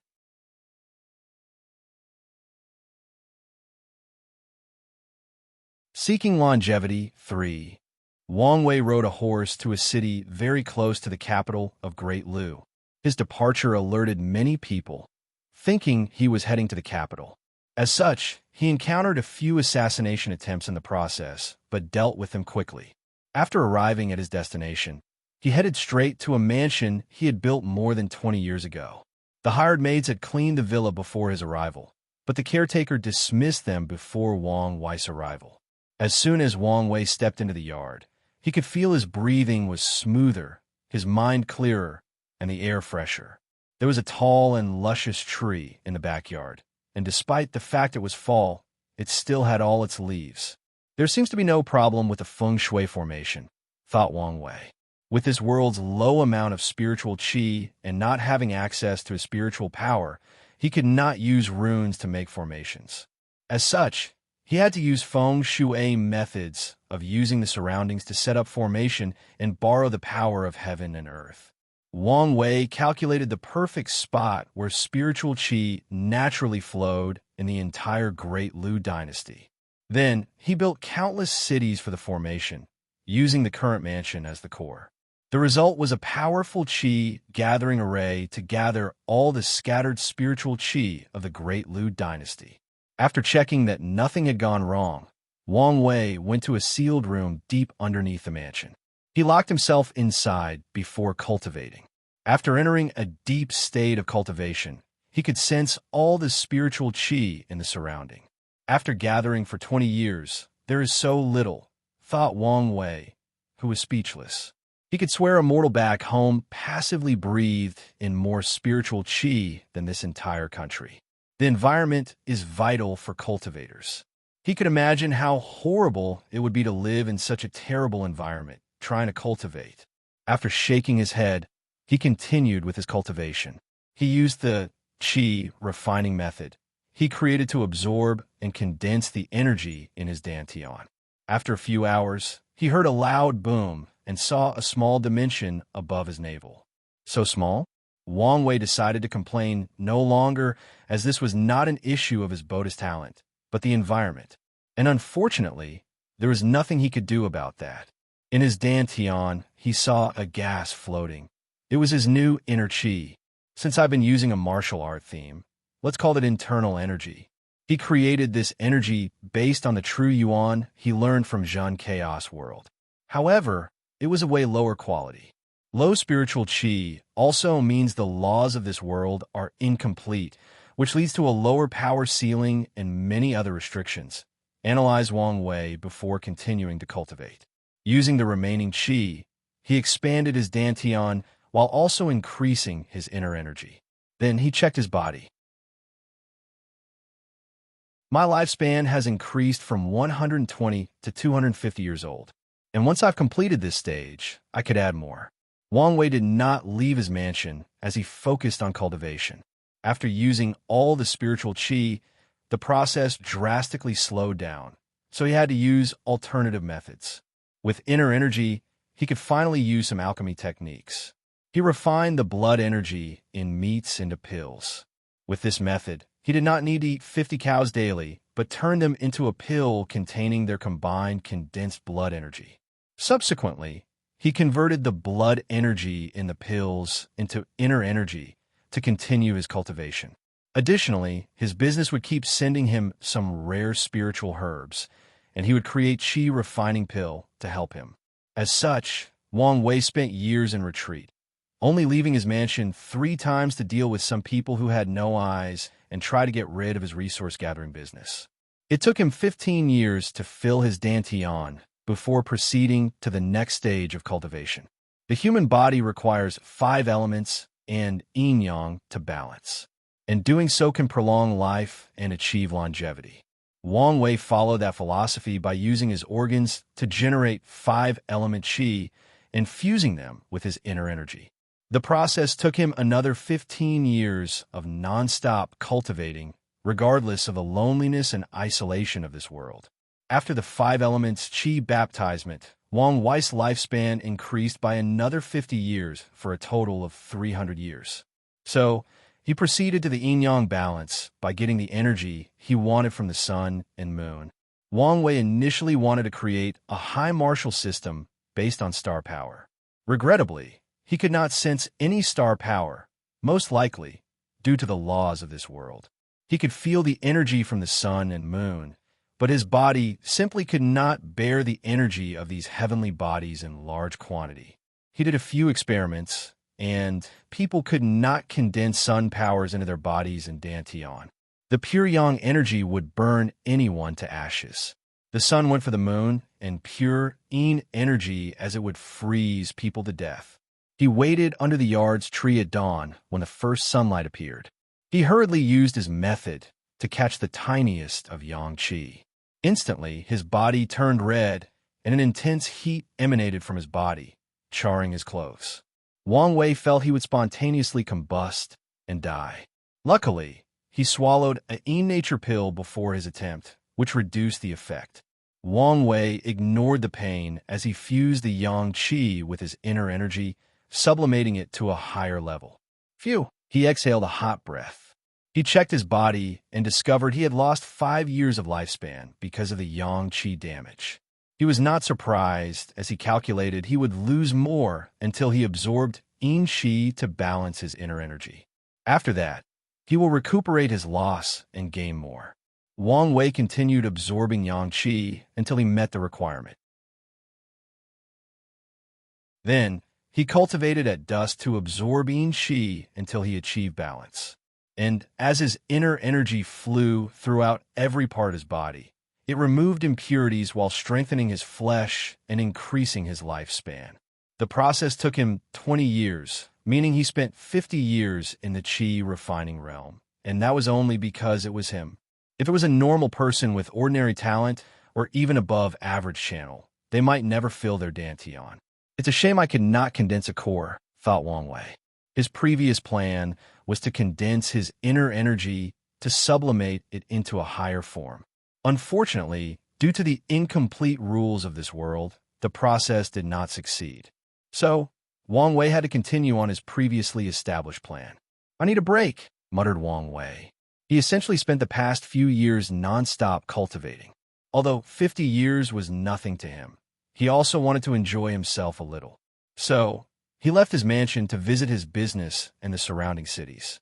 He even visited the surrounding dynasties, since Great Lu was not the only one in this world. His paw had secretly reached these dynasties as he set up the qi gathering formation to gather most of the qi. However, he did not use them since he wanted to use them for the essence refining method. While Wang Wei enjoyed his travel, news and rumors about him spread throughout the entire world. And the rumor was that he was immortal. After all, he was now in his later 80 seconds, but his face had not changed from a teenager in his 20s. However, when people wanted to talk to him or make his acquaintance, he had already returned to his mansion to cultivate. Using his inner energy and reserved spiritual qi, he targeted his Naiwan palace to open his sea of consciousness. The process was tedious and lengthy, but he eventually opened a small space, gaining access to his spiritual power. In the cultivation room, Wang Wei suddenly floated in the air. He used his spiritual power as telekinesis to levitate. Unfortunately, he could only fly for about 10 minutes before running out. After shaking his head in dismay, Wang Wei continued to cultivate. He used his inner energy and remaining qi to expand his sea of consciousness and increase spiritual power. "Phew," he muttered.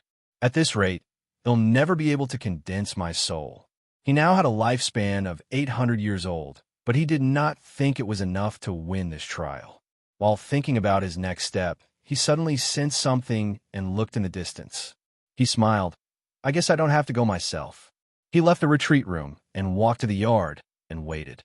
Less than a minute later, a young man walked into the yard. The latter instantly became shocked after seeing Wang Wei.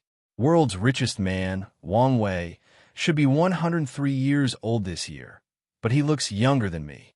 The rumors were true through the young man, as a decisive look appeared on his face.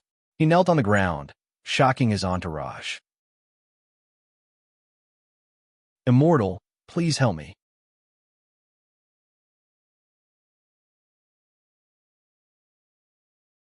Seeking Longevity 4 Gift Bonus Chapter. Thanks to Grum for the gift.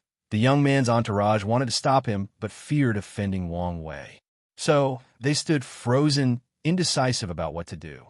Meanwhile, Wang Wei calmly looked at the young man kneeling on the ground. "Your fourth prince, Kong Rong. It is the lowly one." "Interesting. So, why are you asking me for help?" "I have nothing to do with your royal family." Kong Rong gritted his teeth and said, "I want to be sovereign." "Your Highness," yelled his companions as they looked around to see if anyone heard. And despite not seeing anything, they were worried since these words could be considered treason and lead to their master's death along with all his retainers, them. Kong Rong ignored and continued. He understood this might be his only chance. And when speaking to someone as powerful as the world's richest man, He had to be direct to have an opportunity. I know, an immortal as high and mighty as you might not care about the affairs of the mundane world. But to me, this is everything. You're wrong. After all, there's a reason I have so much wealth. Kong Rong smiled while remaining in his kowtow stance as he understood the meaning behind these words. He had a chance. Immortal Reverend, I will give you whatever you desire, as long as you help sit on the throne. Kong Rong had no choice but to use this extreme method. He had more than 40 brothers and sisters, but only 5 were eligible to compete for the throne, and he was one of them. Amongst all his 5 brothers, he was the most qualified. He was more intelligent and had the best political, economic, diplomatic, and military sense. He cultivated the best retainers to help him in court and even gained the support of many people in the dynasty. Unfortunately, his father hated him for some reason and did everything to reduce his power or give his brothers the advantage. Kong Rong could not understand why his father hated him so much. At first, he thought because he was the product of a lowly maid. But his 8th brother has a similar background, and his father did not treat him the same. Recently, his father passed an imperial decree that essentially banished him to the borders, removing him from the competition. After that, Kong Rong thought about rebellion. Unfortunately, his father had absolute power in the empire. He easily removed Kong Rong's power and prestige, so he knew rebellion would result in his death. After pondering the situation for many days, Kong Rong concluded there was one person who could give him what he wanted, the world's richest man, Wang Wei. Only this man, who controlled more than 70% of the world's wealth and an unknown army of martial artists with superhuman strength. So, without hesitation, he took his most trusted subordinate and traveled day and night to meet his legendary man. Kong Rong instantly knew he had made the correct choice after seeing how young the person was for his age. You understand the consequences of making such a deal with me? Wang Wei asked. I do. He understood what might happen to have an immortal by his side. He might turn into a puppet ruler. Nevertheless, he wanted to take the risk. Very well. Let's discuss things in the capital. Wang Wei waved his hand to wrap Kong Rong and his group with his spiritual power and flew to the sky, shocking the group. Kong Rong took a deep breath to ease the fear and excitement he felt from the sensation of flying and the awe he felt for Wang Wei's power. Meanwhile, his entourage almost screamed out of fear. Luckily, Wang Wei blocked their mouths. The capital was close to his location, so they only flew for a few minutes before arriving at their destination. If Kong Rong had looked closely, he would have detected Wang Wei's face was paler than before. The short soaring session, while carrying 3 people and himself, almost drained his spiritual power.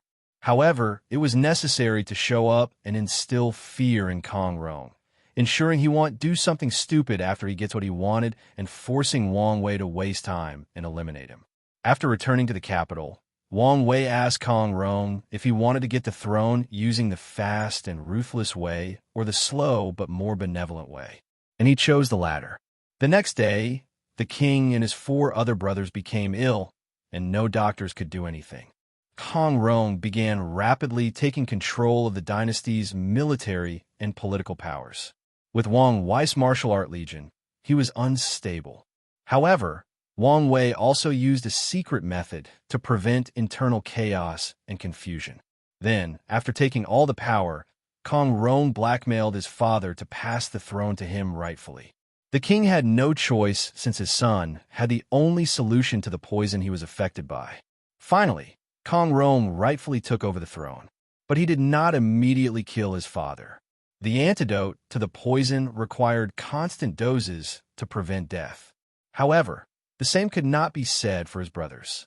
The first thing Kong Rong did after taking the throne was giving Wang Wei the title of national teacher before creating temples for him. There was a main temple in the capital, with countless scattered over the dynasty. Wang Wei stood inside his temple, looking at the sky. This world's spiritual qi and law are so low that I cannot even condense qi luck. He could see a bunch of scattered, invisible golden motes flying from different parts of the dynasty into the temple. Even if I gather this entire world's luck, I could only increase my lifespan by 200 years. He shook his head before walking into a room where he saw a myriad floating white and red energy orbs. I can still gather incense, but the quality is so low, not to mention all the impurities. Wang Wei took the incense to refine it. He removed the impurities and used the remaining to accelerate the spirit refining. Meanwhile, under his orders, Kong Rong began positively changing the Great Lu dynasty. Wang Wei gave him a book containing detailed things he needed to achieve to bring a golden age of prosperity to the dynasty. He even funneled much of his wealth to help. The only thing Wang Wei asked in return was for his name to be revered in the dynasty and for people to worship him.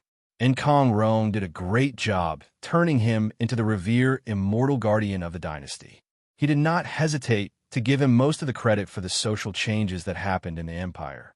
There is even a holiday to worship the immortal guardian.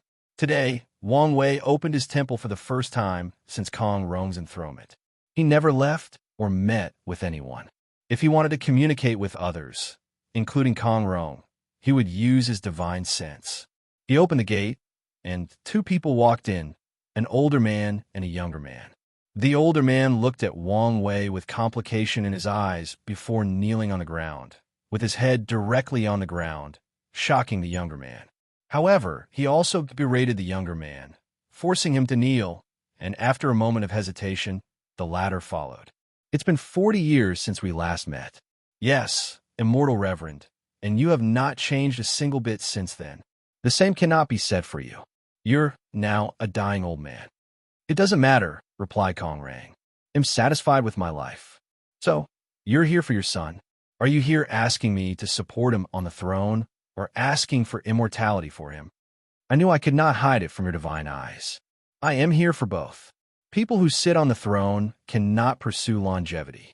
Their greed and power are a recipe for disaster, and I don't want to create more trouble for myself. Wang Wei replied calmly. If you want, I can teach one of your children a part of my inheritance, but it cannot be the one on the throne.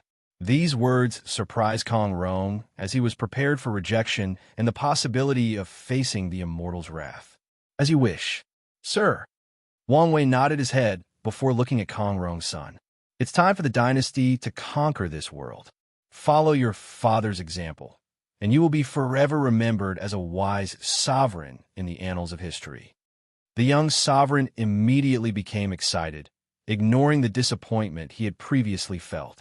Although he could not live forever, he was happy to pursue eternal glory. Kong Rong left with his son to prepare for the expansion. He was too old, but could still provide some wisdom when needed. He also did not forget to bring another one of his sons to the temple. Wang Wei looked at the 13th prince before him and said, I will tell you directly. Cultivating immortality is boring, long, and requires hard work and dedication. But even then, you might fail. Do you still want to walk this path? Yes, Sir Guardian. All right. It'll pass the essence refining technique to you. If you can cultivate it to a certain level, you can live up to 120 years old. Only 120? Can't I be immortal like you? No. Why? Immortal cultivation requires too many resources. The more people who are walking this path, the less left for me. If it were not for the fact the essence refining technique only required food to cultivate, he would never pass it to someone else. So, regarding the chi refining that required some spiritual chi, no one in this world will know this method beside him. Oh, replied the young prince. Don't be disappointed. The chances are you will give up cultivating after facing the difficulties. Wang Wei's guess was correct. 3 years after this conversation, after Kong Rong's death, the young prince gave up cultivating. He hated the constant practice, the constant eating and defecating. Without his father forcing him, he gave up.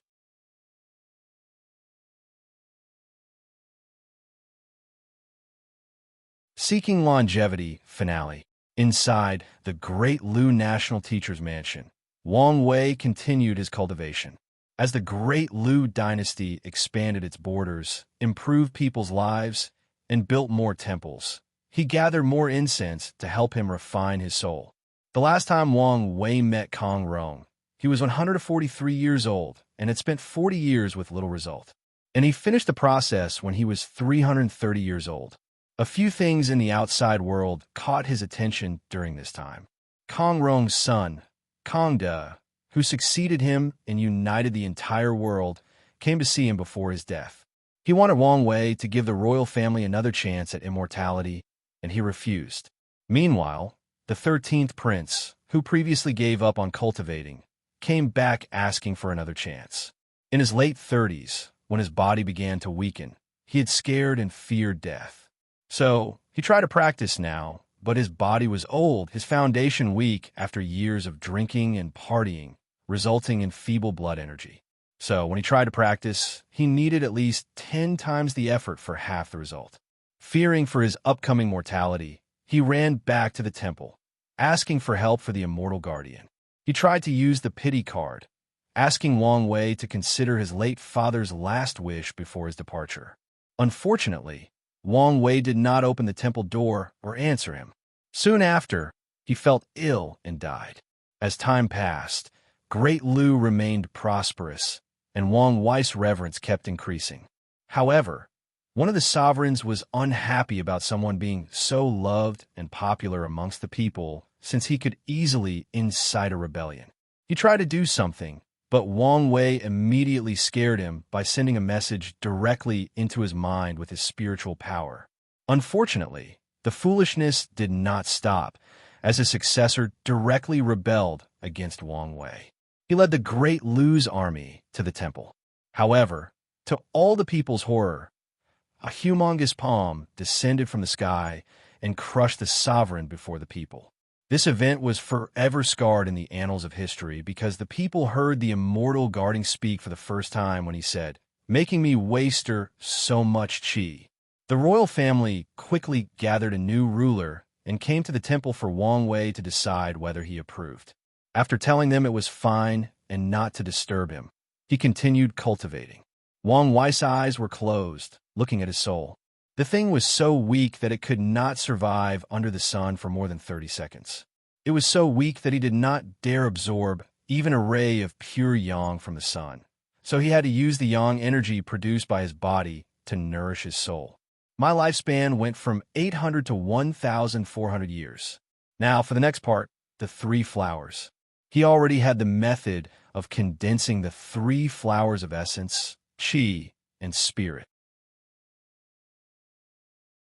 However, he had to modify it a little to fit this world and his current situation.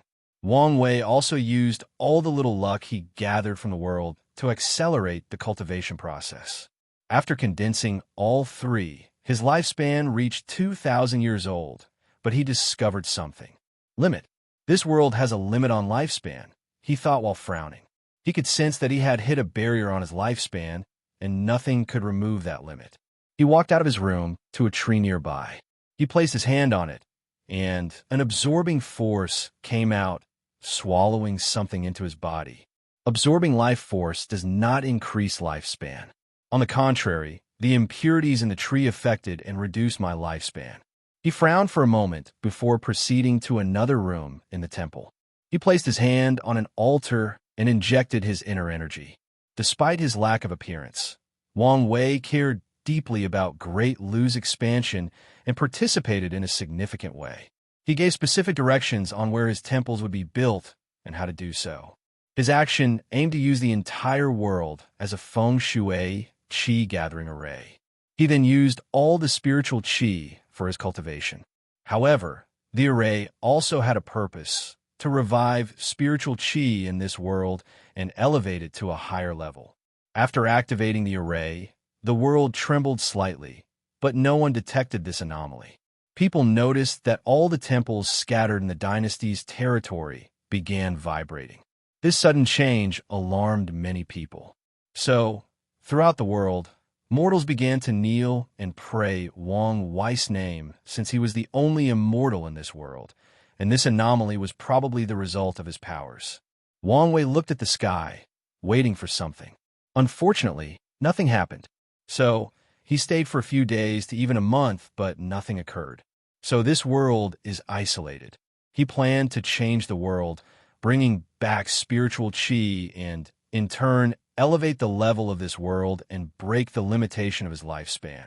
He would also improve his cultivation environment.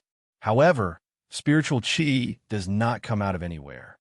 If he wanted to increase the quantity, he had to access the source qi space or convert one form of energy to another. He knew he could not do the latter, so his plan focused on the former. Wang Wei wanted to summon some unknown energy source from space and, after studying it, found a way to convert it into spiritual qi. Regrettably, it appeared that the trial took place in a specially created world that is heavily isolated. What should I do now? Without changing the world, no matter what he did, he could not increase his lifespan. However, Wang Wei also did not want to spend the remaining time doing nothing. I wonder if I could break into the other people's trial to plunder their worlds? Fantasized Wang Wei, even though he knew this would not be allowed. So, he shook his head to remove these fantastical ideas from his mind.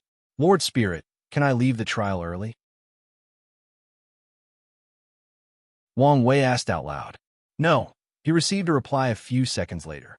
Why not? Lifespan does not equal how long someone can live. That was true. Lifespan was not an indication that someone would live exactly to that age. For example, someone with a lifespan of 10,000 years might die between 800 to 9,700 years old. The reason is that cultivators undergo many battles in their lives, leaving hidden injuries after healing. Furthermore, state of mind, emotions, and stress could also affect a person's lifespan. For example, someone with a lifespan of 10,000 years might die between 800 to 9,700 years old. In that case, can you get me access to my body? Why do you need that for? I don't want to waste time. I can use this opportunity to cultivate. Although Wang Wei was not in the supreme realm, where he did not need to access the laws of heaven and earth to cultivate, he had the law fragment from his physique as a replacement. Even if it was 1,000 times worse, it was better than nothing. Wang Wei only got an answer about 5 minutes later. The answer is no. Why not? That's a reasonable request. It is, but I just checked. It will take too much effort to accommodate you. So, continue to play by the rules. 1,600 years is not long. Wang Wei tried to argue, but Lord Spirit never answered. So, he had to find something else to pass the time. After pondering for a while, something came up. I just had an idea. Why don't I use this experience to create a supplementary cultivation technique? The purpose would be to allow someone to reach the limit of a mortal lifespan, 1 yuan epoch. The origin system sacrifices lifespan for battle prowess, and many other cultivation systems sacrifice something for another. However, he could create a supplementary cultivation system that allowed people to reach the limit of their lifespan. Although he did not need it, such a technique would greatly benefit the Tao opening sect, especially the old monsters who sealed themselves before running out of lifespan. They would all kill for such a technique. Even if I don't get my hands on the deceiving heaven longevity art, this technique will slightly compensate for it. With excitement, Wang Wei entered seclusion to cultivate. For this life limit art, he did not have to start from scratch, as he could use his experience in the trial as guidance. Wang Wei stimulated the environment of the myriad emperor world in his mind to create this technique. The first step is also essence refining, except he used the mildest methods to temper the body. The purpose of essence refining is not to temper the body to become powerful, but to be extremely healthy and leave no hidden injuries. As for the qi refining stage, he wanted to create a special qi that focused entirely on nourishing the body and increasing lifespan. He wanted to call it longevity qi, but considering longevity resources and the name might be too grand, he decided on permanent qi. Wang Wei did not have the time to create the spirit refining since the trial ended. When he opened his eyes, he was an older man with long white hair and a long beard. And as expected, with his knowledge and never leaving his compound, he lived until 1992 years old. When he opened his eyes, he was sitting cross-legged in a room inside the pagoda. He sighed deeply before leaving along with the others.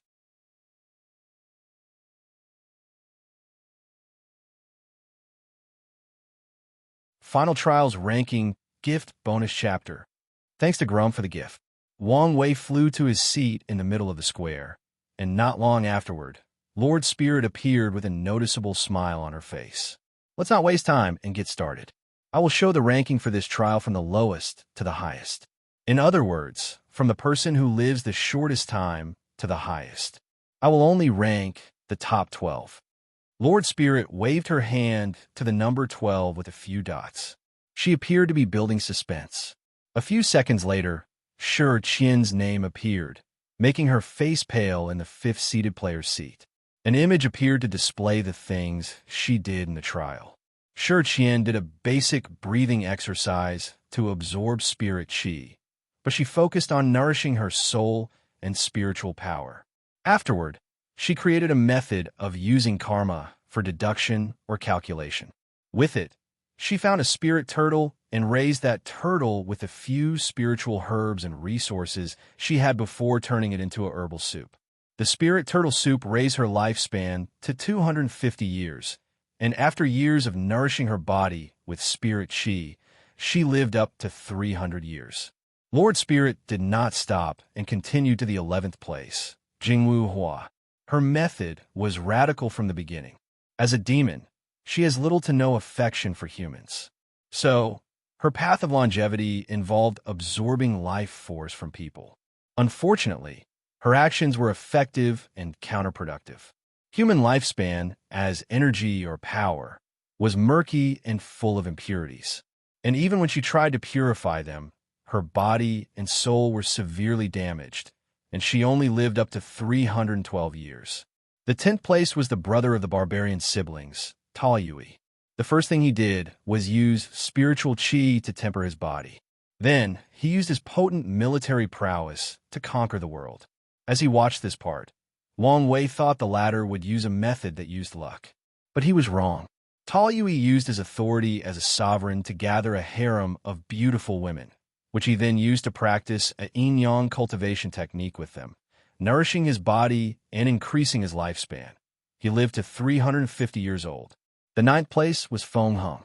The Taoist priest used a similar method to Wang Wei, absorbing pure yang energy from the sun and pure yin energy from the moon. He created a technique identical to Wang Wei, but focused solely on qi refining. Feng Heng used yin and yang qi to sublimate his inner qi and nourish his body. His result was the same time as Tal Yui, 350 years. Wang Wei secretly shook his head as he could see the priest did not use his full ability.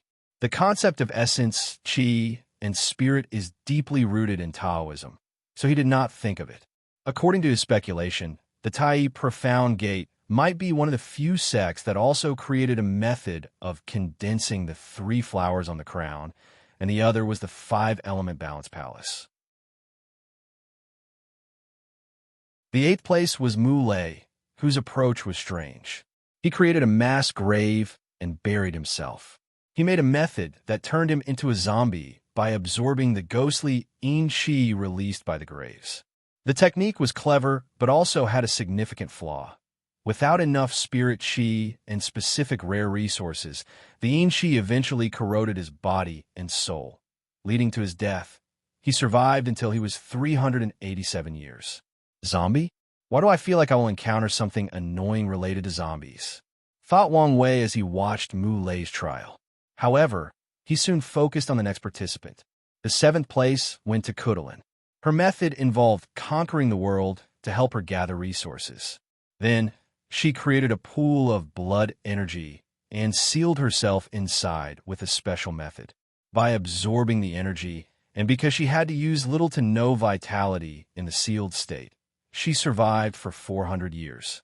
I'm only 7th, complained Kudalin. Being sealed was a very uncomfortable feeling. It was like she was both dead and aware simultaneously. Time seemed to slow down because of how she perceived it. Her mind was in a murky state where she could not think carefully, yet she was completely aware of her mind and existence. In conclusion, it was a disgusting feeling to experience, and she could not understand how the people who sealed themselves for countless generations survived. She could foresee the experience was even worse for them. The 6th place was the drunk swordsman, Ji Lanfang. His plan's first step was cultivating the sword while absorbing spirit qi. He focused on training his spirit and soul through the sword. After making some achievements, he began a journey through the world, spreading his legend as a swordsman. He even spread some basic body refining techniques to make martial art more prosperous.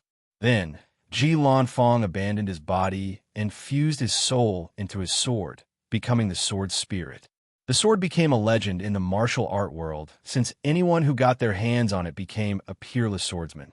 The only downside was they would die early, but most people who pursued fame and glory did not care about death.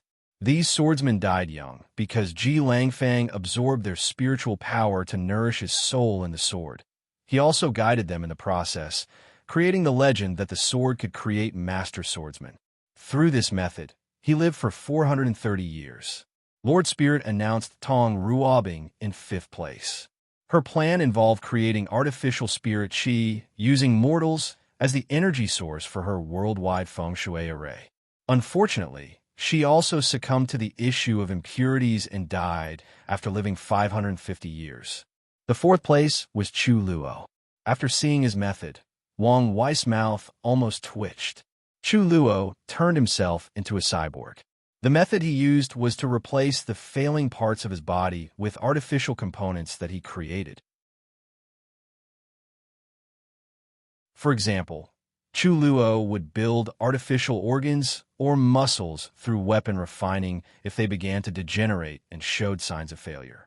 And since the artificial parts had spirit qi and he nourished his soul, he did not have to hurry about his body affecting his lifespan. Unfortunately, his soul could not be replaced, so he only lived for 624 years. The 3rd place went to Liang Shixian. He used a basic method since it involved his race as a god. He conquered the world and had everyone worshipped him as a divine being. Then, he abandoned his body to live as a pure soul creature. After dealing with the impurities in the incense and low spirit qi, he lived for 687 years. At this time, most knew that only 2 people were in the lead for the first position. And Lord Spirit made sure to play the dramatic, as the second name took so long to show up that many people became annoyed and impatient. Eventually, he revealed Su Shi as the 2nd place winner. Her method involved fusing her mind with a mountain, becoming a mountain spirit. And because mountains had longer lifespans than swords, she lived for 720 years. Her spirit could not support her body without spirit qi or other resources, so she died from a backlash. Finally, Lord Spirit revealed Wang Wei's position as number 1. The other participants watched as he methodically created a system ideally suited for himself and the environment. They saw his ingenuity and ability to assess the situation and respond accordingly. They saw how he could use anything to his advantage to achieve his goal. They saw how he could maximize profit while being highly efficient. They saw the demeanor of a Tao overlord. The participants saw what would happen to them if they were stranded in a low-level world, weakened beyond measure, and without outside help. They would struggle to survive, while this man would probably find a way to prosper and even get out of the situation. After all, while they tried to live as long as possible, the Tao overlord reached the limit of the world. And if it were not in the trial, he would have broken that limit and maybe lived as long as heaven and earth. The vast difference made a few people sigh in desolateness, but many also increased their fighting intention. They would not acknowledge they were inferior so quickly. They would learn from this situation and strive to improve. And if they could never catch up to this man's back, it was all right since he was an excellent motivation to keep moving forward, never faltering. Now that all the trial sections have been accomplished, it's time to announce the final winner, said Lord Spirit. And for many of you, the answer is already obvious. After totaling the results of all the previous sections, the final winner is Wang Wei. Congratulations. The square became quiet only for a moment before Ji Lanfang said, Congratulations, fellow Taoist. You deserve it. Thank you. Don't forget to have your father contact me. I want. Tong Ruobing and a few others congratulated Wang Wei, and he replied respectfully. However, He could sense that Chu Luo next to him was not happy. However, the latter did not say anything, seeming to accept his loss.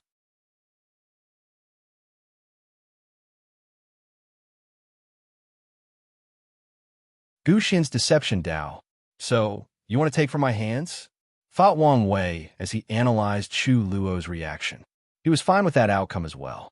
Meanwhile, Lord Spirit seemed happy that no one had an objection, and she did not have to justify his choice. Tomorrow, you can accept the inheritance. Wang Wei nodded and went to rest. The next day, he met with Lord Spirit before the talisman. You seem excited, commented Wang Wei. Of course I am. My master has been waiting for a worthy inheritor for too long. And once he succeeds, I can finally reunite with him, replied Lord Spirit, his joy and excitement exuding from his tone and eyes. That's good for you, Wang Wei replied calmly. He followed Lord Spirit into the pagoda, where he found himself in a brightly lit room, with a bunch of torchlight with white flame surrounding the room. In the middle was an altar with candles. In front stood a middle-aged man with long black hair tied in a bun and a long black beard that was exceptionally trim. His hair and beard had streaks of white hair, accentuating his peaceful aura with a touch of wisdom. Master, said Lord Spirit before kneeling and kowtowing. Lord Gu Xian, said Wang Wei as he cupped his hand and bowed. Gu Xian smiled and nodded in salutation. He then gazed at Lord Spirit. You did a great job. It was my honor. You can leave. Prepare to leave with me. Yes, master, replied the odd spirit, walking out of the room with exciting steps. Then, Zhu Xian looked at Wang Wei and smiled. Another unparalleled genius appeared in the myriad emperor world. Your accomplishment will definitely surpass your ancestor. You knew my ancestors? Not personally, but I've heard of their legend. Well, enough about these pleasantries. Let's talk about my inheritance. My longevity art is nothing special besides allowing its ability to create insurgent and live longer. I'm sure there is no tangible benefit to a heaven chosen such as yourself. However, it means a great deal to me. It is the result of my long cultivation, hard work, and dedication. As such, I wanted the best and most gifted individual to dash excuse, said Wang Wei, interrupting him. Is there something? This is too cliché. Pardon me, I mean your obvious attempt at stalling so you can take over my body. The entire situation is a little too cliché and overdone. I am afraid I do not understand, asked Gu Xian, perplexed. I'm sensitive enough that the moment I walked into this room, I could tell I had entered a soul form, and the entire room was my sea of consciousness. So, please remove the charade. You can't deceive me. Wang Wei chuckled to himself as he thought using the word deceive was clever. Unfortunately, Gu Xian could not appreciate such a great joke. His demeanor changed, turning gloomy. His gentle eyes became similar to a snake hiding in the bushes in ambush. As expected. As a Tao overlord, you still surprise me even after overestimating your capability. It was not as hard as you expected. As a person who practices the Tao of deception, I have to say you're not very good at it. What did you say? It's true, replied Wang Wei. The first mistake you made was your reputation. After learning about your history, it's normal to conclude you were a snake who feared death above anything else. You were selfish and were not above using disgusting methods for your success or survival. Now, why would I trust someone with such a reputation? Veins appeared on Gu Xian's face.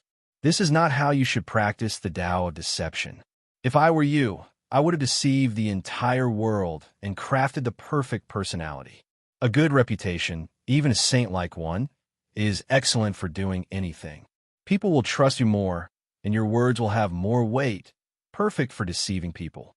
I would deceive myself by crafting a secondary personality with sane-like morality, always doing good for the people and the world. And when I wanted to deceive someone or something, I would switch to my real personality. As long as you deceive yourself and the world, it should not be a problem to deceive heavenly Tao. But I'm confused about how one could deceive Grand Tao, thought. Isn't that thing omnipotent? Forget it for now. Well, that's how I would cultivate deception Tao, not the low-level method of conning people left and right. At this point, Gu Xian was seeing red. He was usually very calm and calculated, as he needed such a mindset to deceive people effectively. However, if there was one thing he was proud of, it was his Tao. He took something that most people in power would scoff at and elevated it to an art, to a Tao. Yet, some snot-nosed brat is preaching to him about his own Tao. What made the situation worse was he made some excellent points. "Do you want to know the other mistakes you've made?" asked Wang Wei, with an innocent face that made people want to punch him. "He'll tell you." The trial itself was an anomaly. At first, I thought it was because of the whole deception motif you were following. However, each section was detailed and tested something specific, meaning you had strict requirements. Yet, the rules, especially the points and seeded player token system, made absolutely no sense. It was like you did not want participants to know who would inherit your legacy. But then I thought deeper. I asked myself, what is it that someone like you want? Why set up this trial? The answer came after I divided the essence of your personality into two traits: survival and longevity. You dare to claim you know me? Tell me if I'm wrong. You're a man who fears death very much. Hence why the first draft of your longevity art involved increasing lifespan. However, you achieve your goal of becoming immortal after becoming a Tao ancestor, never having to worry about lifespan. Your life became even better when you discovered that you could make your scripture into an insurgent one and used it as a longevity technique. This also meant the longevity aspect of your personality was fulfilled. However, I'm guessing something happened that gave you a wake-up. If I had to guess, you died and only survived because of the longevity aspect of your art. It's then the second aspect of your personality kicked in: survival. You realized even if you did not have to worry about lifespan, you could die at any moment. So, you asked yourself how to deal with the situation, how to ensure your survival. And the answer you came up with was to acquire the power of eternity. You wanted to become an eternal emperor. Am I right? Gu Xian did not answer, his mind traveling to that moment when he faced death. It was the worst sensation he had felt in his life. Unfortunately, you knew yourself well, continued Wang Wei. You were self-aware of your limitation. You knew with your talent, you would never become an eternal emperor. Disillusioned, you continued the path of cultivation, hoping by reaching higher realms, you could conquer these feelings of fear and inferiority. Unfortunately, they never went away. So, you decided to do something drastic. You decided on your ultimate deception: deceive heaven and earth and take the identity of an unparalleled genius. You would receive their strength, Tao heart, comprehension, intelligence, luck, karma, etc. You would inherit their entire existence and, with that newfound talent, prove the Tao and become an eternal emperor. This act should be the last part of the deceiving heaven longevity art, the ultimate deception of the self, becoming someone else. Gu Xian had calmed down, squinting his eyes at Wang Wei with no expression. Honestly, if you had chosen someone else and just given me the inheritance, your plan might have succeeded. Gu Xian's eyes twinkled slightly, and Wang Wei caught that slight change. So, that was originally your plan? Let me guess, after seeing how exceptional Chu Luo and I were, you changed your mind. And you chose me, even though I'm technically weaker than him because of that last trial.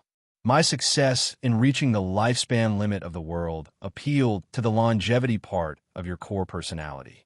Someone like me would survive and prosper even if you failed to become an eternal emperor. So, you chose me since I was more prone to success than Chu Luo. Enough, said Gu Xian.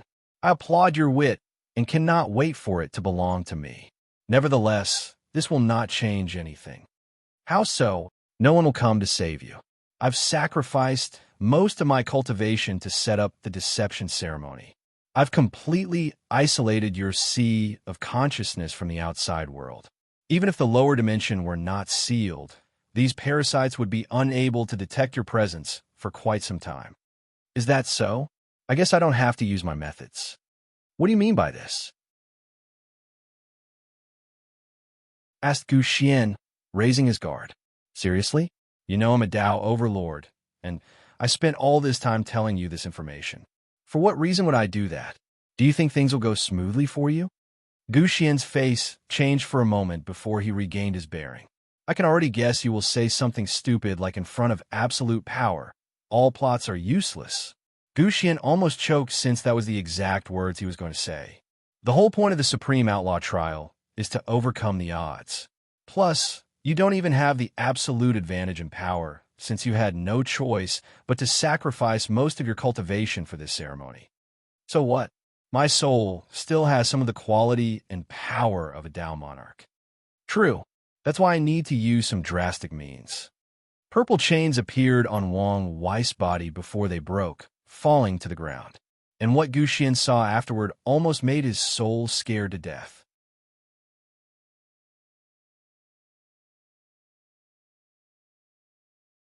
Inheritance acquired, gift bonus chapter.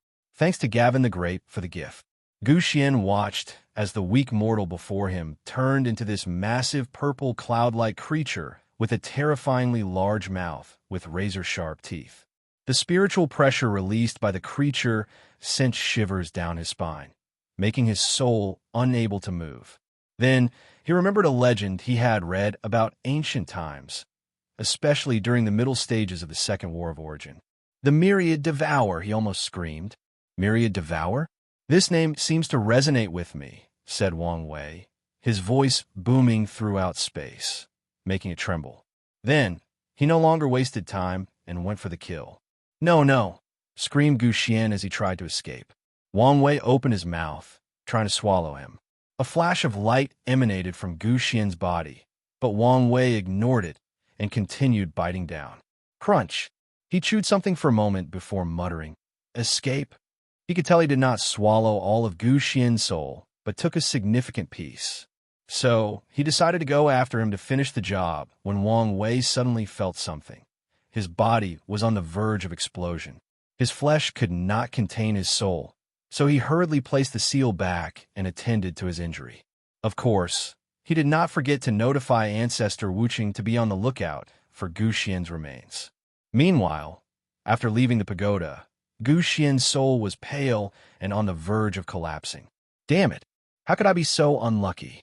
How could this guy be related to the Myriad Devourer? If it was before, he could have sold this information to the parasites for an excellent price. But in his current state, if he showed up in the upper dimension, he would not survive for long. Now is not the time to be distracted. I need to act swiftly. There is still hope. Gu Xian looked toward one of the mansions and headed there. He ensured to hide his aura since he knew these participants had Dao protectors, many of whom were insurgents. Gu Xian first headed in the southeast direction before stopping. Then, he gritted his teeth and changed direction to the southwest. He soon found himself before a mansion with a formation. As the creator of this trial, he had some control over the entire small world and used that power to bypass the formation. He headed directly to the room where he sensed the most extraordinary presence. Inside, he saw a young man in deep cultivation. He could tell this person seemed to be waiting or preparing for something and wanted to get in the past state beforehand. "Chu Luo, it is you." Gu Xian did not hesitate to enter Chu Luo's sea of consciousness, accessing his soul. "Ji Gu Xian?" asked Chu Luo. His face suddenly changed as he thought of something. He reacted swiftly to activate his power. Regrettably, he only saw Gu Xian waving his hand to manifest 4 chains that bound his arms and legs. Chu Luo resisted by mobilizing all the power of his 9-extremity foundation, but it was useless. Despair overcame him as he watched Gu Xian walk before him with a weird symbol on his palm. When the latter's palm was only a few inches from his forehead, Chu Luo's heart sank as he knew the fate awaiting him. He would die, his body possessed by that vile old monster. His life flashed before his eyes, and all he could think about was his myriad of regrets, especially for his parents. He thought he would never see them again, telling them how much he loved and appreciated what they did for him. He would never repay their kindness by ensuring they lived a life of pride, richness, and joy. Chu Luo struggled more fiercely. He did not want to die. Unfortunately, it was useless. Swish! Two white lights appeared next to him, and from them emerged two handsome individuals, a man and a woman. Father? Mother? They looked at Chu Luo and smiled. With a wave of the man's hand, he removed the soul chains binding his son. Luo, you know what to do. Chu Luo ignored the tears in his eyes to create a soul-swallowing pot. Then his father and mother used their energy to power up the pot. Meanwhile, Gu Xian knew the situation had gone out of control. In his current state, he could not deal with an emperor-level threat. He immediately tried to run away, but another power locked him in position. And before he could think of a countermeasure, Chu Luo's pot suspended above him and swallowed him. He tried his best to resist, but Wang Wei had weakened him to an unimaginable level. After a few seconds of resistance, the pot swallowed him. Chu Luo did not care about the final result. Instead, he looked at his parents. Mother, father, how are you here? We left some means to protect you in case something went wrong during your reincarnation. Chu Luo lowered his head, ashamed. Thank you for saving me again. You don't have to thank us, said his mother as she caressed his head. You are our pride and joy. We are very proud of you, added his father. Yes, we are proud of you and all you've accomplished. Not long after saying this, the two began to vanish. It seems our time is short. Mother, father, I know you're worried about our injuries, but you don't have to. Not long after ascending, we had a fortunate encounter that allowed us to heal. We're doing great in the upper dimension and waiting to reunite with you. Really? Of course. And luckily, that day will not be long. The two finally disappeared, and Chu Luo cleaned his eyes after staring at their disappeared spot for half a minute.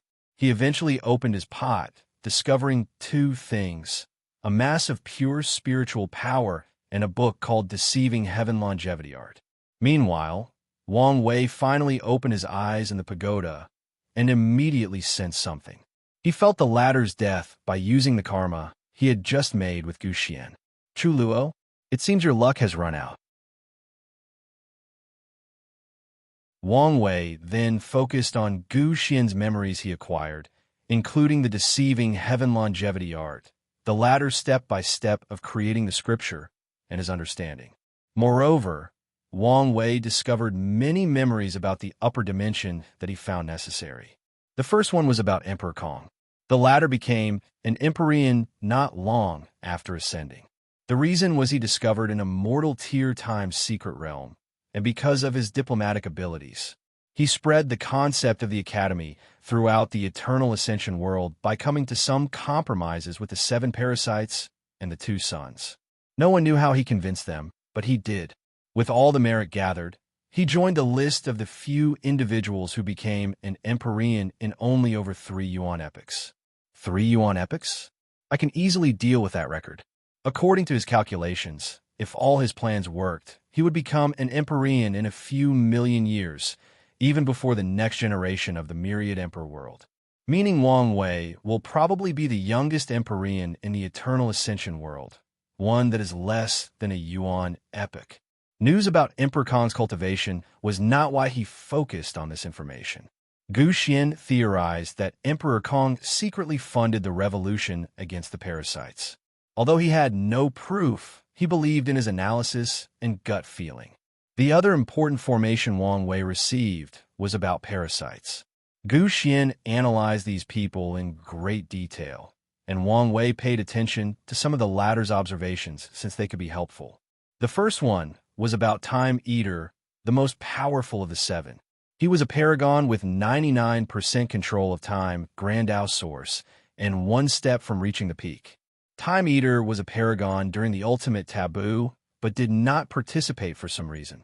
Gu Xian believed that Gu Xian was the secret mastermind behind the 7, besides the 2 sons who used 7 Cauldron and Twin Flower as proxies to monitor and control the group. Time Eater was the one who suggested they usurp the entire world and ruled the era. The second important piece of information was the relationship between the Undead Phoenix and the 5-Feather Phoenix. Undead Phoenix was a pseudo-eternal emperor during the Incense era. Based on his talent, he should have long reached the peak of Paragon and participated in the ultimate taboo. However, Something happened after meeting a young five-feather.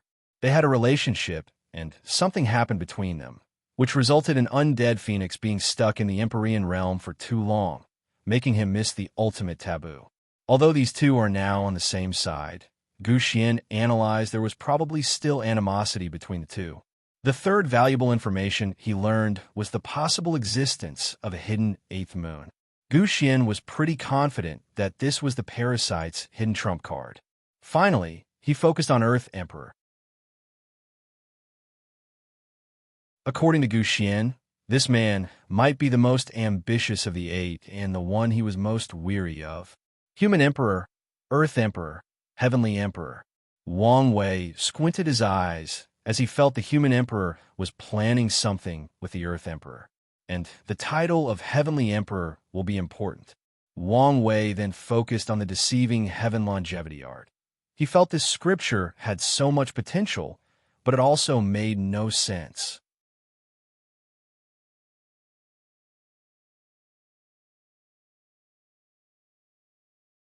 The deceiving Heaven longevity art. The information Wang Wei received confirmed one of his predictions regarding the fate of the Heaven Devourer Emperor. After being exiled to the Eternal Ascension world, a group of emperors from the Myriad Emperor world were not too receptive to his actions that almost destroyed their home world and took matters into their own hands to deal with the traitor. They banded together and besieged him, destroying his body, soul, and Tao. Regrettably, these people did not have the ability to erase him from history, since Wang Wei knew very well of the Heaven Devourer Emperor's existence and accomplishments. If the Heaven Devourer Emperor has possessed Mo Xingyun, many things will make sense. But a few more questions will also be raised. Wang Wei shook his head, placing these thoughts in the back of his mind.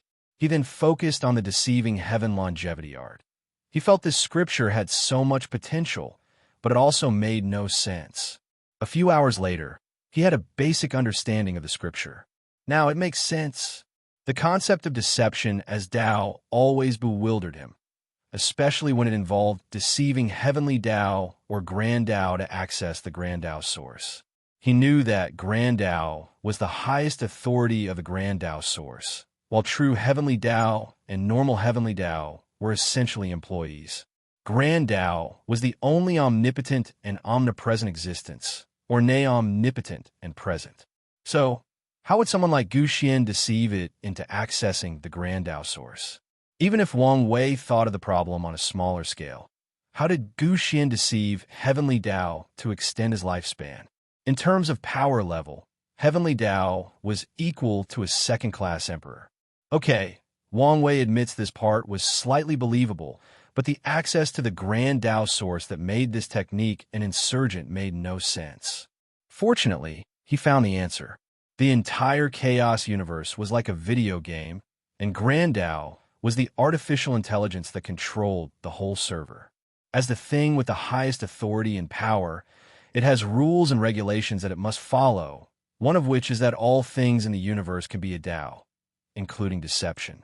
So, once a person cultivates deception Tao and reaches a high enough level, when they touch the domain of deceiving heaven and earth, Grand Tao will give them a pass and allow the deception, even if it was fully aware the player was lying to it. Nevertheless, Grand Tao still gave parameters and limits to this deception, guidelines that all players who use deception must follow.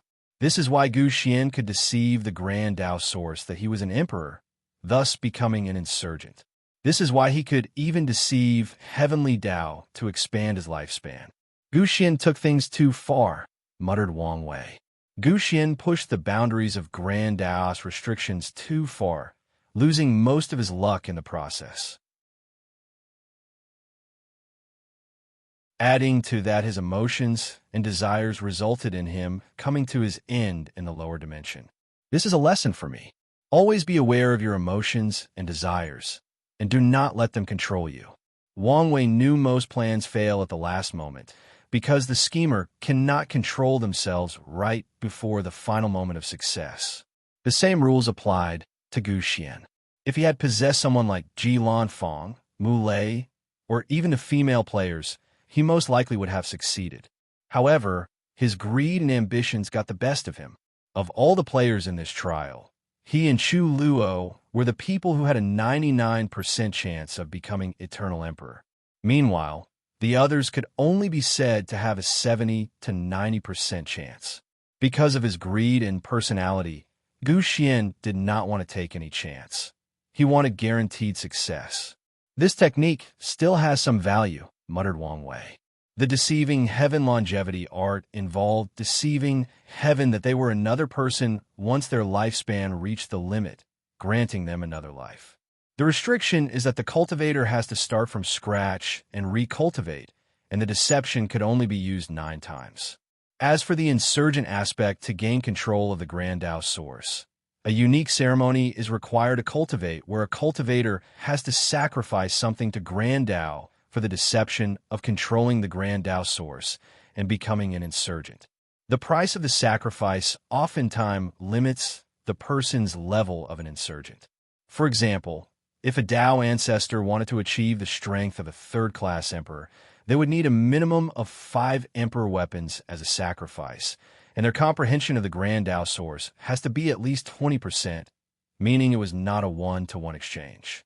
Moreover, the insurgent part no longer functioned after reaching the Dao ruler realm, since Gu Xian did not come up with other methods to increase its power. He once tried sacrificing even more powerful treasures for Grand Dao to allow him to become a Tier 11 insurgent, but it did not work. Nevertheless, this is a scripture with a lot of potentials. Wang Wei knew this scripture would shine after he proved the Dao. The benefit that it was a longevity scripture granting him 1 extra life was worthy of it. However, the real value was that he should be able to deceive heavenly Dao after he proved the Dao, allowing him to accomplish many things. And when he becomes a paragon, he should be able to deceive true heavenly Dao, unless it is on the same level as the 2 suns as he theorized as a possibility. And one day, this technique might prove useful when he can stand at the same height as Grand Dao. If I play my cards correctly, I might be able to use this technique to hide from the parasites after I ascend. Wang Wei knew he would be enemy number 1 after ascending. And as he is still determining whether he will be able to fight paragons in the Empyrean realm, he might need to hide for a while. And this scripture could be the method he uses. After going over everything, he finally exited the pagoda, where he saw Lord's spirit waiting for him. Gu Xian used some methods to control the spirit, so now she was loyal to him. Gu Xian left most of his treasures in the upper dimension as resources for when he ascended. However, he left a few valuables in the pagoda, including 2 insurgent chis that could create first-class emperor strength insurgents. He wanted to have 2 loyal people, slaves, protecting him during his cultivation journey and ensure nothing went wrong. Now, these things would serve to increase the Dao opening sex foundation. "Go send the participants away," ordered Wang Wei as he prepared to refine the pagoda. There were not many valuable resources remaining, including the tempering chi. However, it was a great artifact to temper disciples and even selected them. Furthermore, he could still use the understanding section for a while before it also ran out of power. It should be enough for Wang Wei to reach the peak of the Saint Realm as fast as possible. 3 days later, the participants left one by one. Wang Wei exchanged communication talismans with the friendly ones, wanting to keep a watch on some of them. Then, he exited the pagoda, preparing to take the entire miniature world. Unfortunately, someone did not leave. "What do you want?" "I want to fight you," replied Chu Luo. "Why?" "From what I know, you should have also gotten your hands on the inheritance." Chu Luo frowned as his mind flashed back to that incident. He remembered that Gu Xian seemed severely injured. Now, he understood the reason. "I want to know who's better between us." "Competitive, I see." "I agree, but no destiny involved." Chu Luo frowned for a moment before agreeing. The 2 then went inside the pagoda and fought. More than half an hour later, the 2 exited. Chu Luo gave Wang Wei a deep look before leaving his insurgent Dao protector. "What was the result?" asked Wang Wuchang, who magically appeared. "I technically lost." "Oh, how come?" "He has 3 root strength, but I only have 2 root." Although he spent close to 200 years in the trial, only 3 months passed outside, and his Order incarnation was still confronting Heavenly Tao. His overall strength has not increased much. But, asked Wang Wuqing, my final strength is 4 root, so I could have used the future Buddha self to borrow the strength of my future self, but I did not do that. Why? I see a vision or divination of the future. Chu Luo will reach the 4 root strength after using the spiritual power he got from Gu Xian. And after losing to me, he learned something from our battle and created a way to achieve 5 root. A Chu Luo with a perfect 9-extremity foundation before becoming an eternal emperor is an unstable factor to plan, so you lost the battle to prevent him from learning anything from you. Correct. Wait, when did Gu Xian give Chu Luo his spiritual strength? Oh, I didn't tell you about the possession attempt. Wang Wei told him what happened in the pagoda, making Wang Wuqing's lips twitch. I never trusted Gu Xian, but I never expected him to do such a blatant thing. However, if you knew beforehand, you should not have taken a risk. It was not as much of a risk as you think. Wang Wei firmly believed in Wu Hong's sealing method. Furthermore, he was even slightly confident in confronting a paragon in a soul battle. Of course, he also knew the price. After removing his soul chains, his body almost exploded. Furthermore, he felt there might be other consequences for doing so. Let's return home, said Wang Wei with a smile, before taking away the entire small world where the trial took place. Then, while in the void, he began to activate the cross-planar transmission array inside his mansion to return home. Regrettably, this would not happen. The surrounding space suddenly became murky, blocking any form of teleportation. Then, Wang Wei and Wang Wuqing sensed countless horrifying auras surrounding them.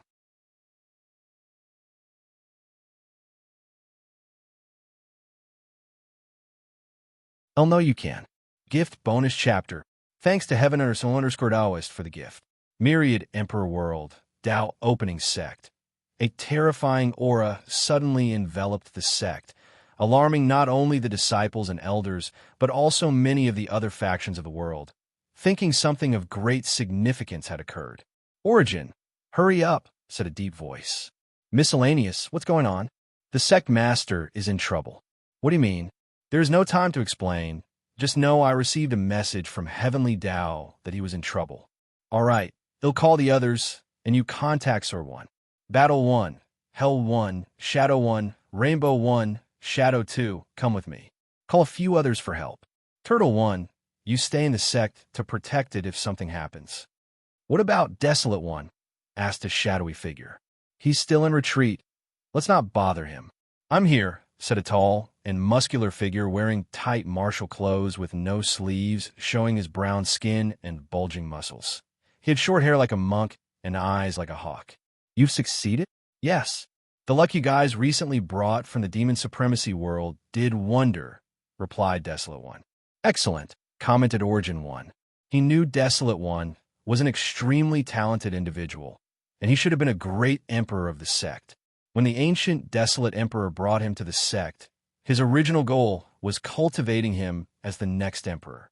However, the latter had an unimaginable hatred for the great emperors and adamantly refused. As a compromise, the ancient Desolate turned him into an insurgent who would be on par with Sword 1 and Origin 1, capable of fighting pseudo-eternal emperors. Unfortunately, this act was beyond his capability since he was not an eternal emperor. Nevertheless, Desolate 1 has been relying on his talent and effort to reach such a level, and he should have succeeded long ago. Unfortunately, his past experience that created his hatred clouded his mind, thus affecting his talent. Things only changed during the middle or late stage of the Devil Era, when the great emperors that took everything from him suddenly appeared in the lower dimension. Desolate 1 guessed this was the result of his master, and took this opportunity to slaughter that person. After dealing with the issue of his Tao heart and state of mind, he focused on his talent, reaching the same level as Sword 1 and Origin 1. Let's go, said Origin 1 as he opened a portal to Wang Wei's destination. Miscellaneous 1, Desolate 1, Battle 1, Hell 1, Shadow 1, Rainbow 1, Shadow 2, and a few other insurgents followed after him. The appearance of these big shots scared the entire myriad Emperor world, as they thought the Dao opening sect wanted to wage an Emperor Dao war.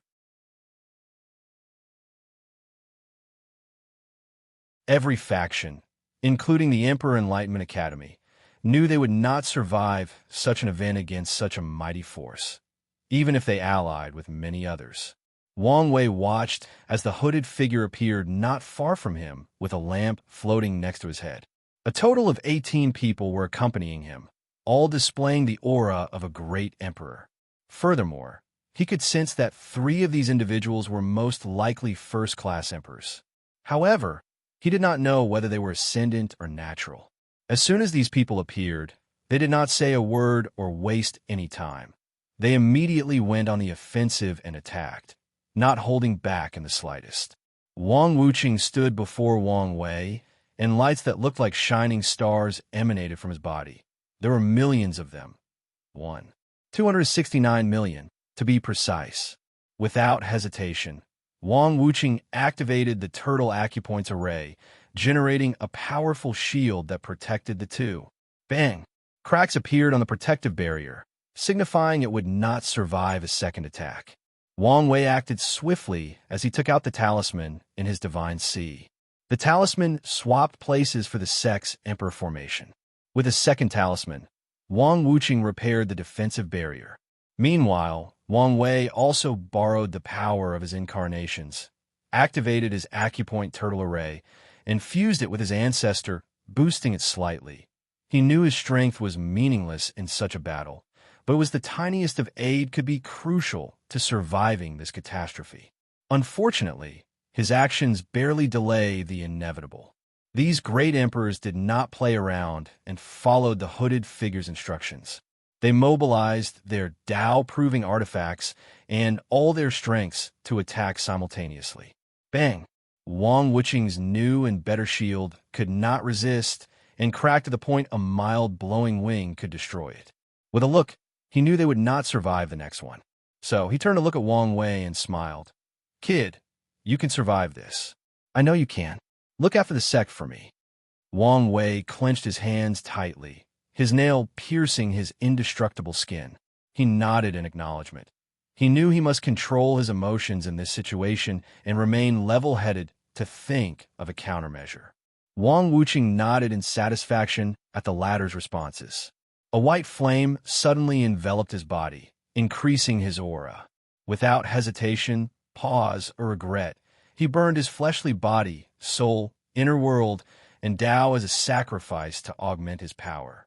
His collapsing shield survived the third all-out attack of these great emperors, an act that displeased the hooded figure. He knew the longer they took, the higher a chance of survival that the Fate Domination Emperor would have. Tears fell down Wang Wei's eyes, but he ignored them.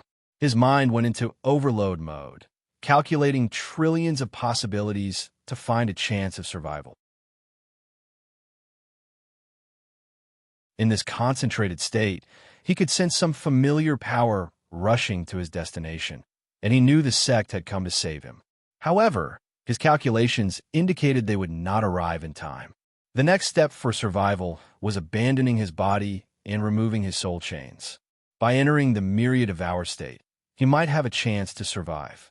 Unfortunately, this plan failed when he attempted, and it did not take him long to find the source of his failure. The lamp floating before the hooded figure. Wang Wei then watched as Ancestor Wuqing began disintegrating into particles, returning to nature. Anger, hatred, sorrow, and despair filled his mind. However, he used his willpower to control himself and remain calm. The failure to open his soul chains indicated he was dealing with an enemy who might know a lot about him, similar to Jin Chao. As such, he needed to consider this when choosing a successful method of survival. After considering the time the sect people would arrive, he devised a solution. Right before Wang Wuqing's body completely disappeared, he took out a marble from his space ring and entered. At that exact time, the barrier protecting him vanished, and the Emperor's attack shook the void. Simultaneously, a terrifying sword slash came from the distance, killing 3 second-class emperors before rushing to the first-class ones. Regrettably, it only stopped one of them as 2 opened a portal to follow the hooded figure in Wang Wei. "Damn it, I am too late," muttered Sword One, holding her swords. She tried to sense the space these people teleported to, but it was disturbed and she could not find the trace. Not even a second afterward, Origin 1 and the others arrived. "Where's the kid?" he asked. "I don't know," she replied with gritted teeth and red eyes. "My calculations indicate he is still alive, but the danger has not passed," commented Miscellaneous One. "Can you calculate where he is?" "They'll try. In the meantime, let's deal with these mobs," said Sword One. "At the very least, we can avenge the kid in case something happened to him." The other great emperors instantly became scared once they saw these people show up. They immediately wanted to run away. After all, the Avenger, as the hooded figure called him, only hired them for a great price that would benefit their cultivation journey. However, it was not worth it if they had to die to acquire the final reward. Unfortunately, before they could move and run away, an enormous shadow world surrounded the area, preventing them from leaving. Then, Shadow 1 and Shadow 2 looked at their prey with a dangerous light. They blended in the shadow, striking when least expected and from their opponent's blind spot. Besides Sword One, the others did not participate in this battle, since the remaining people were only second- and third-class emperors. Sword One alone was enough to slaughter everyone present, and the 2 shadows' presence was overkill. Instead, they waited for Miscellaneous One's deduction, hoping the kid would last long enough so they could arrive in time. "How long is this going to take?" asked Sword One a few seconds later as she wiped the blood from her swords after finishing the battle. "Something is interfering with my calculation." Bang! The space rippled and something came out, and everyone's face changed as soon as they saw what it was.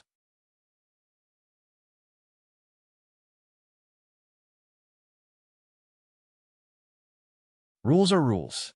The hooded figure and the 2 first-class emperors followed Wang Wei through whatever dimension he teleported there. And the moment they arrived, they found an entirely different civilization from the cultivation world. The 2 emperors immediately understood this was a valuable place that could benefit them immensely. Hence, they gave each other side eyes, thinking about whether they would fight or agree to share. "Remember the contract." "Kill him," said the hooded figure. They nodded. It was not time for them to deal with this problem, since this place was not going anywhere. They looked at Wang Wei and attacked. 2 enormous palms descended on Wang Wei, intending to eradicate him. He gritted his teeth, thinking of ways to survive. He condensed his Dui realm into armor, entered the intangibility state, and used his willpower to protect him. He went further by blessing himself with all his laws: space-time, order-disorder, yin-yang, freedom, destiny, samsara, luck, karma, soul, destruction, 5 elements, array, and talisman. These emperors were momentarily distracted by the science and technology world for less than a nanosecond. But this was enough time for Wang Wei to take all the immortal tier talismans in his space ring and activate them. Bang! The 2 palms landed, and Wang Wei's measures were utterly useless. His protective measures did not even last a second before crumbling. Luckily for him, an enormous purple dragon came out of his body and protected him. With the son of an era's chi luck, he barely managed to survive before opening another portal and leaving. Outside, the sex insurgent sensed a space fluctuation before something came out. A body. They rushed to it to see Wang Wei's tattered body covered in blood. Origin 1 acted swiftly and injected his power inside his body to heal him. However, after a few seconds, he shook his head and sighed. "How is he?" asked Sword One. "His existence was destroyed. He is only relying purely on his willpower to defy death and prevent himself from returning to nothingness." "Damn it," yelled Sword One, her body emanating countless sword chi so powerful that one of them alone could annihilate millions of greater thousand worlds. In the end, the 9 Emperor curse was not lifted, she thought, angered by the situation. Their sex finally cultivated an unparalleled genius that would create probably one of the greatest eras the world had ever seen. Yet he died before their eyes. The void suddenly shook again, and 3 people appeared. Immediately, Sword 1 released a terrifying aura to lock on these people, making the 2 great emperors almost soil their past. And considering these godlike beings have not defecated for trillions of years, it was indeed an unpleasant feeling. Meanwhile, the hooded figure watched Wang Wei's dead body, and he suddenly began to laugh maniacally. Sword 1 wanted to wipe him from the face of existence, but Origin 1 stopped her. He wanted to know some information so that they know who to destroy and avenge their fallen heaven chosen. He's finally dead. The great and mighty Fate Dominator, the conqueror of worlds, the controller of fate, the taker of free will, the chaos universe's ultimate tyrant. You're finally dead. The universe is safe. Master, I've avenged you. I have saved all sentient beings like you wanted me to. He raised his head to look at the sky, tears falling down his cheeks. The hooded figure reminisced about that final moment. A fog appeared in the world, and that tyrant manifested. He demanded that all living beings in the chaos world surrender peacefully. But they refused. But the tyrant did not take no for an answer. Unfortunately, he was unmatched. He would either suppress or kill anyone who stood in his way. At the last minute, his master gave him a few things and told him he was chosen for a mission to prevent the rise of this tyrant. With determination, the hooded figure traveled back in time to a period before the tyrant proved the Tao. Using the things his master gave him, he traversed the dangerous primordial chaos to travel to the eternal ascension world and infiltrated this world secretly. Unfortunately, even in his youth, the Fate Dominator was a genius that the hooded figure could deal with. Not to mention the Divine Seal Empress, the All-Myriad Heaven Sealer, the Worthy One, the Rune Alpha and Omega, the Grand Tao Disruptor, his accomplice and as cruel as him, was with him. Given the situation, the hooded figure had to enlist foreign help while waiting for the opportune time. Luckily for him, his master seemed to have granted him many memories about the life of the young Fate Dominator, allowing him to know the perfect time to strike. "I can finally go home," muttered the hooded figure. Dumb. Everything in the surrounding turned black and white. An enormous single eye suddenly appeared above the sky, towering above heaven and earth. Grand Tao Eye. This thought popped into the mind of all the people present. They instantly knew who this extraordinary being was and how mighty he was. Immediately, everyone present began to tremble. The eye looked at the 2 first-class emperors who were secretly calculating their escape route. Their face changed as they sensed danger. They activated their powers to try to run away. Unfortunately, before they could even react, they disappeared from the world, their existence completely wiped out. Then, the eye looked at the hooded figure. No. You chose me for this mission. I did it. Now that I succeeded, why are you getting rid of me? I'm a hero." The hooded figure did not want to die. He had accomplished his goal and could return home.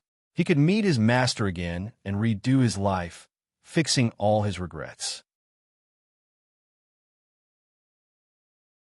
He could use this opportunity to reach the peak of cultivation and see the scenarios he did have the chance to. Regrettably, Grand Tao did not care about his words. With its indifferent eyes, it wiped out the hooded figure from existence. The one who showed up was nothing but a clone, while the real body hid behind the scene. It too was also erased. Then, Grand Tao gazed at the Tao opening sex insurgents. After not sensing the taboo from their bodies, it disappeared. The group did not dare to breathe for more than half a minute. "I knew this kid had many secrets, but I did not expect it involved taboo and Grand Tao," commented Miscellaneous. "None of that matters now," replied Origin 1. With this situation, they understood the kid was destined to accomplish many great things. However, he also made too many enemies in his path, resulting in the current situation. Crack! The space trembled as cracks manifested, alerting everyone. Then they saw a beautiful woman in a long white cheongsam, cut off on the lower bottom to show her long legs with no shoes.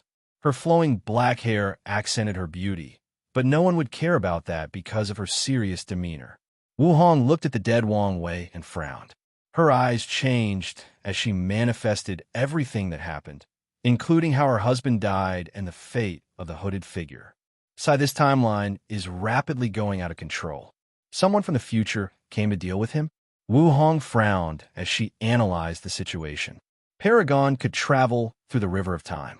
However, many restrictions are placed on them to prevent them from messing with history and creating too many paradoxes. As a result, when a paragon wants to change something from the past, they would usually travel to a parallel timeline with the most negligible difference from their original timeline. Some paranoid people would go to a timeline where the only difference was someone's robe color was blue instead of black. Heavenly Dao or Grand Dao did not care if these guys messed up the alternate timeline, but they could not mess with the main one. Furthermore, timelines become more complicated when they leave their home, Chaos World, and have to consider the entire Chaos universe. Of course, Wu Hong concluded Grand Dao was involved in this operation. However, her memories only went as far as when Wang Wei reached Paragon. Has Wang Wei's detachment path changed in this timeline? Is this the reason he did not even intervene? She shook her head to not think further about this problem. She held him in her embrace and began using existence reconstruction, helping him revive. This technique requires great talent and a deep enough understanding of existence. One wrong mistake and the process can fail. Or worse, the person she created looked exactly like Wang Wei, but was an entirely different person with different existence. As Wu Hong slowly reconstructed Wang Wei's existence, her face became pale before blood began to fall from her nose and ears. She frowned before looking at one of the dead emperor's bodies. She opened her mouth and swallowed 3 second-class emperors, returning her complexion to a somewhat normal look. In reaching the limit of this body, while in a state similar to limbo, Wang Wei felt he was rapidly sinking into a pool of water. And the further he sank, the closer he felt death approaching. So, he fought harder and harder to prevent this from happening. However, his struggle only delays the speed of sinking. Is this death? It's more peaceful than I thought. Wang Wei continued to struggle as he did not want to give up, even at the last minute. Then he suddenly felt something stopping his descent and even began to elevate him to the surface. It should be her. I knew I could count on you. As Wang Wei sensed he was about to exit this unknown pool of water, he suddenly heard a conversation. Wow, you even killed your own. How cruel, said a voice that seemed eerily familiar to him.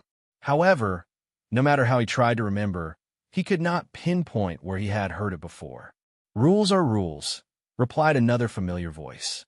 However, Wang Wei felt that voice should not be as cold and indifferent. It should not lack so much humanity. Nevertheless, he still could not identify whose voice it was. You're not flexible at all. This will be your downfall. The second voice did not answer. So, what was the point of doing something so pointless? Asked the eerily familiar first voice. Nothing I do is pointless. That's true. Well, now is my turn.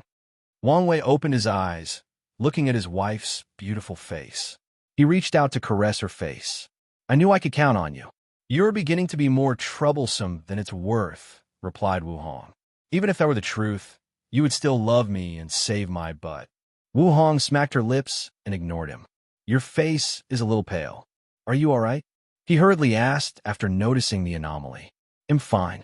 Just exerted too much strength. Wang Wei frowned, but did not ask further questions.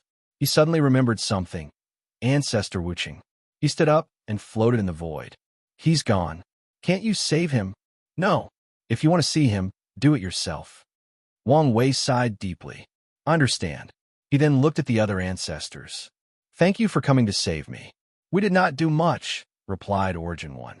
Nevertheless, we are glad you are all right. We can talk later. The other thanked Wu Hong before returning to the sect.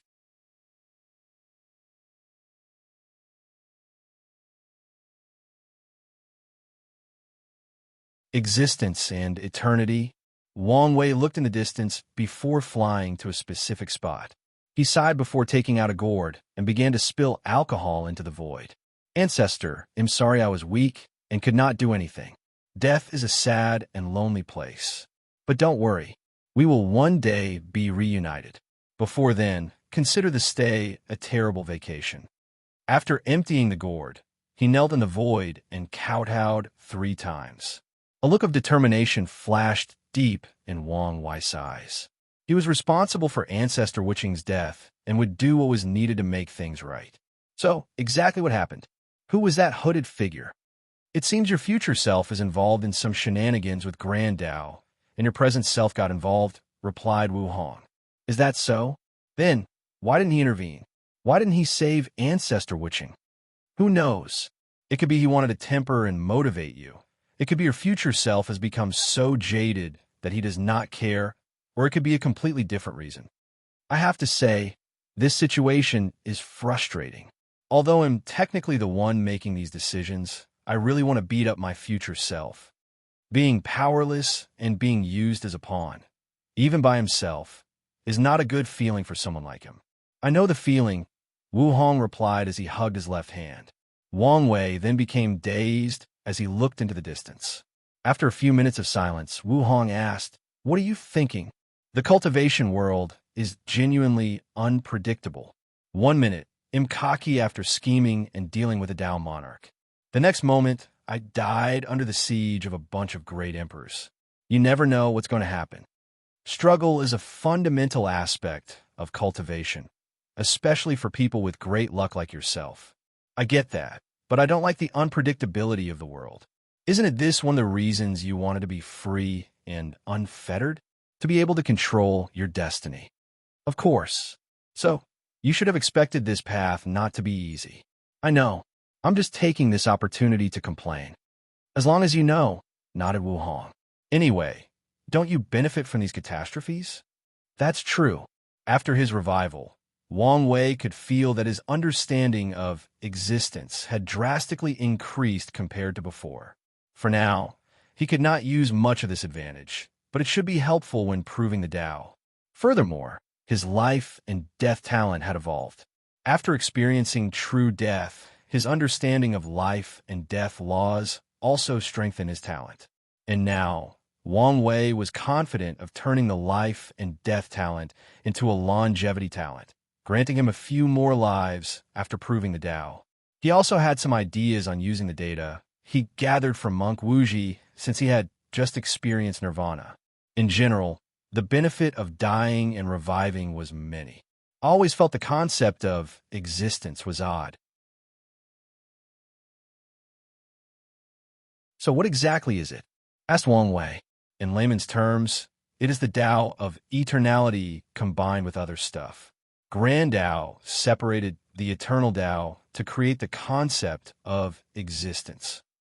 So, eternal emperors, everlasting empyreans, and boundless paragons have to cultivate 2 primary Tao, their own and eternal Tao.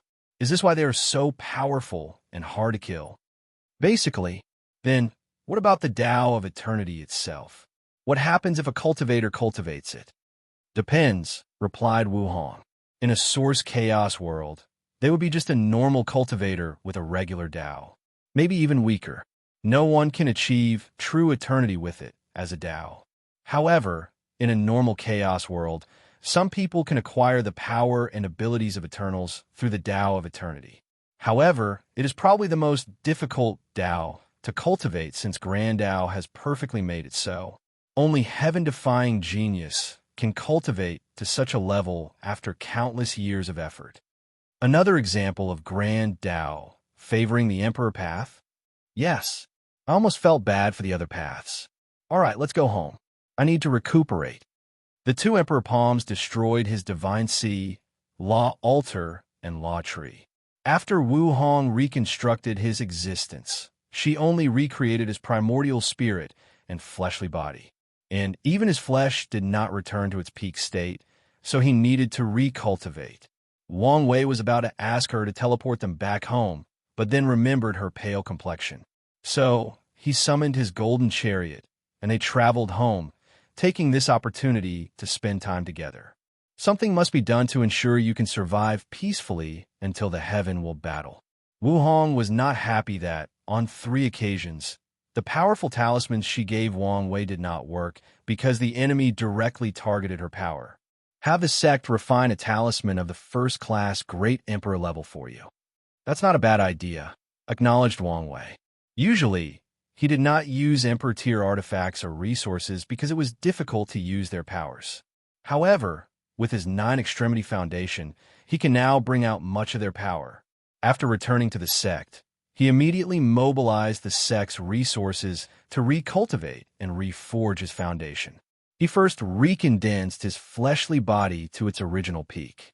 To Wang Wei's surprise, his strength reached 34 primordial dragon force instead of the original 33 due to optimizing a few things this time. Then, he focused on his cultivation. Recreating his divine C was normal, with nothing out of the ordinary. However, he wanted to do something different for his divine altar/law altar. Wang Wei was tired of losing his cultivation once this thing was destroyed, so he wanted to take some precautionary measures. After condensing his divine altar, which was in the shape of the Temple of Heaven from his past life, Wang Wei condensed his understanding of nothingness into a core or jewel and inserted it as an ornament in the temple.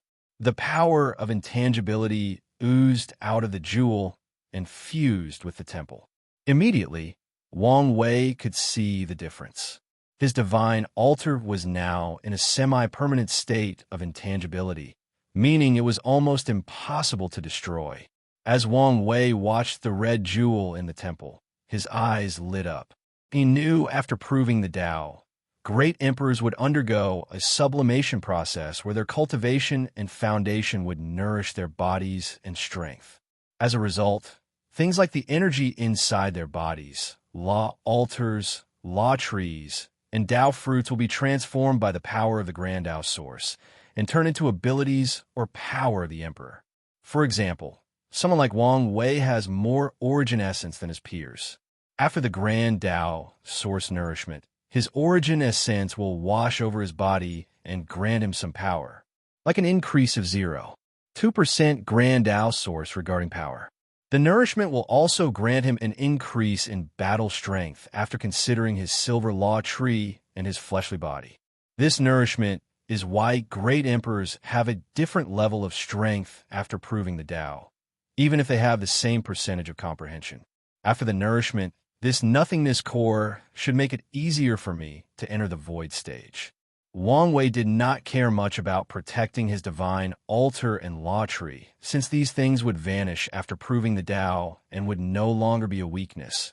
He just wanted to prevent any trouble in the mortal stage of his cultivation. However, he cares about the benefit of his nothingness Tao. After nodding in satisfaction with this new discovery, Wang Wei continued his cultivation. He condensed his law seed before cultivating it into a law tree. Then, he noticed another advantage. He could bless some of his laws with the power of nothingness to bless them. For example, he could bless his destruction Tao with the power of nothingnessness, making it even more deadly. Before now, he always had to separate his nothingness Tao from the others. Finally, they could intersect to some level. Wang Wei stood up from the ground and cracked his bones. He walked out of the cultivation room while calculating his time in retreat.